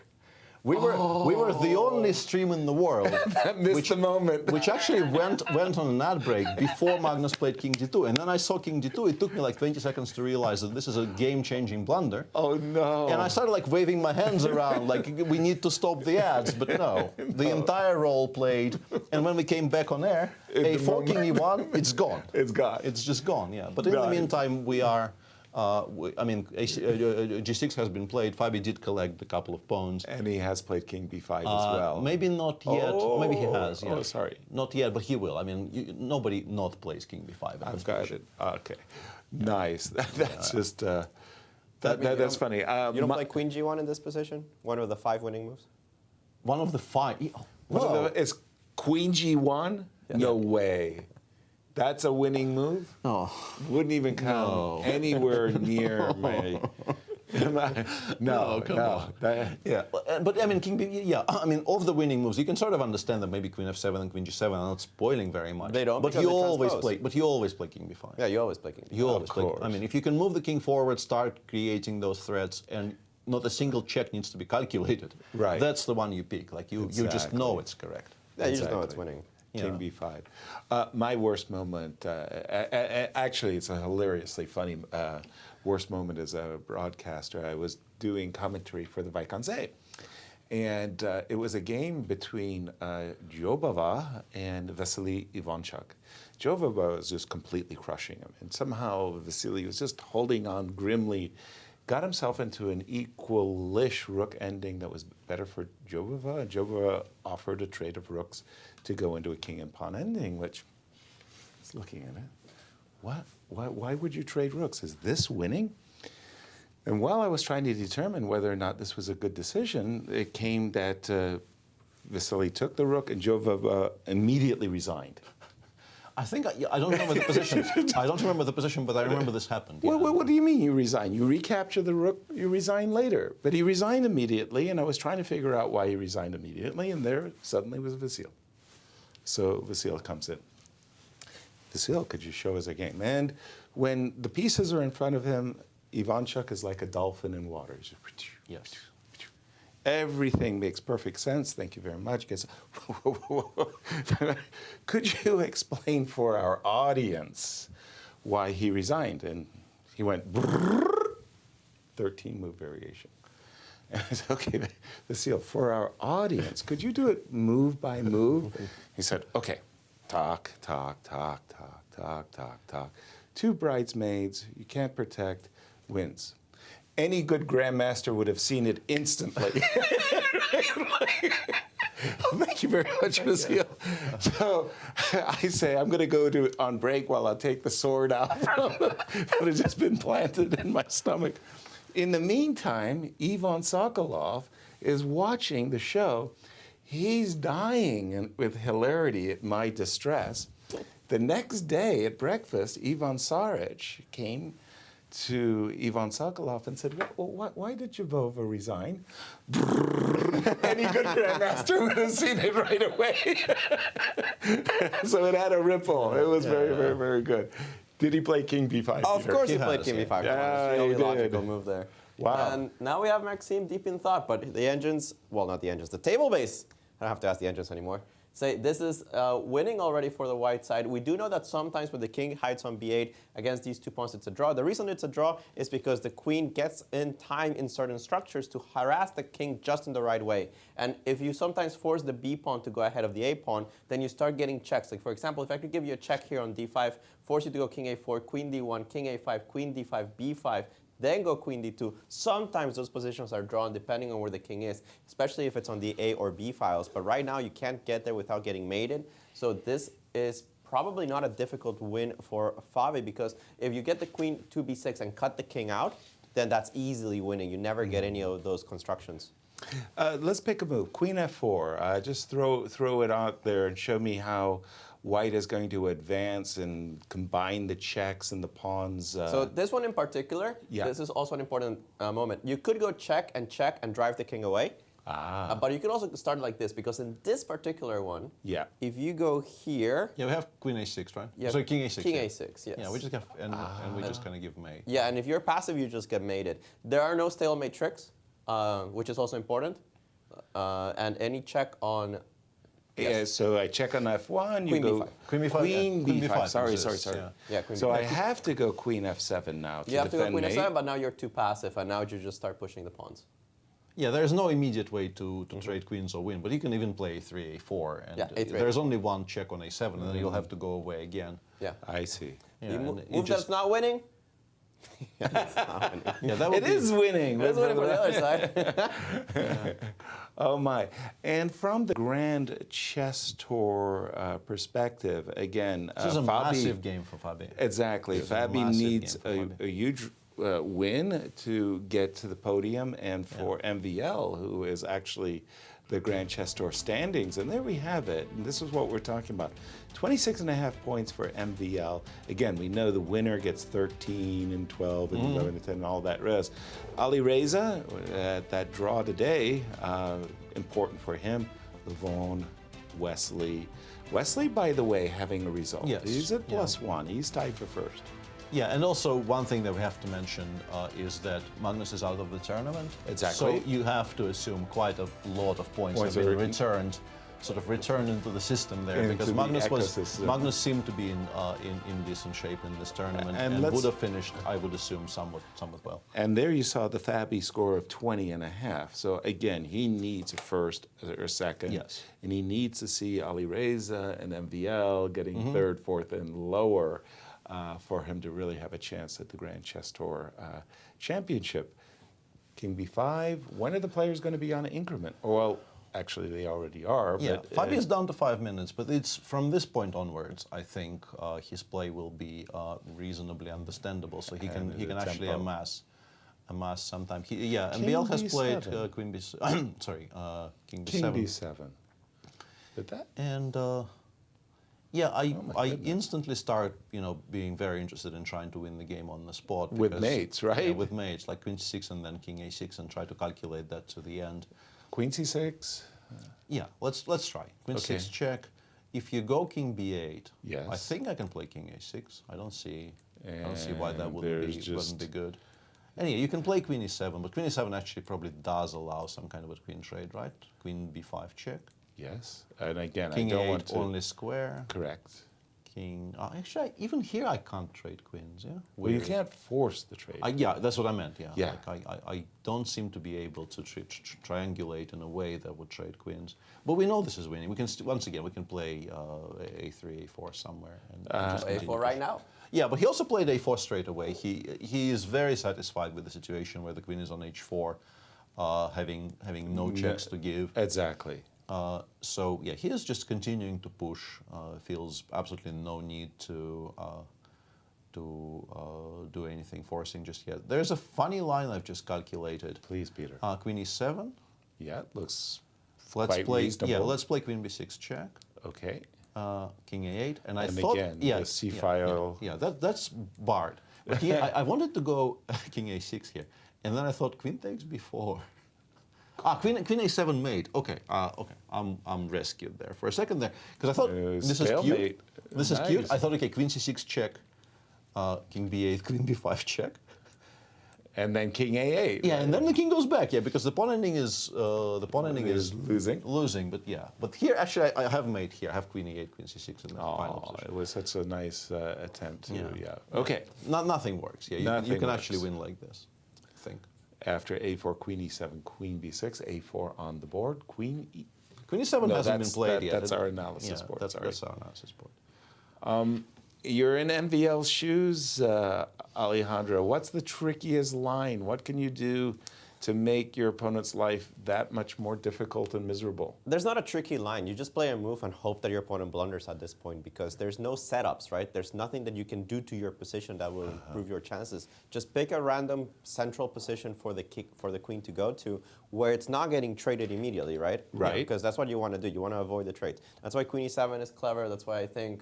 queen e1 maybe or queen something. Queen e1. The angel was saying queen h2 or something. Just move the queen somewhere you cannot be traded. Right. And then hope your opponent blunders into a stalemate. This is the only way that you can fight right now. Right. I mean, a desirable move like centralizing your queen is one of the problems that we can force the trade of queens. Instantly loses to this, and then we give a check from c5 and the game ends. Or what you're showing. What you're showing is not actually, worse. c5 isn't so bad either. All of those things. Yeah, king a7, queen c5 check. So, unfortunately, bringing your queen into a centralized square like d4, and that's why you're saying, Alejandro, just pick a let's say queen h2, from afar. Go into a distant galaxy. Let me check this for a second. So after queen h2, basically only the moves that produce a check win. Like if you make a quiet move here, you're no longer winning. I mean, nobody makes a quiet move in this position. But just to illustrate, this is no longer winning. Yeah, queen e6 is a draw now for whatever reason. Queen h5, and once the checks start. Like once you've allowed the black queen to start producing checks without pushing the king back to the back rank, you're no longer winning. But obviously nobody plays queen e6. But also not only queen h5. You put the queen e6 move on the board. There's something smarter.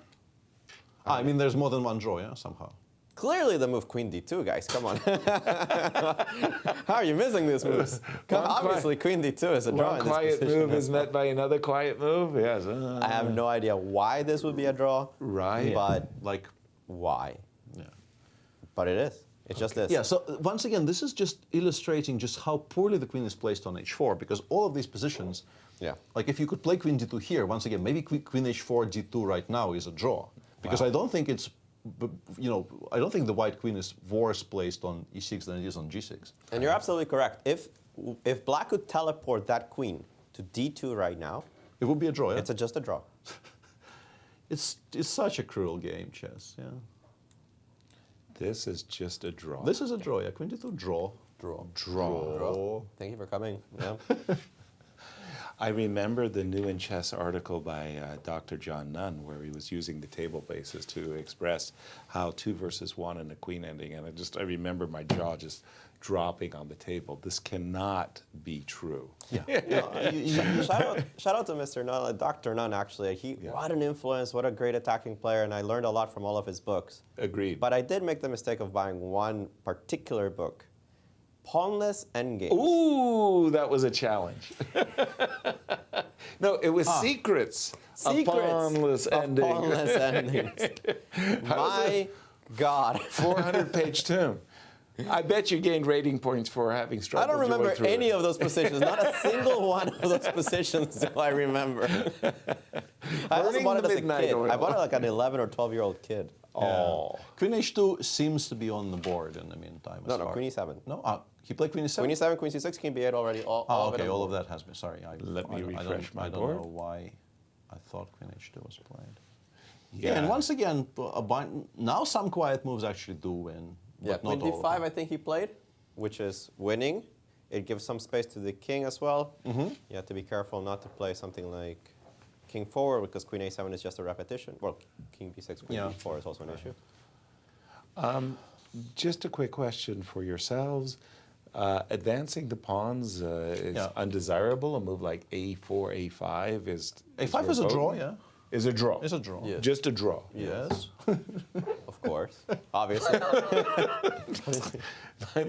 my brain hurts. Buy my beer. Yeah. a5 queen into check, and we just never run out of...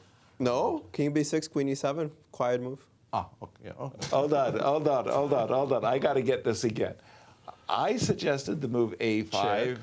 Only move. But I've been told that this was a draw because after check. Queen... King b6. And the only move to Queen draw... e7, only move. And that's... Only move. Yeah, only move. Absolutely only move, Queen e7, draw. So I get in the advance a5, I get in the advance b6, and I've thrown away my win having done that. Yes, correct. Next question. Next question. Yes, next question. Moving swiftly on. Both of you are off my Christmas Christmas card list. Both of you. I advise you to take it up with Mr. Stockfish. But instead, genius that he is, Queen d5 is a Fabi nice has move. played Queen d5, and this is one of the winners. Yes, this is one of the winners. Because... And I think this is long pause. No, I think I can explain it. I Please. think the point is we're passing the move, and we're also somewhat improving the situation of our king, so that we will have checks from the back. Like if you play, I don't know, Queen e2 check here, for instance. Okay. I play King b6. King b6. Yes. You don't hide on a5. No, I think I play King b6. I play Queen f2 check here. Okay. And okay, I'm confused because everything is winning, but not in the way I thought. My point was more that my point was completely nonsense. Let me just stop. You had me convinced right up to this very moment that you stopped. I had a point and then was gone. I mean, I held my breath in anticipation, but it never arrived. Help us out, Alejandro. I can't help you out. You guys have the exact same table base. I have... No, I mean, I need you to put it into words, Alejandro. What is white trying to achieve? What is black trying to achieve? Okay, so white is trying to make a queen. Excellent. If he doesn't make a queen, he can't win. Checkmate his opponent. He can't win. Well, no, you can win by checkmating his opponent. Oh, excellent. Yes, those are the two plans. Okay, yes. 2 plans. Yes. When we're on black, yes, he's trying not to get checkmated. Important. And also not allow the queen. And not allow a queen. Those are the plans. There is no strategy anymore. This is why this is such a difficult game to navigate for us, right? Because it just comes down to sheer absolute calculation, move by move. And compared to engines, well, we suck at it. So... Yeah, and I want to say, the more I look at this and the more I look at the winning lines on my screen, the more I think this is far from over. No. We're not. I don't think at any point we've called that Fabi is for sure winning this. No. We know it's winning, But this at some point, I thought it was like White had enough coordination to prevent any kind of immediate stability for Black, and we'll just win in the next 5 moves by giving mate or trading queens. But exactly, that doesn't seem to be the case. It's still a kind of a long and tortuous process, and. But it's so difficult from the Black point of view also to avoid allowing these kind of mating ideas. You can't just throw your queen, for example, the e2 check, and if you go back, there will be some sequence that allows a forced trade of yeah, queens. my point here, the one that I meant, and the one that I almost tried explaining to you and then realized I'm an idiot, was queen e2, king b6. Yes. First of all, I blundered queen f2. So I thought queen e3. Okay. And my idea was to play king a6. Very good. And if you give a check from e2, I can play queen b5 or b5, whatever. We saw that, yeah? Whatever you like. Along the way, there is queen h6 check here, which drives my king back again, or there's queen a7 check, and the king is driven back again.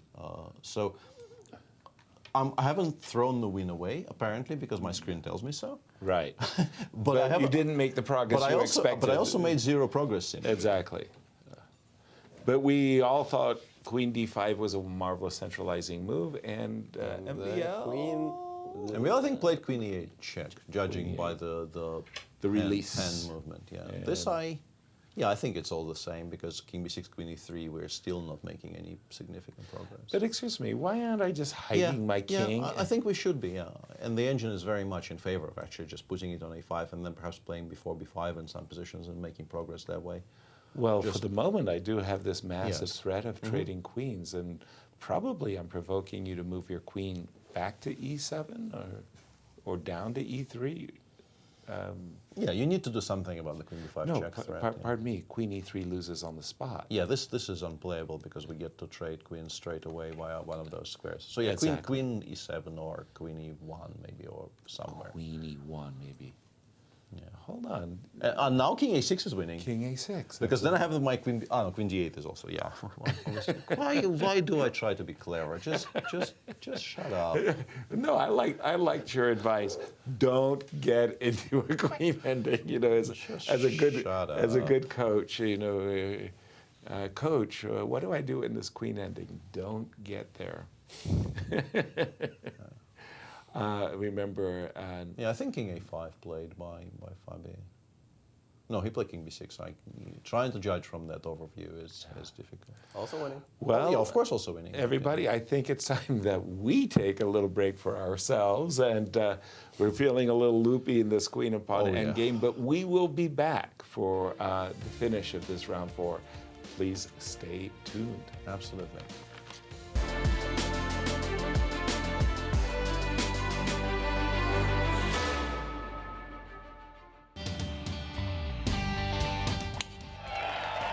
Hey St. Louis, the Ascension Charity Classic, presented by Emerson, is back this September.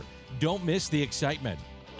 When the PGA Tour champions best compete again, all for charity, September 9th through the 11th at Norwood Hills Country Club. Pro-Am spots, hospitality packages, VIP tickets, and more. Available now at ascensioncharityclassic.com. If you have kids, you already know St. Louis has a ton of fun stuff for families to do, like the Magic House or the Science Center. And if you really want to be a stellar parent, come see all the new stuff there is to discover at St. Louis Union Station.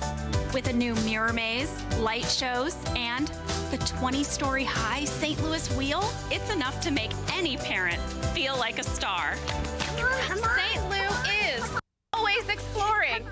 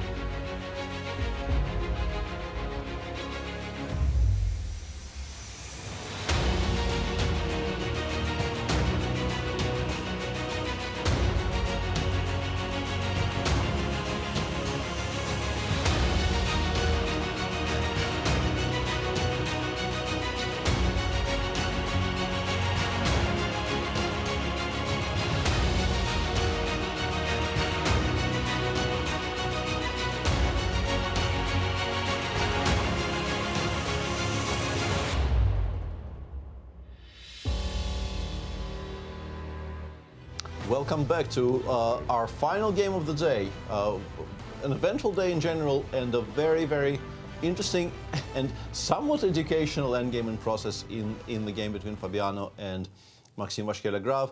And honestly, I'm very impressed with how Fabi is treating this.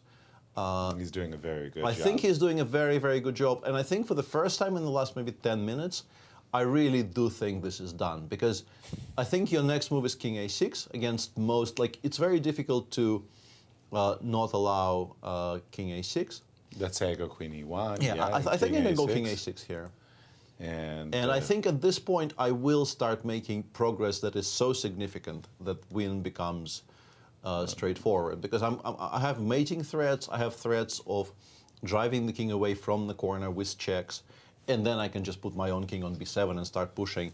So are there mating threats, though, actually, Peter? Yeah, actually, yeah. Queen e4 is annoying me a little bit, but I get the feeling there has to be a way to...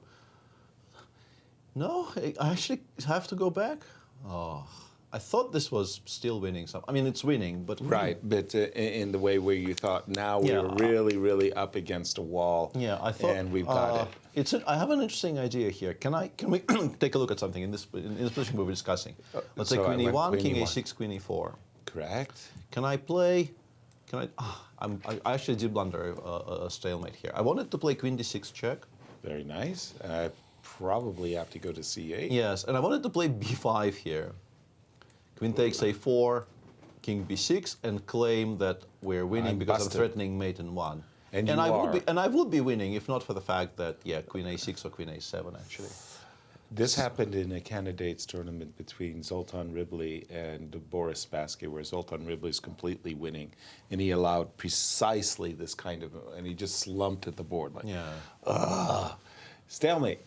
Yeah. Queen a7, so even King here, takes. if MVL keeps his head and continues asking those questions, because I think once the king gets to a6 and you don't give a check to it, I think you're entitled to really feel dejected and feel that your defense probably will not succeed.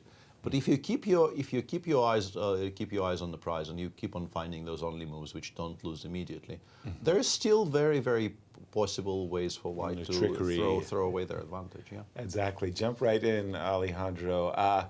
We think Fabi's doing a splendid job. We know that from our table base, but at the same time, he doesn't just go 4-move combination win. But you're starting to find them, right? You start to see these combinations that just win. For example, Queen e1, yeah, King a6 win, but Queen d6 check is much more accurate. Why? If you go to c8, then I have King b6. It's very similar, but you don't have checks on this side. I have Queen c5. So, and again, there's no immediate way to give up the queen for stalemate. And if you go to the other direction, if you go up, I give you a check, I do this, and then I go King a6. What is the difference? Any check here, I have Queen b5. Nice. And anything else, I'm just giving you mate in a couple of moves. So this one wins almost instantaneously. And again, when you think about eye on the prize, you were saying trying not to lose instantly, you're having trouble coming up with moves that don't lose just right away. Queen e1 is one of them. It just loses to Queen d6. The engine says mate in 16 because it can already foresee the trade of queens coming, promoting the other He's played Queen f7. Queen f7 has been played, which is not immediate mate, but there's no check on e1 right now. Yeah, and we can actually start pushing. Yeah, we can start pushing, and I think it is time to start pushing with b5. Yes. b5, and now the point is that if you allow King a6 and you don't have a check specifically from the b7 square, you will just get swept off the board, and yeah, your options kind of diminish before your eyes here with black. You're running lower and lower on resources in terms of available checks. Right. And yeah, this does start looking very, very lost, even you know, from a purely human perspective. Fabi is pretty low on time. He went down to below 2 minutes prior to playing Queen c5, but he is now above 2 minutes again. Two and a bit against 21 and a half for MVL. MVL has all the time in the world, considering what the position is, but 2 minutes for Fabi here seems to be, you know, he's balancing on this edge where it's not a lot of time, but he doesn't really let it run to, I don't know, 30 seconds, where it becomes unnerving, right? When you have to start playing an increment. He might win this position even on increment. considering it's a 30-second increment. But you like that cushion. Yeah, of a but few you want minutes. that cushion of like a couple of minutes at least, so that you can Exactly. stop and your hands are not shaking. By the as way, much. Peter, I gotta say, you had Queen sharp C6. sharp eyes on that clock. You were able to just discern the 2 minutes. Not so easy. You've been eating your carrots, like Bugs Bunny. Queen C6, no B5. Admirable restraint. I have to say, on the topic of carrots, I eat a lot of spinach, and yet look at me, like absolutely no change. Absolutely no change whatsoever. Queen C6, you like those apples? It's a strange move. It's a still bizarre, winning, but it's a very bizarre strange move, but as long as the table base says it's winning, That's I'm all just we going to say ask. it's winning. I find it hard to resist B5 myself. Yeah, I think I would have played B5 there. Wow. Okay. And if I'm not playing B5, I'm probably playing a check. Maybe I'm messing things up with Queen D6, check, and then playing B5. But Queen C6. It's a bit of a strange choice. I don't quite understand what that achieves. Like, what are we preparing that we're now better prepared for compared to the previous position? Like Queen A7 check been played. I guess he wants King B5 and then ask MVL which square do you like.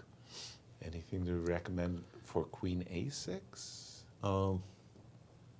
You can't give me. Yeah, any it goes to checks. F7 or G7. No, once no, again. Queen A6, Queen C7.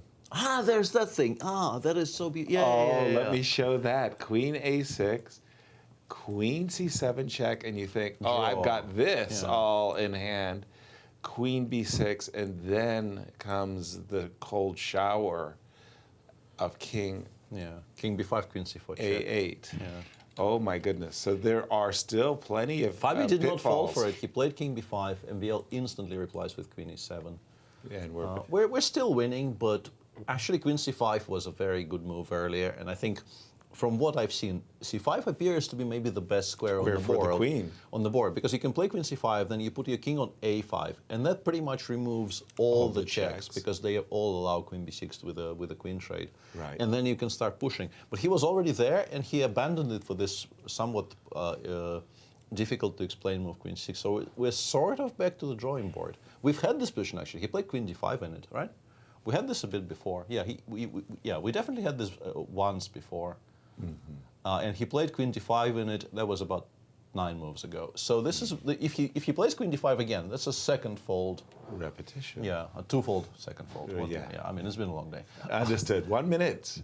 Yeah. And counting down versus, is that 21? That Yeah, I've seen? 21. 21 Technically, for the Fabi day. has made no progress in 8 moves, right? 9 moves. Well, I mean, he actually gave it away by not playing B5. He made a ton of progress, I thought. And then for some reason chose to play Queen C6, and now it's back to, I mean, we know he's still winning, but he is running way lower on time now, and yeah, he is still not really progressing. It's getting nervy time suddenly again. Yeah.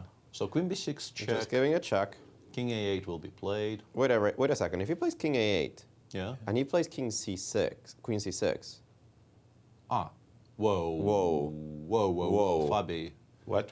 Queen 6, King B8 is a draw. So Okay. he goes Queen C5 now. Now. Returning to a good square. We endorse it. And there's no repetition because the king is on a different square, Peter. Yeah, I don't think C5 was necessarily even such a landmine square in terms of repetitions. It's on C6. But It's drawn.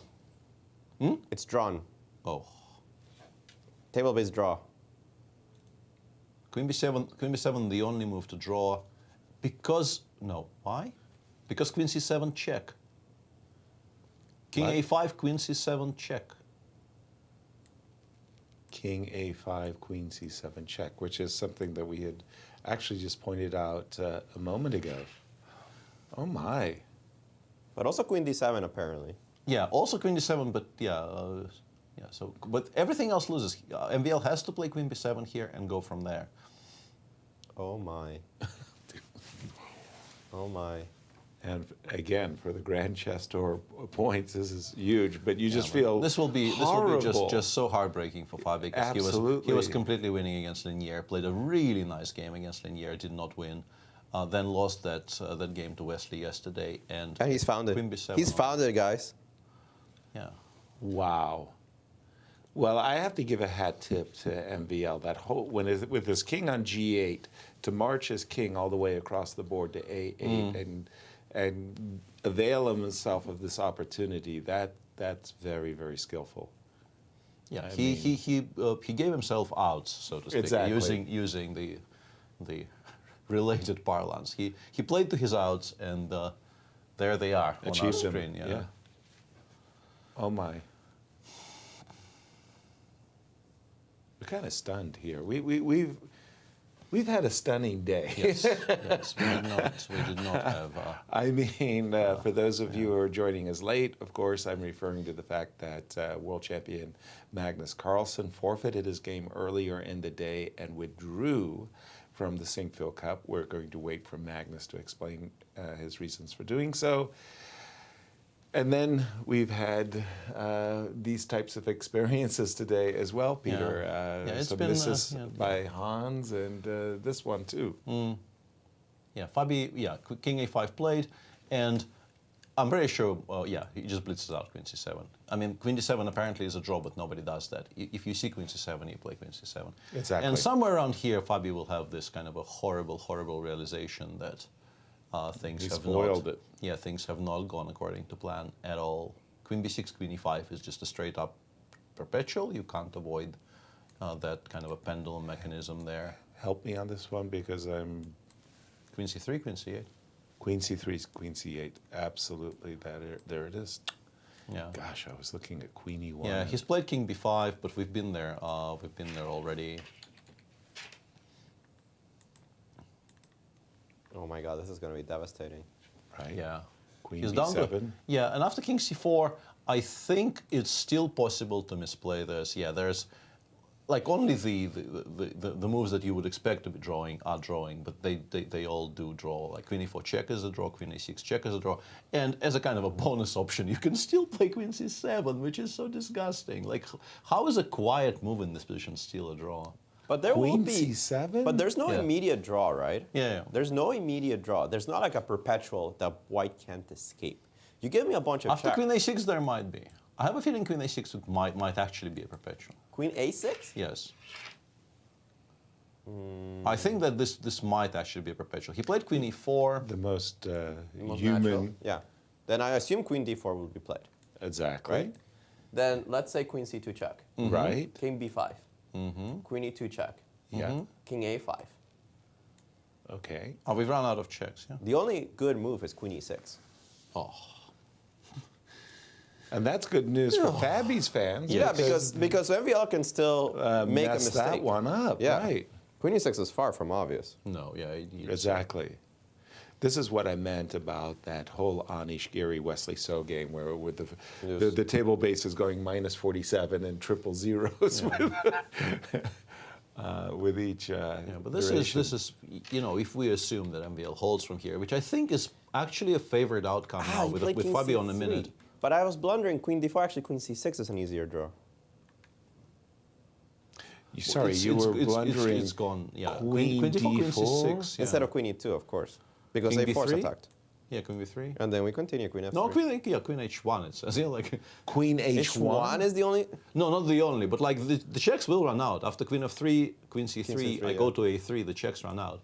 It's just that this is a draw. Yeah, we just know this is a draw because it's a draw, but like... Good explanation. This is, but that's all our knowledge of this position, really. Yeah, pretty much. Wow. We know it's a draw because it's a because draw. it's a draw, yeah. I mean, what else can I say? We've given our speeches by this point. yeah, Exactly. and we are, actually for a change, being vindicated live on air. You just don't play these endgames because, I mean, these are two incredible players. Right.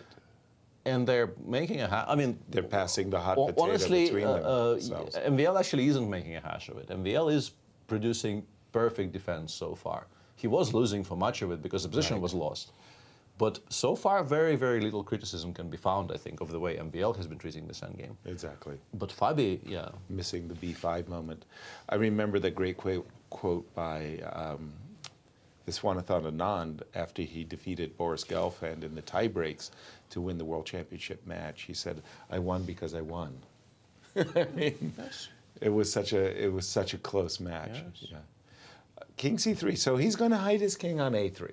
I guess, yeah. What else? And then it's going to be 2 pawns, and then it's a draw because it's a draw. But Okay. But then game kind of restarts, and he can also, I guess, win some time giving random checks on like the 8th and the 7th rank, so that he could go from like a minute to 4 minutes, Right. and start thinking again. But he will know that. B2 on the board. He will know that he may have missed, or probably just already missed, an actual winning position, and now it's just searching for chances, as opposed to converting. Let me ask you this question, Peter. Do you think that, I mean, obviously the players are aware of the whole Dr. John Nunn article, that this is, but do you think they are both aware that at this point they know the game is a table-based draw? I think so. I think this position is the one that we've all were kind of introduced to when the whole concept of this not being winning was brought up. Was exactly this case, like pawns on, I don't know, G4 and H4, or A4 and B4. The king specifically in the corner, and the white king behind the pawns. And yeah, I think by this point people are aware that as long as you don't blunder into a queen trade, exactly, you always have enough checks if you calculate cleanly. Which is, I mean, all of those are rather large ifs. Right. You know, calculating cleanly is not a given after 6 hours of this. For sure. But yeah, I think they know. I think both of them by this point have recognized that market improvement has been achieved by Black. At this point, when I think about the classical chess, no adjournments possible anymore, I think of a, I don't know how to say it, a marathon. The players are getting exhausted. We're getting exhausted, and we're just calling the action. We've got engines. They've been thinking and ferociously over each and every decision, a decision that could cost them the point just like that. Aren't they getting exhausted? I mean, chess is... I mean, the answer is very simply yes, but they're both, I think, sort of, it is very well understood by this point that chess, among other things, is an endurance game, and you have to be fit. Well, I'm thinking classical chess in particular. No, honestly, actually, no. I think... Just chess in principle, whether it be blitz or rapid or... Well, the point about blitz and rapid is that major events in particular, Sinquefield Cup in that respect is maybe slightly more leisurely than some of the other competitions, because in Sinquefield, the rapid and blitz tournaments during the GCT, I didn't mean Sinquefield Cup. Right. You play 3 rapid games per day or 9 blitz games per day. That's a lot. It's tough, but compared to the World Rapid and Blitz, which is 4 or sometimes even 5 rapid games per day and a 15-round Blitz Swiss. Right, over 2 days. No, like you play 15 and then 15. Yeah. Or, I mean, no, these days it's shorter, right? These days I think it's 12 and 9 maybe. Okay. I think it's 21 rounds these days. I think it's 11 and 10, but yeah. It used to be longer. It used to be, at some point it was definitely a 15 round day. And that is definitely endurance contest. Yeah, like if you think you don't need endurance for this, try it once. Actually, the original Grand Chess Tours used to be 4 rapid games one day, 5 rapid games the other. You're right. And actually it was the players that told us, how about no? Exactly. How about we had I thought it was the commentators that said, how about no? How about we do I mean, it was the 3-3-3? commentators, but they didn't listen to us, so we threw the players into the mix. Nicely done, Alejandro. Nicely done. The union objected to those working hours. The Queen of 7 is one of the moves that is drawn. Okay. Why this is drawn, whereas, for example, the move Queen F1 was losing, bit of a mystery, but it is what it is. This one still preserves the draw. Again, Alejandro, I know it's a challenge, but in words, obviously we're trying to checkmate, obviously we're trying to win a pawn, but what is the, how do I put it? What are we trying to achieve? With white? Yeah. We're trying to get some kind of a setup which would allow us to play A5, King A4, and start pushing without running into some kind of an immediate kind of a pendulum. So why didn't we play A5 immediately? I don't know. I guess we chose to put the queen on the light square so that perhaps we control some of the checks from because the way you get checked, I think, is very often exactly using the D1 square. Once you go King A4, the check from D1 becomes maybe incredibly crucial. So he goes Queen D3. to control that square and to perhaps hope to start pushing with a5. And we push with A5 and not B5 because if we push with B5, we're exposing our. I think we're exposing our king more to the elements compared to A5. Makes sense. But it's I think it's an incredibly Let me play just some bad moves for just a moment, if you don't mind. No, not a bad move. Okay, I'll Still play a good another. move. This is now a loss. No, B5 is a draw. Don't play B5. So we shouldn't be playing for A5 and B5. Yeah, we play A5, and then if black doesn't react properly, now for some reason all the checks are winning. I still don't know why, but all the checks are now winning. Wow. Yeah, it's still extremely possible to misplay this as black, of course. Easily for both sides, and we do have A5 on the board, and once again, 3 minutes now? 350 against 19.5. Very good. So Fabi did gain some time as we expected, like he got the king into the corner, checks ran out, he gained some time by shuffling. Okay. And now he has a bit of a buffer. And importantly, we restart the counter.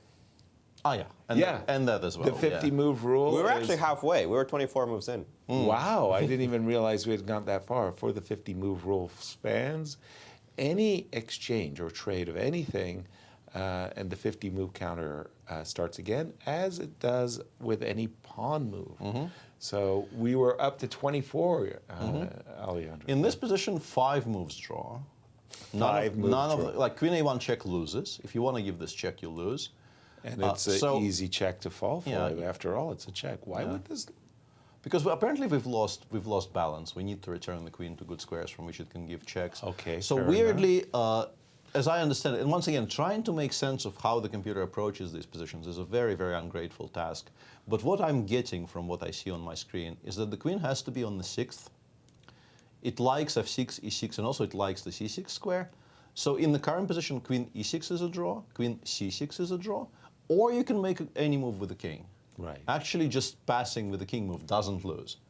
But removing the queen from the optimal squares, and there are 3 optimal squares on the board so far available to that queen. If you f6, e6, and c6 is with the queen on d3. I assume with the queen on c3 it would be like e6, d6, and something. A change of guard. Yeah, but it's very, very difficult to try and put into words what the table we're trying to achieve.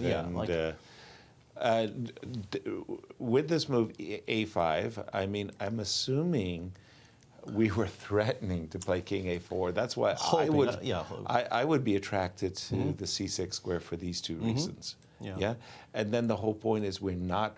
Well, at this point, queen c6 is supposedly a draw. We're not trying to achieve b5, Peter. You will really enjoy the fact that in this position you can go back to f6 and it's still a draw. God. You will really enjoy this, I'm sure. Yes.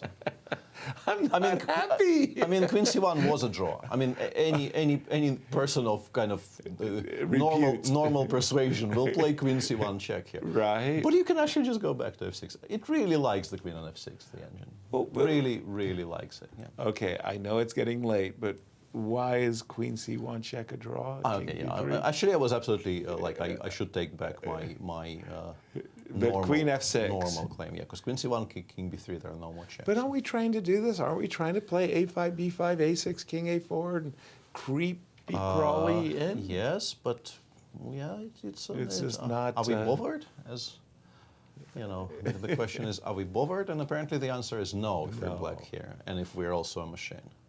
So a5 if on the board. those 2 conditions are met, we are not bothered in the slightest. But it's going to be fun to watch. Yeah, it's definitely going to be fun to watch because so far MVL, as we keep on mentioning, MVL has not committed a single sort of result-changing mistake. Where Fabi committed 1, I think. So far. Ooh, queen a1 check. He's gone queen a1 check. We've established this somehow loses. We have no idea why. Like, why after king b3, queen f6 here we have lost? Like, it was a draw with the pawn on b5 and white to move. He didn't go he's queen gone, f6. He's gone queen e1. Queen e1. And now he's lost. This is lost, but once again, like, do we know why? Do we understand why? Well, nope. According to, we've got 5 moves that win. Queen d5 check is a winner. Queen a6 check is a winner. Yeah, queen D8 d8 check is also a winner, and also king c4 important. King c4 I can understand because there's not that many comfortable checks, right? Yeah, you have to start giving poor checks. Yeah, Poor you can't checks, you right. can't give good checks from e6, so you have to start giving poor checks, and the king starts making progress. Yeah, this I can relate to. King c4 makes sure. perfect sense. This move I would find very, very attractive. Yes. As well as maybe queen d5. But once I see king c4, queen e6 check, and the interference check, check, check, then I'm very excited by king c4.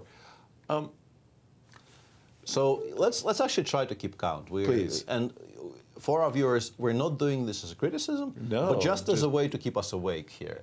So the current, the count currently is 1-1, I think, right? Right. The change of the evaluation from win to draw happened once on each side so far. And if am I right in saying queen d7 is also a Somehow winner? queen d7 is also winning, yeah. King c4, there we go. Yeah, The king c4 most natural move, king c4. Okay, so we're back to white being completely winning, and now we're waiting for, you know, if the mistake comes, it comes from Fabi's side now. Right. Because MVL's choices against perfect play no longer matter from here on out. Exactly. Okay.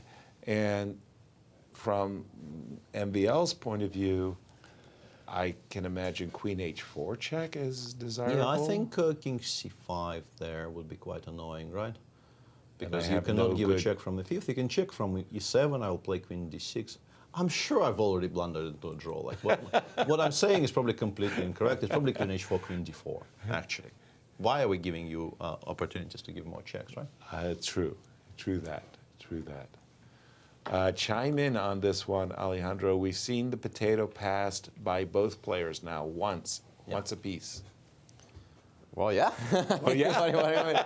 Yeah. Okay. What's the over and under for what's going to happen next? Will five Fabi throwbacks, play, I think. Will Fabi play perfectly from this point and reestablish? Look at you! What's a second four? What a trainer you are! A man who stands with his. It's just so hard. The end games are so hard. Even if he plays well King and B8. wins. King b8. Now a bunch of moves are winning, including such gems as queen g6 and queen f5.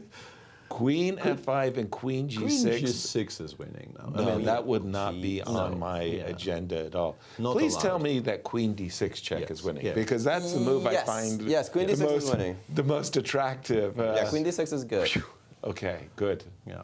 Most logical moves here, I think, are good. Is king b5 winning? King b5 is not winning, actually. King b5. Never mind. Not every logical. Because that kind of is a logical move. King b5 is a draw, but king c5 is winning. Yeah. King c5 wins. But not king b5. But king because I B5, think allowing the queen check E8. from e8 specifically is very poor. Well, that makes perfect sense. But king Fabi has c5. played something. He's played queen d6 check, I'm pretty sure. Yeah, he's played queen d6 like check. Yasser. So he is still good. It's the most human move. Still very good, yeah. Looks so logical to we talked about those ladder checks and the reposition of the queen. Peter, this is a perfect example of getting the queen in better on a better I'm square. currently having fever dreams of getting Fabi here and getting him to explain all his choices. Oh, come on! Like get him in here. Don't let him talk about anything that preceded the queen ending. Yeah. Just show him the queen ending and tell him to explain why this move was chosen over that move. Right. I think that's what he badly needs in his life after this game. Be prepared to run out of studio. I mean, he's very fit, but he's also small. I think I can take it. Okay. Oh. Boy, okay. King b8, what's the trickiest, how does MVL trick into some of those stalemate that we have seen previously, Alejandro? How can he lay a trap? Or can he? Well, not right now, because now. Yeah, when we come closer, maybe we can when we see come closer, the we'll outlines take a of look. some Because strategy. right now, every move is winning. Yeah, king Every logical move is winning. Wow. Okay, for me, the most logical move is queen d4 check, just so that when I start to position my king up the board with king c5, I would like, once again, my idea here would be to play maybe queen d7, and he's played queen d4. Queen d4 played. He's played queen d4. He's preparing He's preparing to start marching forward with Exactly. I think you have to go to b7. I think if you don't go to b7, you might be like in more trouble. But I mean, it's all very, very subjective here. The position, as we know, is just lost now. But I think b7 is the most logical choice to, offer some kind of protection against king b5, king b6, and ideas of that nature, like to have something to meet king b5. Exactly. King a8 just hanging in the corner. I mean, they're all the same. King a8 and king b7 are the best defenses. And he has chosen your king b7, Peter. And now Fabi is back to trying to figure out exactly how to make progress. King b5, queen e8, I suspect is just a draw. Yeah, like apart from the queen checks, the only move that wins now is king c4, d5. King c4, which d5. you can sort of understand why it doesn't throw anything away. But you're also, I don't think you're There's making no much checks. progress, right? Yeah, there is a check from h1, but I guess then we play queen then e4. I go queen e4, and we have I'm a happy discoveries. camper. Yeah, we have discoveries. Right. So yeah, you can understand why king d5 is not stupid, but it's That's also actually not kind a of move that you look cute. at. Yeah. Yeah, kind of cute because you are beginning to set up some mating patterns too. Down to 2.5 again for Fabi against 15. On the clock. Yeah, d7 check. I think MVL will play king b8 very, very quickly. I think anything else would be kind of strange. Although there is no real difference between b8 and a8. Both of them are the same. And after king b8, the moves of the king forward are all a draw now. You again do another You have check. to reposition the queen again. Yeah. And then, for example, after king b7. Now you can play a6 check, actually. Now you can play a6 check. Yeah. A6 check. And it's mate in a bit. Yeah. That is very, very important. These patterns, they should just be hardwired into the brains So I guess of our after queen audience. a6 check, we are sidestepping this. We're playing queen. Let's say we play king a8. Exactly. And shockingly, it seems like the winning plan now is, in a lot of positions, actually just to play 5a6. Jesus. And to create mating threats, and somehow black runs out of checks. But, I mean, how confident can you be that the black actually does run out of checks? I would be a little bit worried that by advancing my pawns to ahead of the head of the guard, so to speak, that I could be spoiling it. Yeah, A6 I think would it would not be a come. very legitimate worry here for white. That A6 if you would do it not too come. early, you throw things away. Easily. I'm just going to refresh my board, everybody. Apologies for that. But we do have queen d7. Slowly, MVL's time is also, I mean, he was up 20, 40 minutes, whatever he had when he started, is now down to, okay, still a comfortable 13, am I seeing that right? Yeah, king b8 played. We have to assume Fabi goes queen d6 because it's a very useful check. It's one of the best squares on the board. Generates threats. Also supports the idea of a5, a6 in a bunch of positions, which should be quite useful, I think, even from common sense point of view. So yeah, I like queen d6. I think queen d6 is likely to happen from what I've seen Fabi do in this endgame. And then, then he will at some point just have to start getting it, putting finishing touches on it. Exactly in this position, Peter, how many winning moves does white have? 7. So all the checks and some of the quiet moves. Not all the checks. Well, I mean, the checks that don't blunder the queen, yes. Like yeah, check. Yeah. Nicely played, because, you know, it brings back warm memories of me making such statements in the presence of Gusti, yeah. He never lets them go. Whenever I try to make a generalization like this, he just... He's a real charmer. Yeah, no. These are the 3 exceptions to the statement you just made, Peter. Yes. Thank you very much, Gusti. Nice. Okay. And, you know, despite years of that treatment, I still, as we've just seen, I still stumble into it. I was about to say you withstood it. Whoa. Queen d4. Well, it's also winning. I don't get it, but it's winning. Good move, but why? Like, the commentary here has to be, I mean, just as good as any other move, seemingly. Right. But why this square and not some other square? Also, king b7 is a repetition. Ah, yeah, we've been there, actually. We've been there. King b7 now is a twofold. Yes.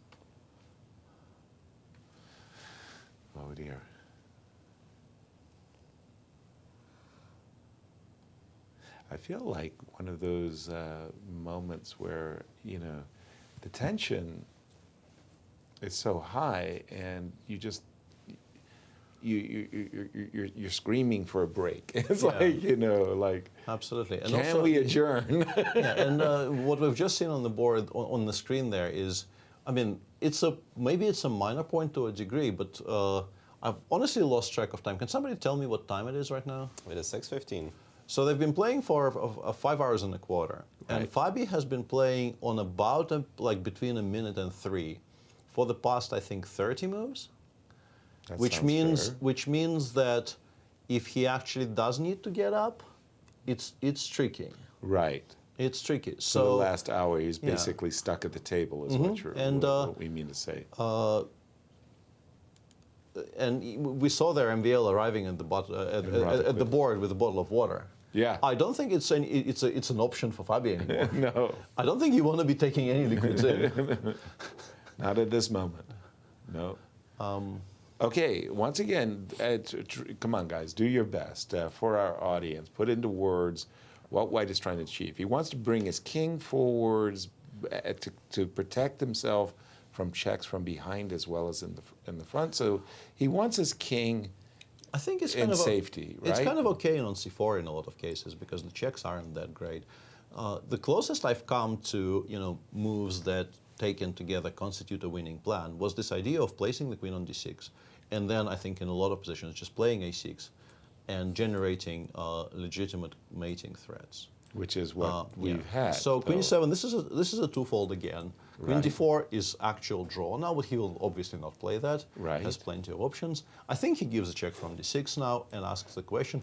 And like one thing I didn't really like about queen d4 is that you're not asking a strict enough question with the move queen d7, d4 without the check. I think you should always start with queen d6 and just sort of pass the decision on to, wow, okay, a6, this is a draw, right? That is a draw. That is a draw. Why is this a draw? Whoa. Well, first of all, I can pick up the pawn, and the pawn endgame is a draw. Is a draw, right? So this is just a draw with queen. Queen f1. I think he wants queen f1, queen d3, but I guess it's not working. But I mean, once you play queen d3, the checks just restart, right? Yes. A6. There you go. Yeah, it's a very. So this is the second time that. Yeah. So 2-1 to Fabi. That Fabi has thrown away the win with the move. Yeah. Could he actually have missed the fact that after, let's say, queen f1 check, king c5, queen takes a6, queen b5 check isn't winning because takes and king b7, and we're just in time to establish their position? I mean, even after 5.5 hours and yeah, like very unlikely. Like Fabi doesn't miss this, right? No, the thing is, sometimes you just you stop, right? Like any queen trade is winning, and you realize in the back of your mind that no, that's not true. I need to check those. But you've been playing for so long and calculating so much random stuff that it is incredibly possible to misfire something basic like that. No, I think by this point he's probably realized it, so he will play queen d3. But then the checks start. Yeah, but then you've broken up the chain, you've given the black king potentially a very safe square on a7, and the checks just restart. Like queen d3, we go, I guess, queen f7, and we start giving checks from everywhere. Yeah. Yes, all a draw somehow. Queen e6, also queen c6 now is a draw. Queen c6 which is really rubbing it in. Like, oh my goodness, I didn't expect that to be the case. In general, going backwards can't be. Yeah, once you start getting shifted backwards, and like you're just inviting before b5 here with black, because once before b5 happens, and it looks like eventually because a6 is quite weak. I need to protect the a6 pawn. And now your king really has no cover, so like all perpetuals are a draw, and shockingly even queen c, like queen e6 I understand is a draw, but even queen c5 is a draw in this position. Wow. Just a shocker, yeah, like truly. Yeah. Wow. I must say, at this moment when the king was on d4, just prior to, I just love this move, king b5, king d5. I like that idea of you checking on h1 and getting, but some misfiring going on here. I'm just going to refresh my board, everybody. Queen e2, queen d3 on the board. Excuse me. Queen e2, queen d3 on the board. Yep. Yeah, Fabi probably never actually. And now queen e7. Whoa, queen e6 check is a losing. Queen e6 check is losing because Because it's losing. Yasser, come on. Why? Why are you asking me this? I guess king c5 and you run out of checks. I think it's very Makes simple, sense. actually. I think c5 is maybe the best square on the board. So the drawing move is queen e2, e7 only. Everything else, white I wins. think we're about to see a 2-2 on this. I mean, if he goes queen e7 if he here, finds it's queen e7, extremely impressive. you just tip your hat and say, well done, young man. That is just amazing.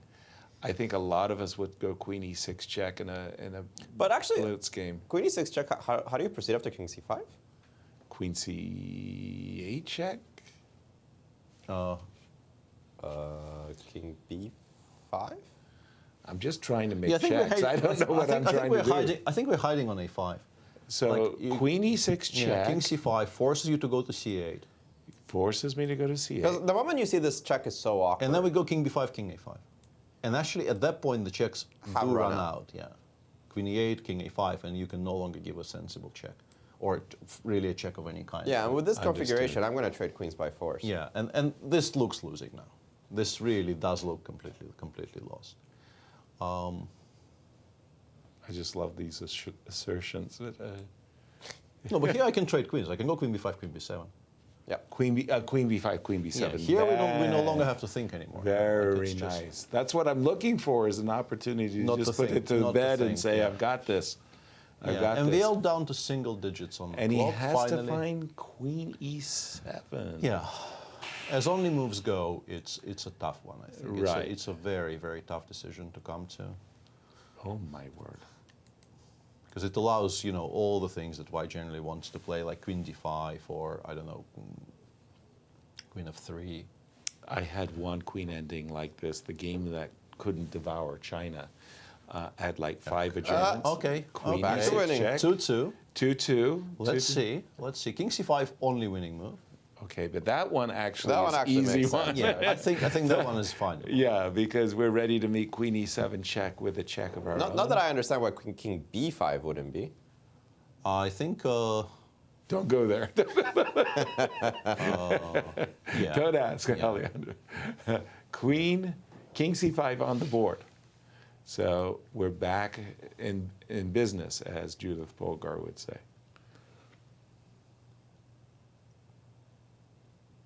So e5 a1 there or something, yeah? Here we have queen d5, I'm pretty sure, right? Yeah, that's the difference. Yeah, I'm talking to Alejandro, Alejandro there without really us seeing the board, which is yeah, the question was unfair what's to the difference. viewers, The difference is that on queen e5 check, like for example, if he plays queen e5 check right now, queen d5 is the only winning move, but it's sufficient. Yeah, it's a goodie. Yeah, and that is the difference between king c5 and king b5. After king b5, queen e5 check would have held. Because? Because you can't really get anything in the way, and king a4, queen a1 restarts the... No, king a7 here. Queen a1 is losing again. King a7. Unfair. All of this is just so unfair. Very good. But the difference is that Fabi did make the good choice of king c5, so that after he's ready, he's now ready and prepared to block a queen check with queen d5. Yeah, and after queen c8, as we've established, we go b5, a5. The checks run out, and once again, once it lands on a5, you're home, This is home and dry. Yeah. the last of the checks is met by the interposing queen b5 check. Yeah, and it's almost but not quite the stalemate if the king goes to the a file and we take on e5, and the b8 square is gone, but the other a7 is available. a7/a8 is still available. Here we go. Queen Here e5, we go, Fabi should play everybody. queen d5 quite quickly. I think it's by far the most natural decision here. Also, even without knowing it's the only move that wins, I think you always play queen d5. Here. But just the fact that queen b5 will also establish a threat of our own. And it will win next move, pretty much next move, because let's say, after queen c7 the checks run out, after queen c3 the checks run out. He can check from e7, but once again I can go b5, a5, and the checks run out. Check from e3. Yeah. King b5, I assume. e2, a5, and there's no check from a2. The dominating queen on d5. That is pretty, right? That is very pretty. I mean, the geometry of it is very, very clean, yeah. Yeah, we want to stop the check, but we also want to deliver a mate. Yes. So we do have queen d5 on the board. And it looks like the count will stop it too, frankly. I don't want to jinx Fabi, but from here, I think from 2-2. From here, the calculations become like a 3-move, very, very straightforward calculations, which you very, very relieved Fabi should take it home from here. Exactly.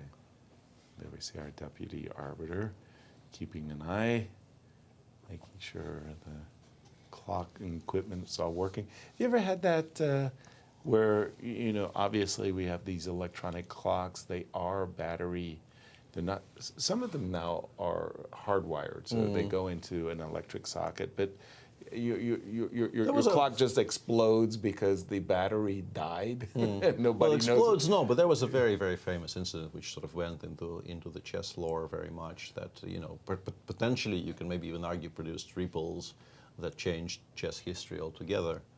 There was the candidates matches in Kazan in 2011, I want to say, maybe 10. That was the one Levon defeated. No, Levon lost in round 1 to Sasha Grishuk. But he defeated in one candidate's. That was 2009. Magnus. That was 2009. That was a different one. Okay, pardon me. Yeah, and in the first round of that, Vladimir Kramnik was playing against Timur Rajabov. I think they drew all 6 of their classical games. And I think they maybe even have drawn the first 2 rapids. I'm less sure on that topic. And then I think in the first blitz, Timur had an absolutely winning position. And then the clock actually did die. And now after, A7 check now wins. I think this is findable now, right? A7, yeah, that's A7 check now is pretty good. Pretty.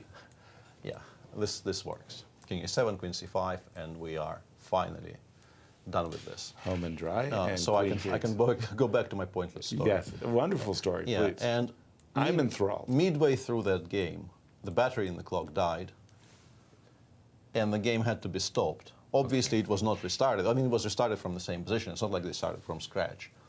But the incident and the pause kind of interrupted Timur's flow so much that he did not win that game and ended up losing the match. And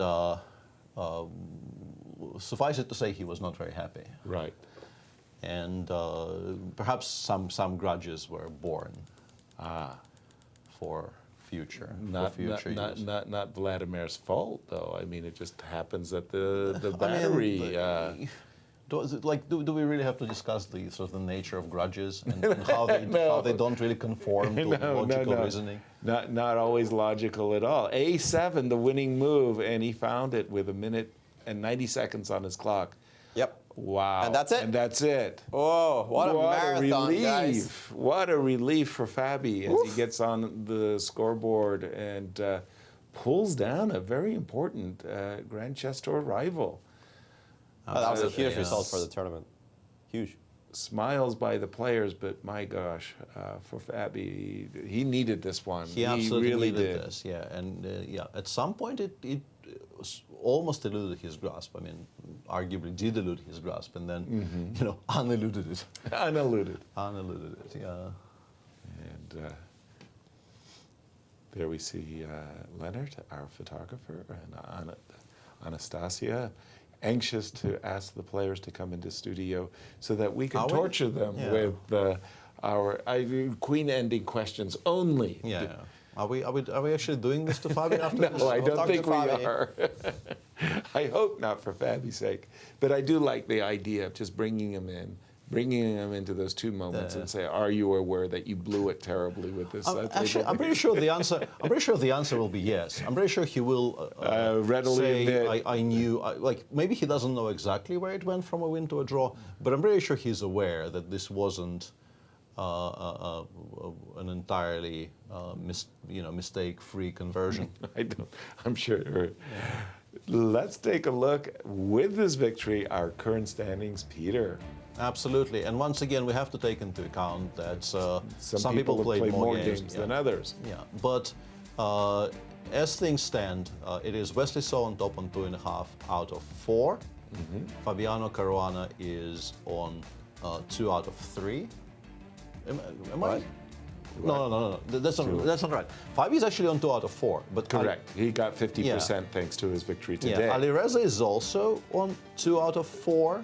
Yeah, but Jan Nepomniachtchi and Hans Niemann are on 2 out of 3. We probably should at some point introduce like with the maybe the number of rounds played in brackets after the score, maybe, because we can still keep it in mind now, but by round 6 everything will get completely scrambled.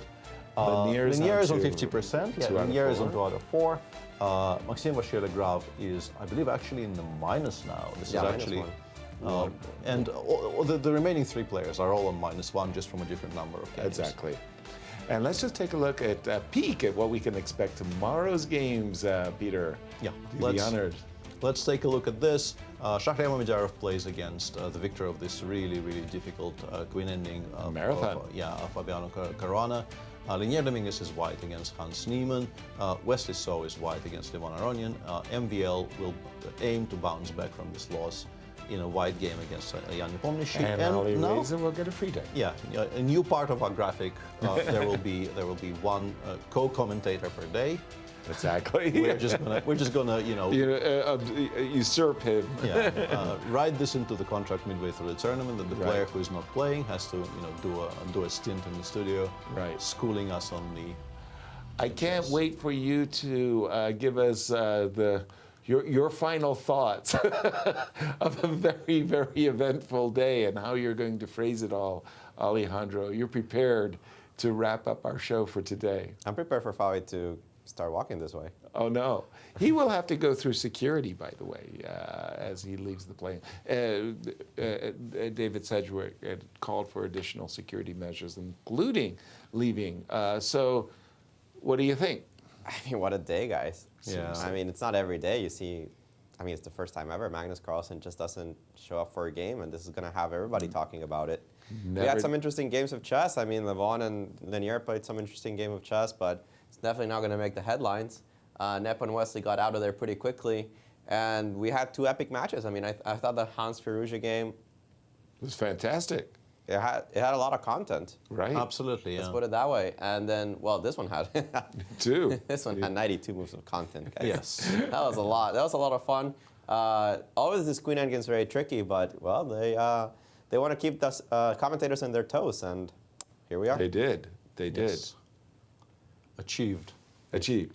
Well, once again, I mean, history in the making, as I've never seen Magnus step away from a game, forfeit, I mean. We're in very unknown territory here, but perhaps this situation will get, there will be some development, some further statements by perhaps in the Magnus side. I'm sure we're going to hear a lot of them. Let me just inform that we do have upcoming events as well.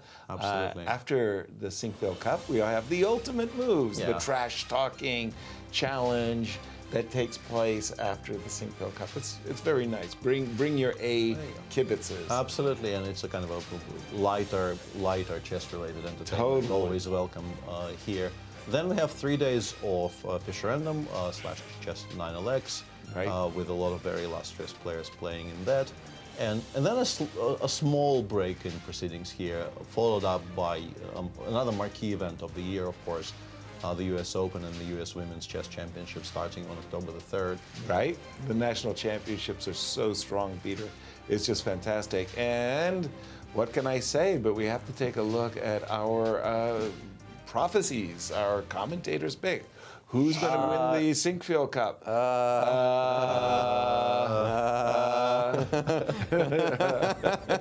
I don't know about mine, man. Well, I mean, you look good through round 1. I mean, I got to tell you something, boy. Well, maybe we should allow him to repeat, We should be like. I don't know. This is 3 rounds in. Can I repick it? Can somebody show me the standings right now? I mean, you got to buy in. I got to tell you something. I mean, if this is not force majeure, what is? I mean, seriously. Look, this doesn't fall under the definition. I don't think of this as an act of God. If you're going to call this an act of God, we've got issues. But buy-ins are, and it goes into a pool. Goes into intuikice, yeah. Exactly. Okay, we're going to allow you a buy-in. It's a $1,000 buy-in. Thank you, Yasser. Appreciate it. Friends.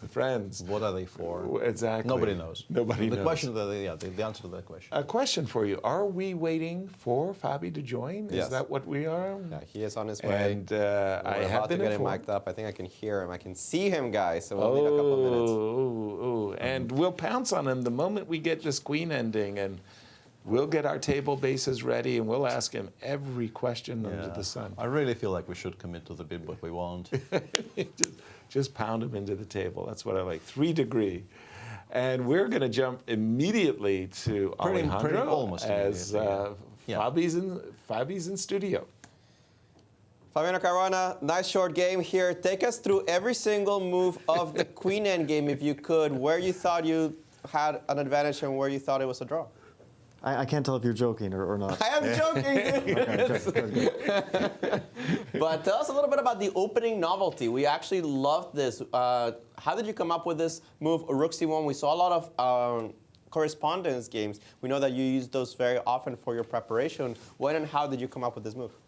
Well, I realized something, which is that, I mean, even though I play pretty awfully recently, I do destroy one opening, which is the Najdorf. All my wins are in this one opening. Yes, maybe you shouldn't tell that to your opponents. You have a lot of them coming up. Well, Maxime is one of the few Najdorf players remaining.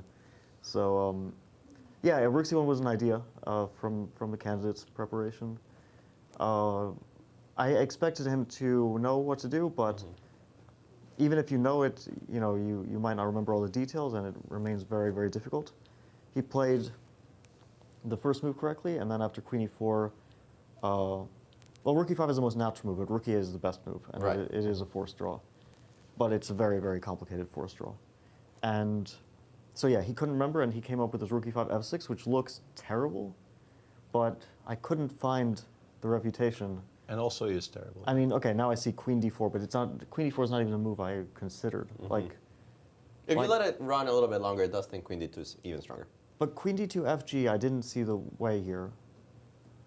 FG in this position. We just take, yeah. Take. Yeah, but take Queen D6. Isn't this Bishop C1, Bishop D3? Yeah. Bishop C1, Bishop D3, because there's mate on F8 at the end. For some reason, I thought that with the Rook on E5, this would hold for Black, but with the Rook on C, it doesn't matter. Rook on C5 or E5. Like I was trying to get this with the Rook on C5, and with the Rook over here, yeah. Yeah, because I thought Bishop H6, Queen E5, BC. Like this is the line I was looking at. And I thought I need my queen on C5, so I have Bishop C4 check. And okay, now I see Queen D5, Queen E4. What's wrong with Queen E4 here? Well, like this idea of Queen E4 and with a pin didn't like enter my mind. This is like why I rejected it. And I thought Queen H2 was strong, but after Rook C5. You have to go back, basically. Yeah, I can play Queen E2, Rook E5, Queen D2, but I still didn't see this. I was kind of convinced that I need this position with the Rook on C5. That's why I played Queen D2 immediately after repeating once. And yeah, King H8 was kind of what I thought he should play. I thought I would have a big advantage here, but he was defending like this whole Rook E5, D5 was a remarkably good idea. Yeah, especially considering that after F4, he still can take the bishop. What's that? Considering that after F4, he can still take on C4, yeah. Yeah, I thought that it would be a very bad endgame after DC, but like I didn't have another option because D5, Bishop A6, Queen F4, and he, like it just turns into a mess if I take on A6 instead of F4. Ah, okay, yes. Like it's kind of the first, but then Queen F4, and like it's a big mess. His king is no longer in danger. Yeah, I can play this Bishop B5. I was thinking about it, but my pawns are moving slowly, and I don't know. Like I didn't think I would be able to keep control of this situation. And then eventually you got to this queen endgame, and we are not going to talk about it. Well, like, okay, so generally with like the 2 pawns up, there's a lot of positions which are drawn, yes, and a lot of positions which are winning, and they all kind of look the same. Yes. But after G6, I just didn't see what else to do. No, you were playing perfectly until very late on. Winning, but I just didn't like find the way to do it. We just kept the tally. The tally was 2-2. Two times you gave up the win, and 2 times he gave up the draw. But which is not too bad considering the complexity of the endgame. Well, once my king was forced back, then it's a draw. Yes. Yes. But I mean, this I figured, but I had no choice because. No, Otherwise, specifically he just like has a perpetual. Right. But I assume that like at some point I play a5, a6 in this configuration, but I just couldn't find the moment to do it. And I was kind of trying to like play some moves to gain time on the clock and wait around a bit, which is, I guess, why I also missed the win. Yeah, really the only confusing moment, everything else is very explicable, but the only confusing moment was move 64, I think. Very, very specifically, where we thought you played perfectly until that moment. Yes. Like every single decision was absolutely spot on. But before b5 here, we assumed what must have been very attractive, and we thought this was sort of... Yeah, b5 was my first intention. And then after like king b7, I couldn't like find, I don't know. And I was worried that I'm, you know, pushing the b pawn is not the right way. Normally you push the a pawn, but I just didn't see the win here. So, and I thought, okay, he's going to play king b7 immediately, and I have to find a win with 2 minutes. And now my king is a bit more open, so that's why I didn't go for this. And I had this idea that, okay, maybe I should be kind of patient and wait around a bit longer. But yeah, I guess it's winning somehow here. Fabi, a big victory for you for the standings, not only of the tournament, but the Grand Chess Tour in general. How are you feeling after this marathon game? No, I mean, this was great. This was exactly what I needed after yesterday. Playing 2 very difficult games in a row, so I am quite tired as well. I know that it was already a while ago, but you must have noticed a certain Magnus Carlsen missing in the playing hall today. Your thoughts?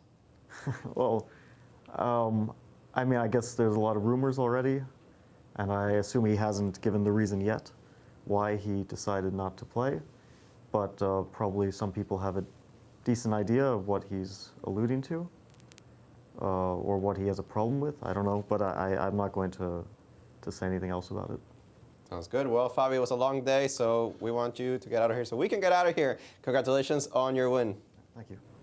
Indeed, a very, very important victory for Fabi. You know, sometimes you just go through these periods where, you know, things aren't going your way, and then suddenly it's sort of like somebody turned a light switch, and that's what happened for Fabi today. Important victory, Peter. Oh yeah, this, as he said, he absolutely needed that. The tournament really wasn't going his way. Some opportunities were missed, and then Wesley played a really, really good game against him yesterday. But this should restore at least some of the confidence, because, I mean, the mistakes he made in the Queen ending really don't count. Yeah, you know, to a large degree they don't count. Yeah, and of course we can't overlook the fact that social media must be exploding with what has happened in today. And Anastasiya's with Alejandro to give her perspective. Over to you, Anastasiya. Yeah, you are absolutely right, Yasser. Social media is talking, of course, only about Magnus and his withdrawal from the tournament. Many comments, people keep talking about it. They say it's a drama. Sinquefield Cup will be never forgotten, this one for sure. And of course, I mean, this day started like a normal day. I saw Magnus today with his family, with his mom and dad, and Peter Nielsen walking nearby Chase Hotel. We couldn't even imagine something like this would happen today. So, of course, everybody is talking about it. All players also gave their comments. You can find those interviews in our social media. You can check St. Louis Chess Club. You can check Grand Chess Tour. I highly recommend everyone to follow our accounts for more news, for more backstage content. So welcome to our accounts. Don't forget. Yeah. Thank you for that, Anastasiya. Now is the time, I would say. Your job just exploded. You went from being very, very nice, happy, quiet, to suddenly, you know, your next 24 hours is going to be overload. We'll get you on national news in no time. Absolutely. Interviews galore coming up. Well, for us, I think it's a very good moment to sign off. Peter, you were great all the way through this Queen ending. It was a challenge. As long as you say up front that you're an idiot, you're kind of okay. I think it's very important to lay the ground rules as early as possible. You're and then off the hook. You're off the hook. Thank you, everybody, for joining us. Tell your friends where you're hanging out, and we'll see you all tomorrow. See you then.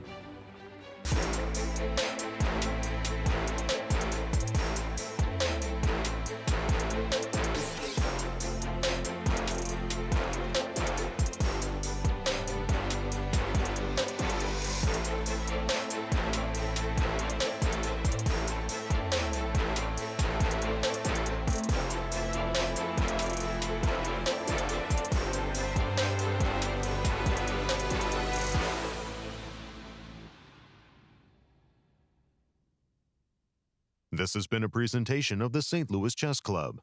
Any reproduction or distribution of this content without the express written consent of the St. Louis Chess Club is prohibited.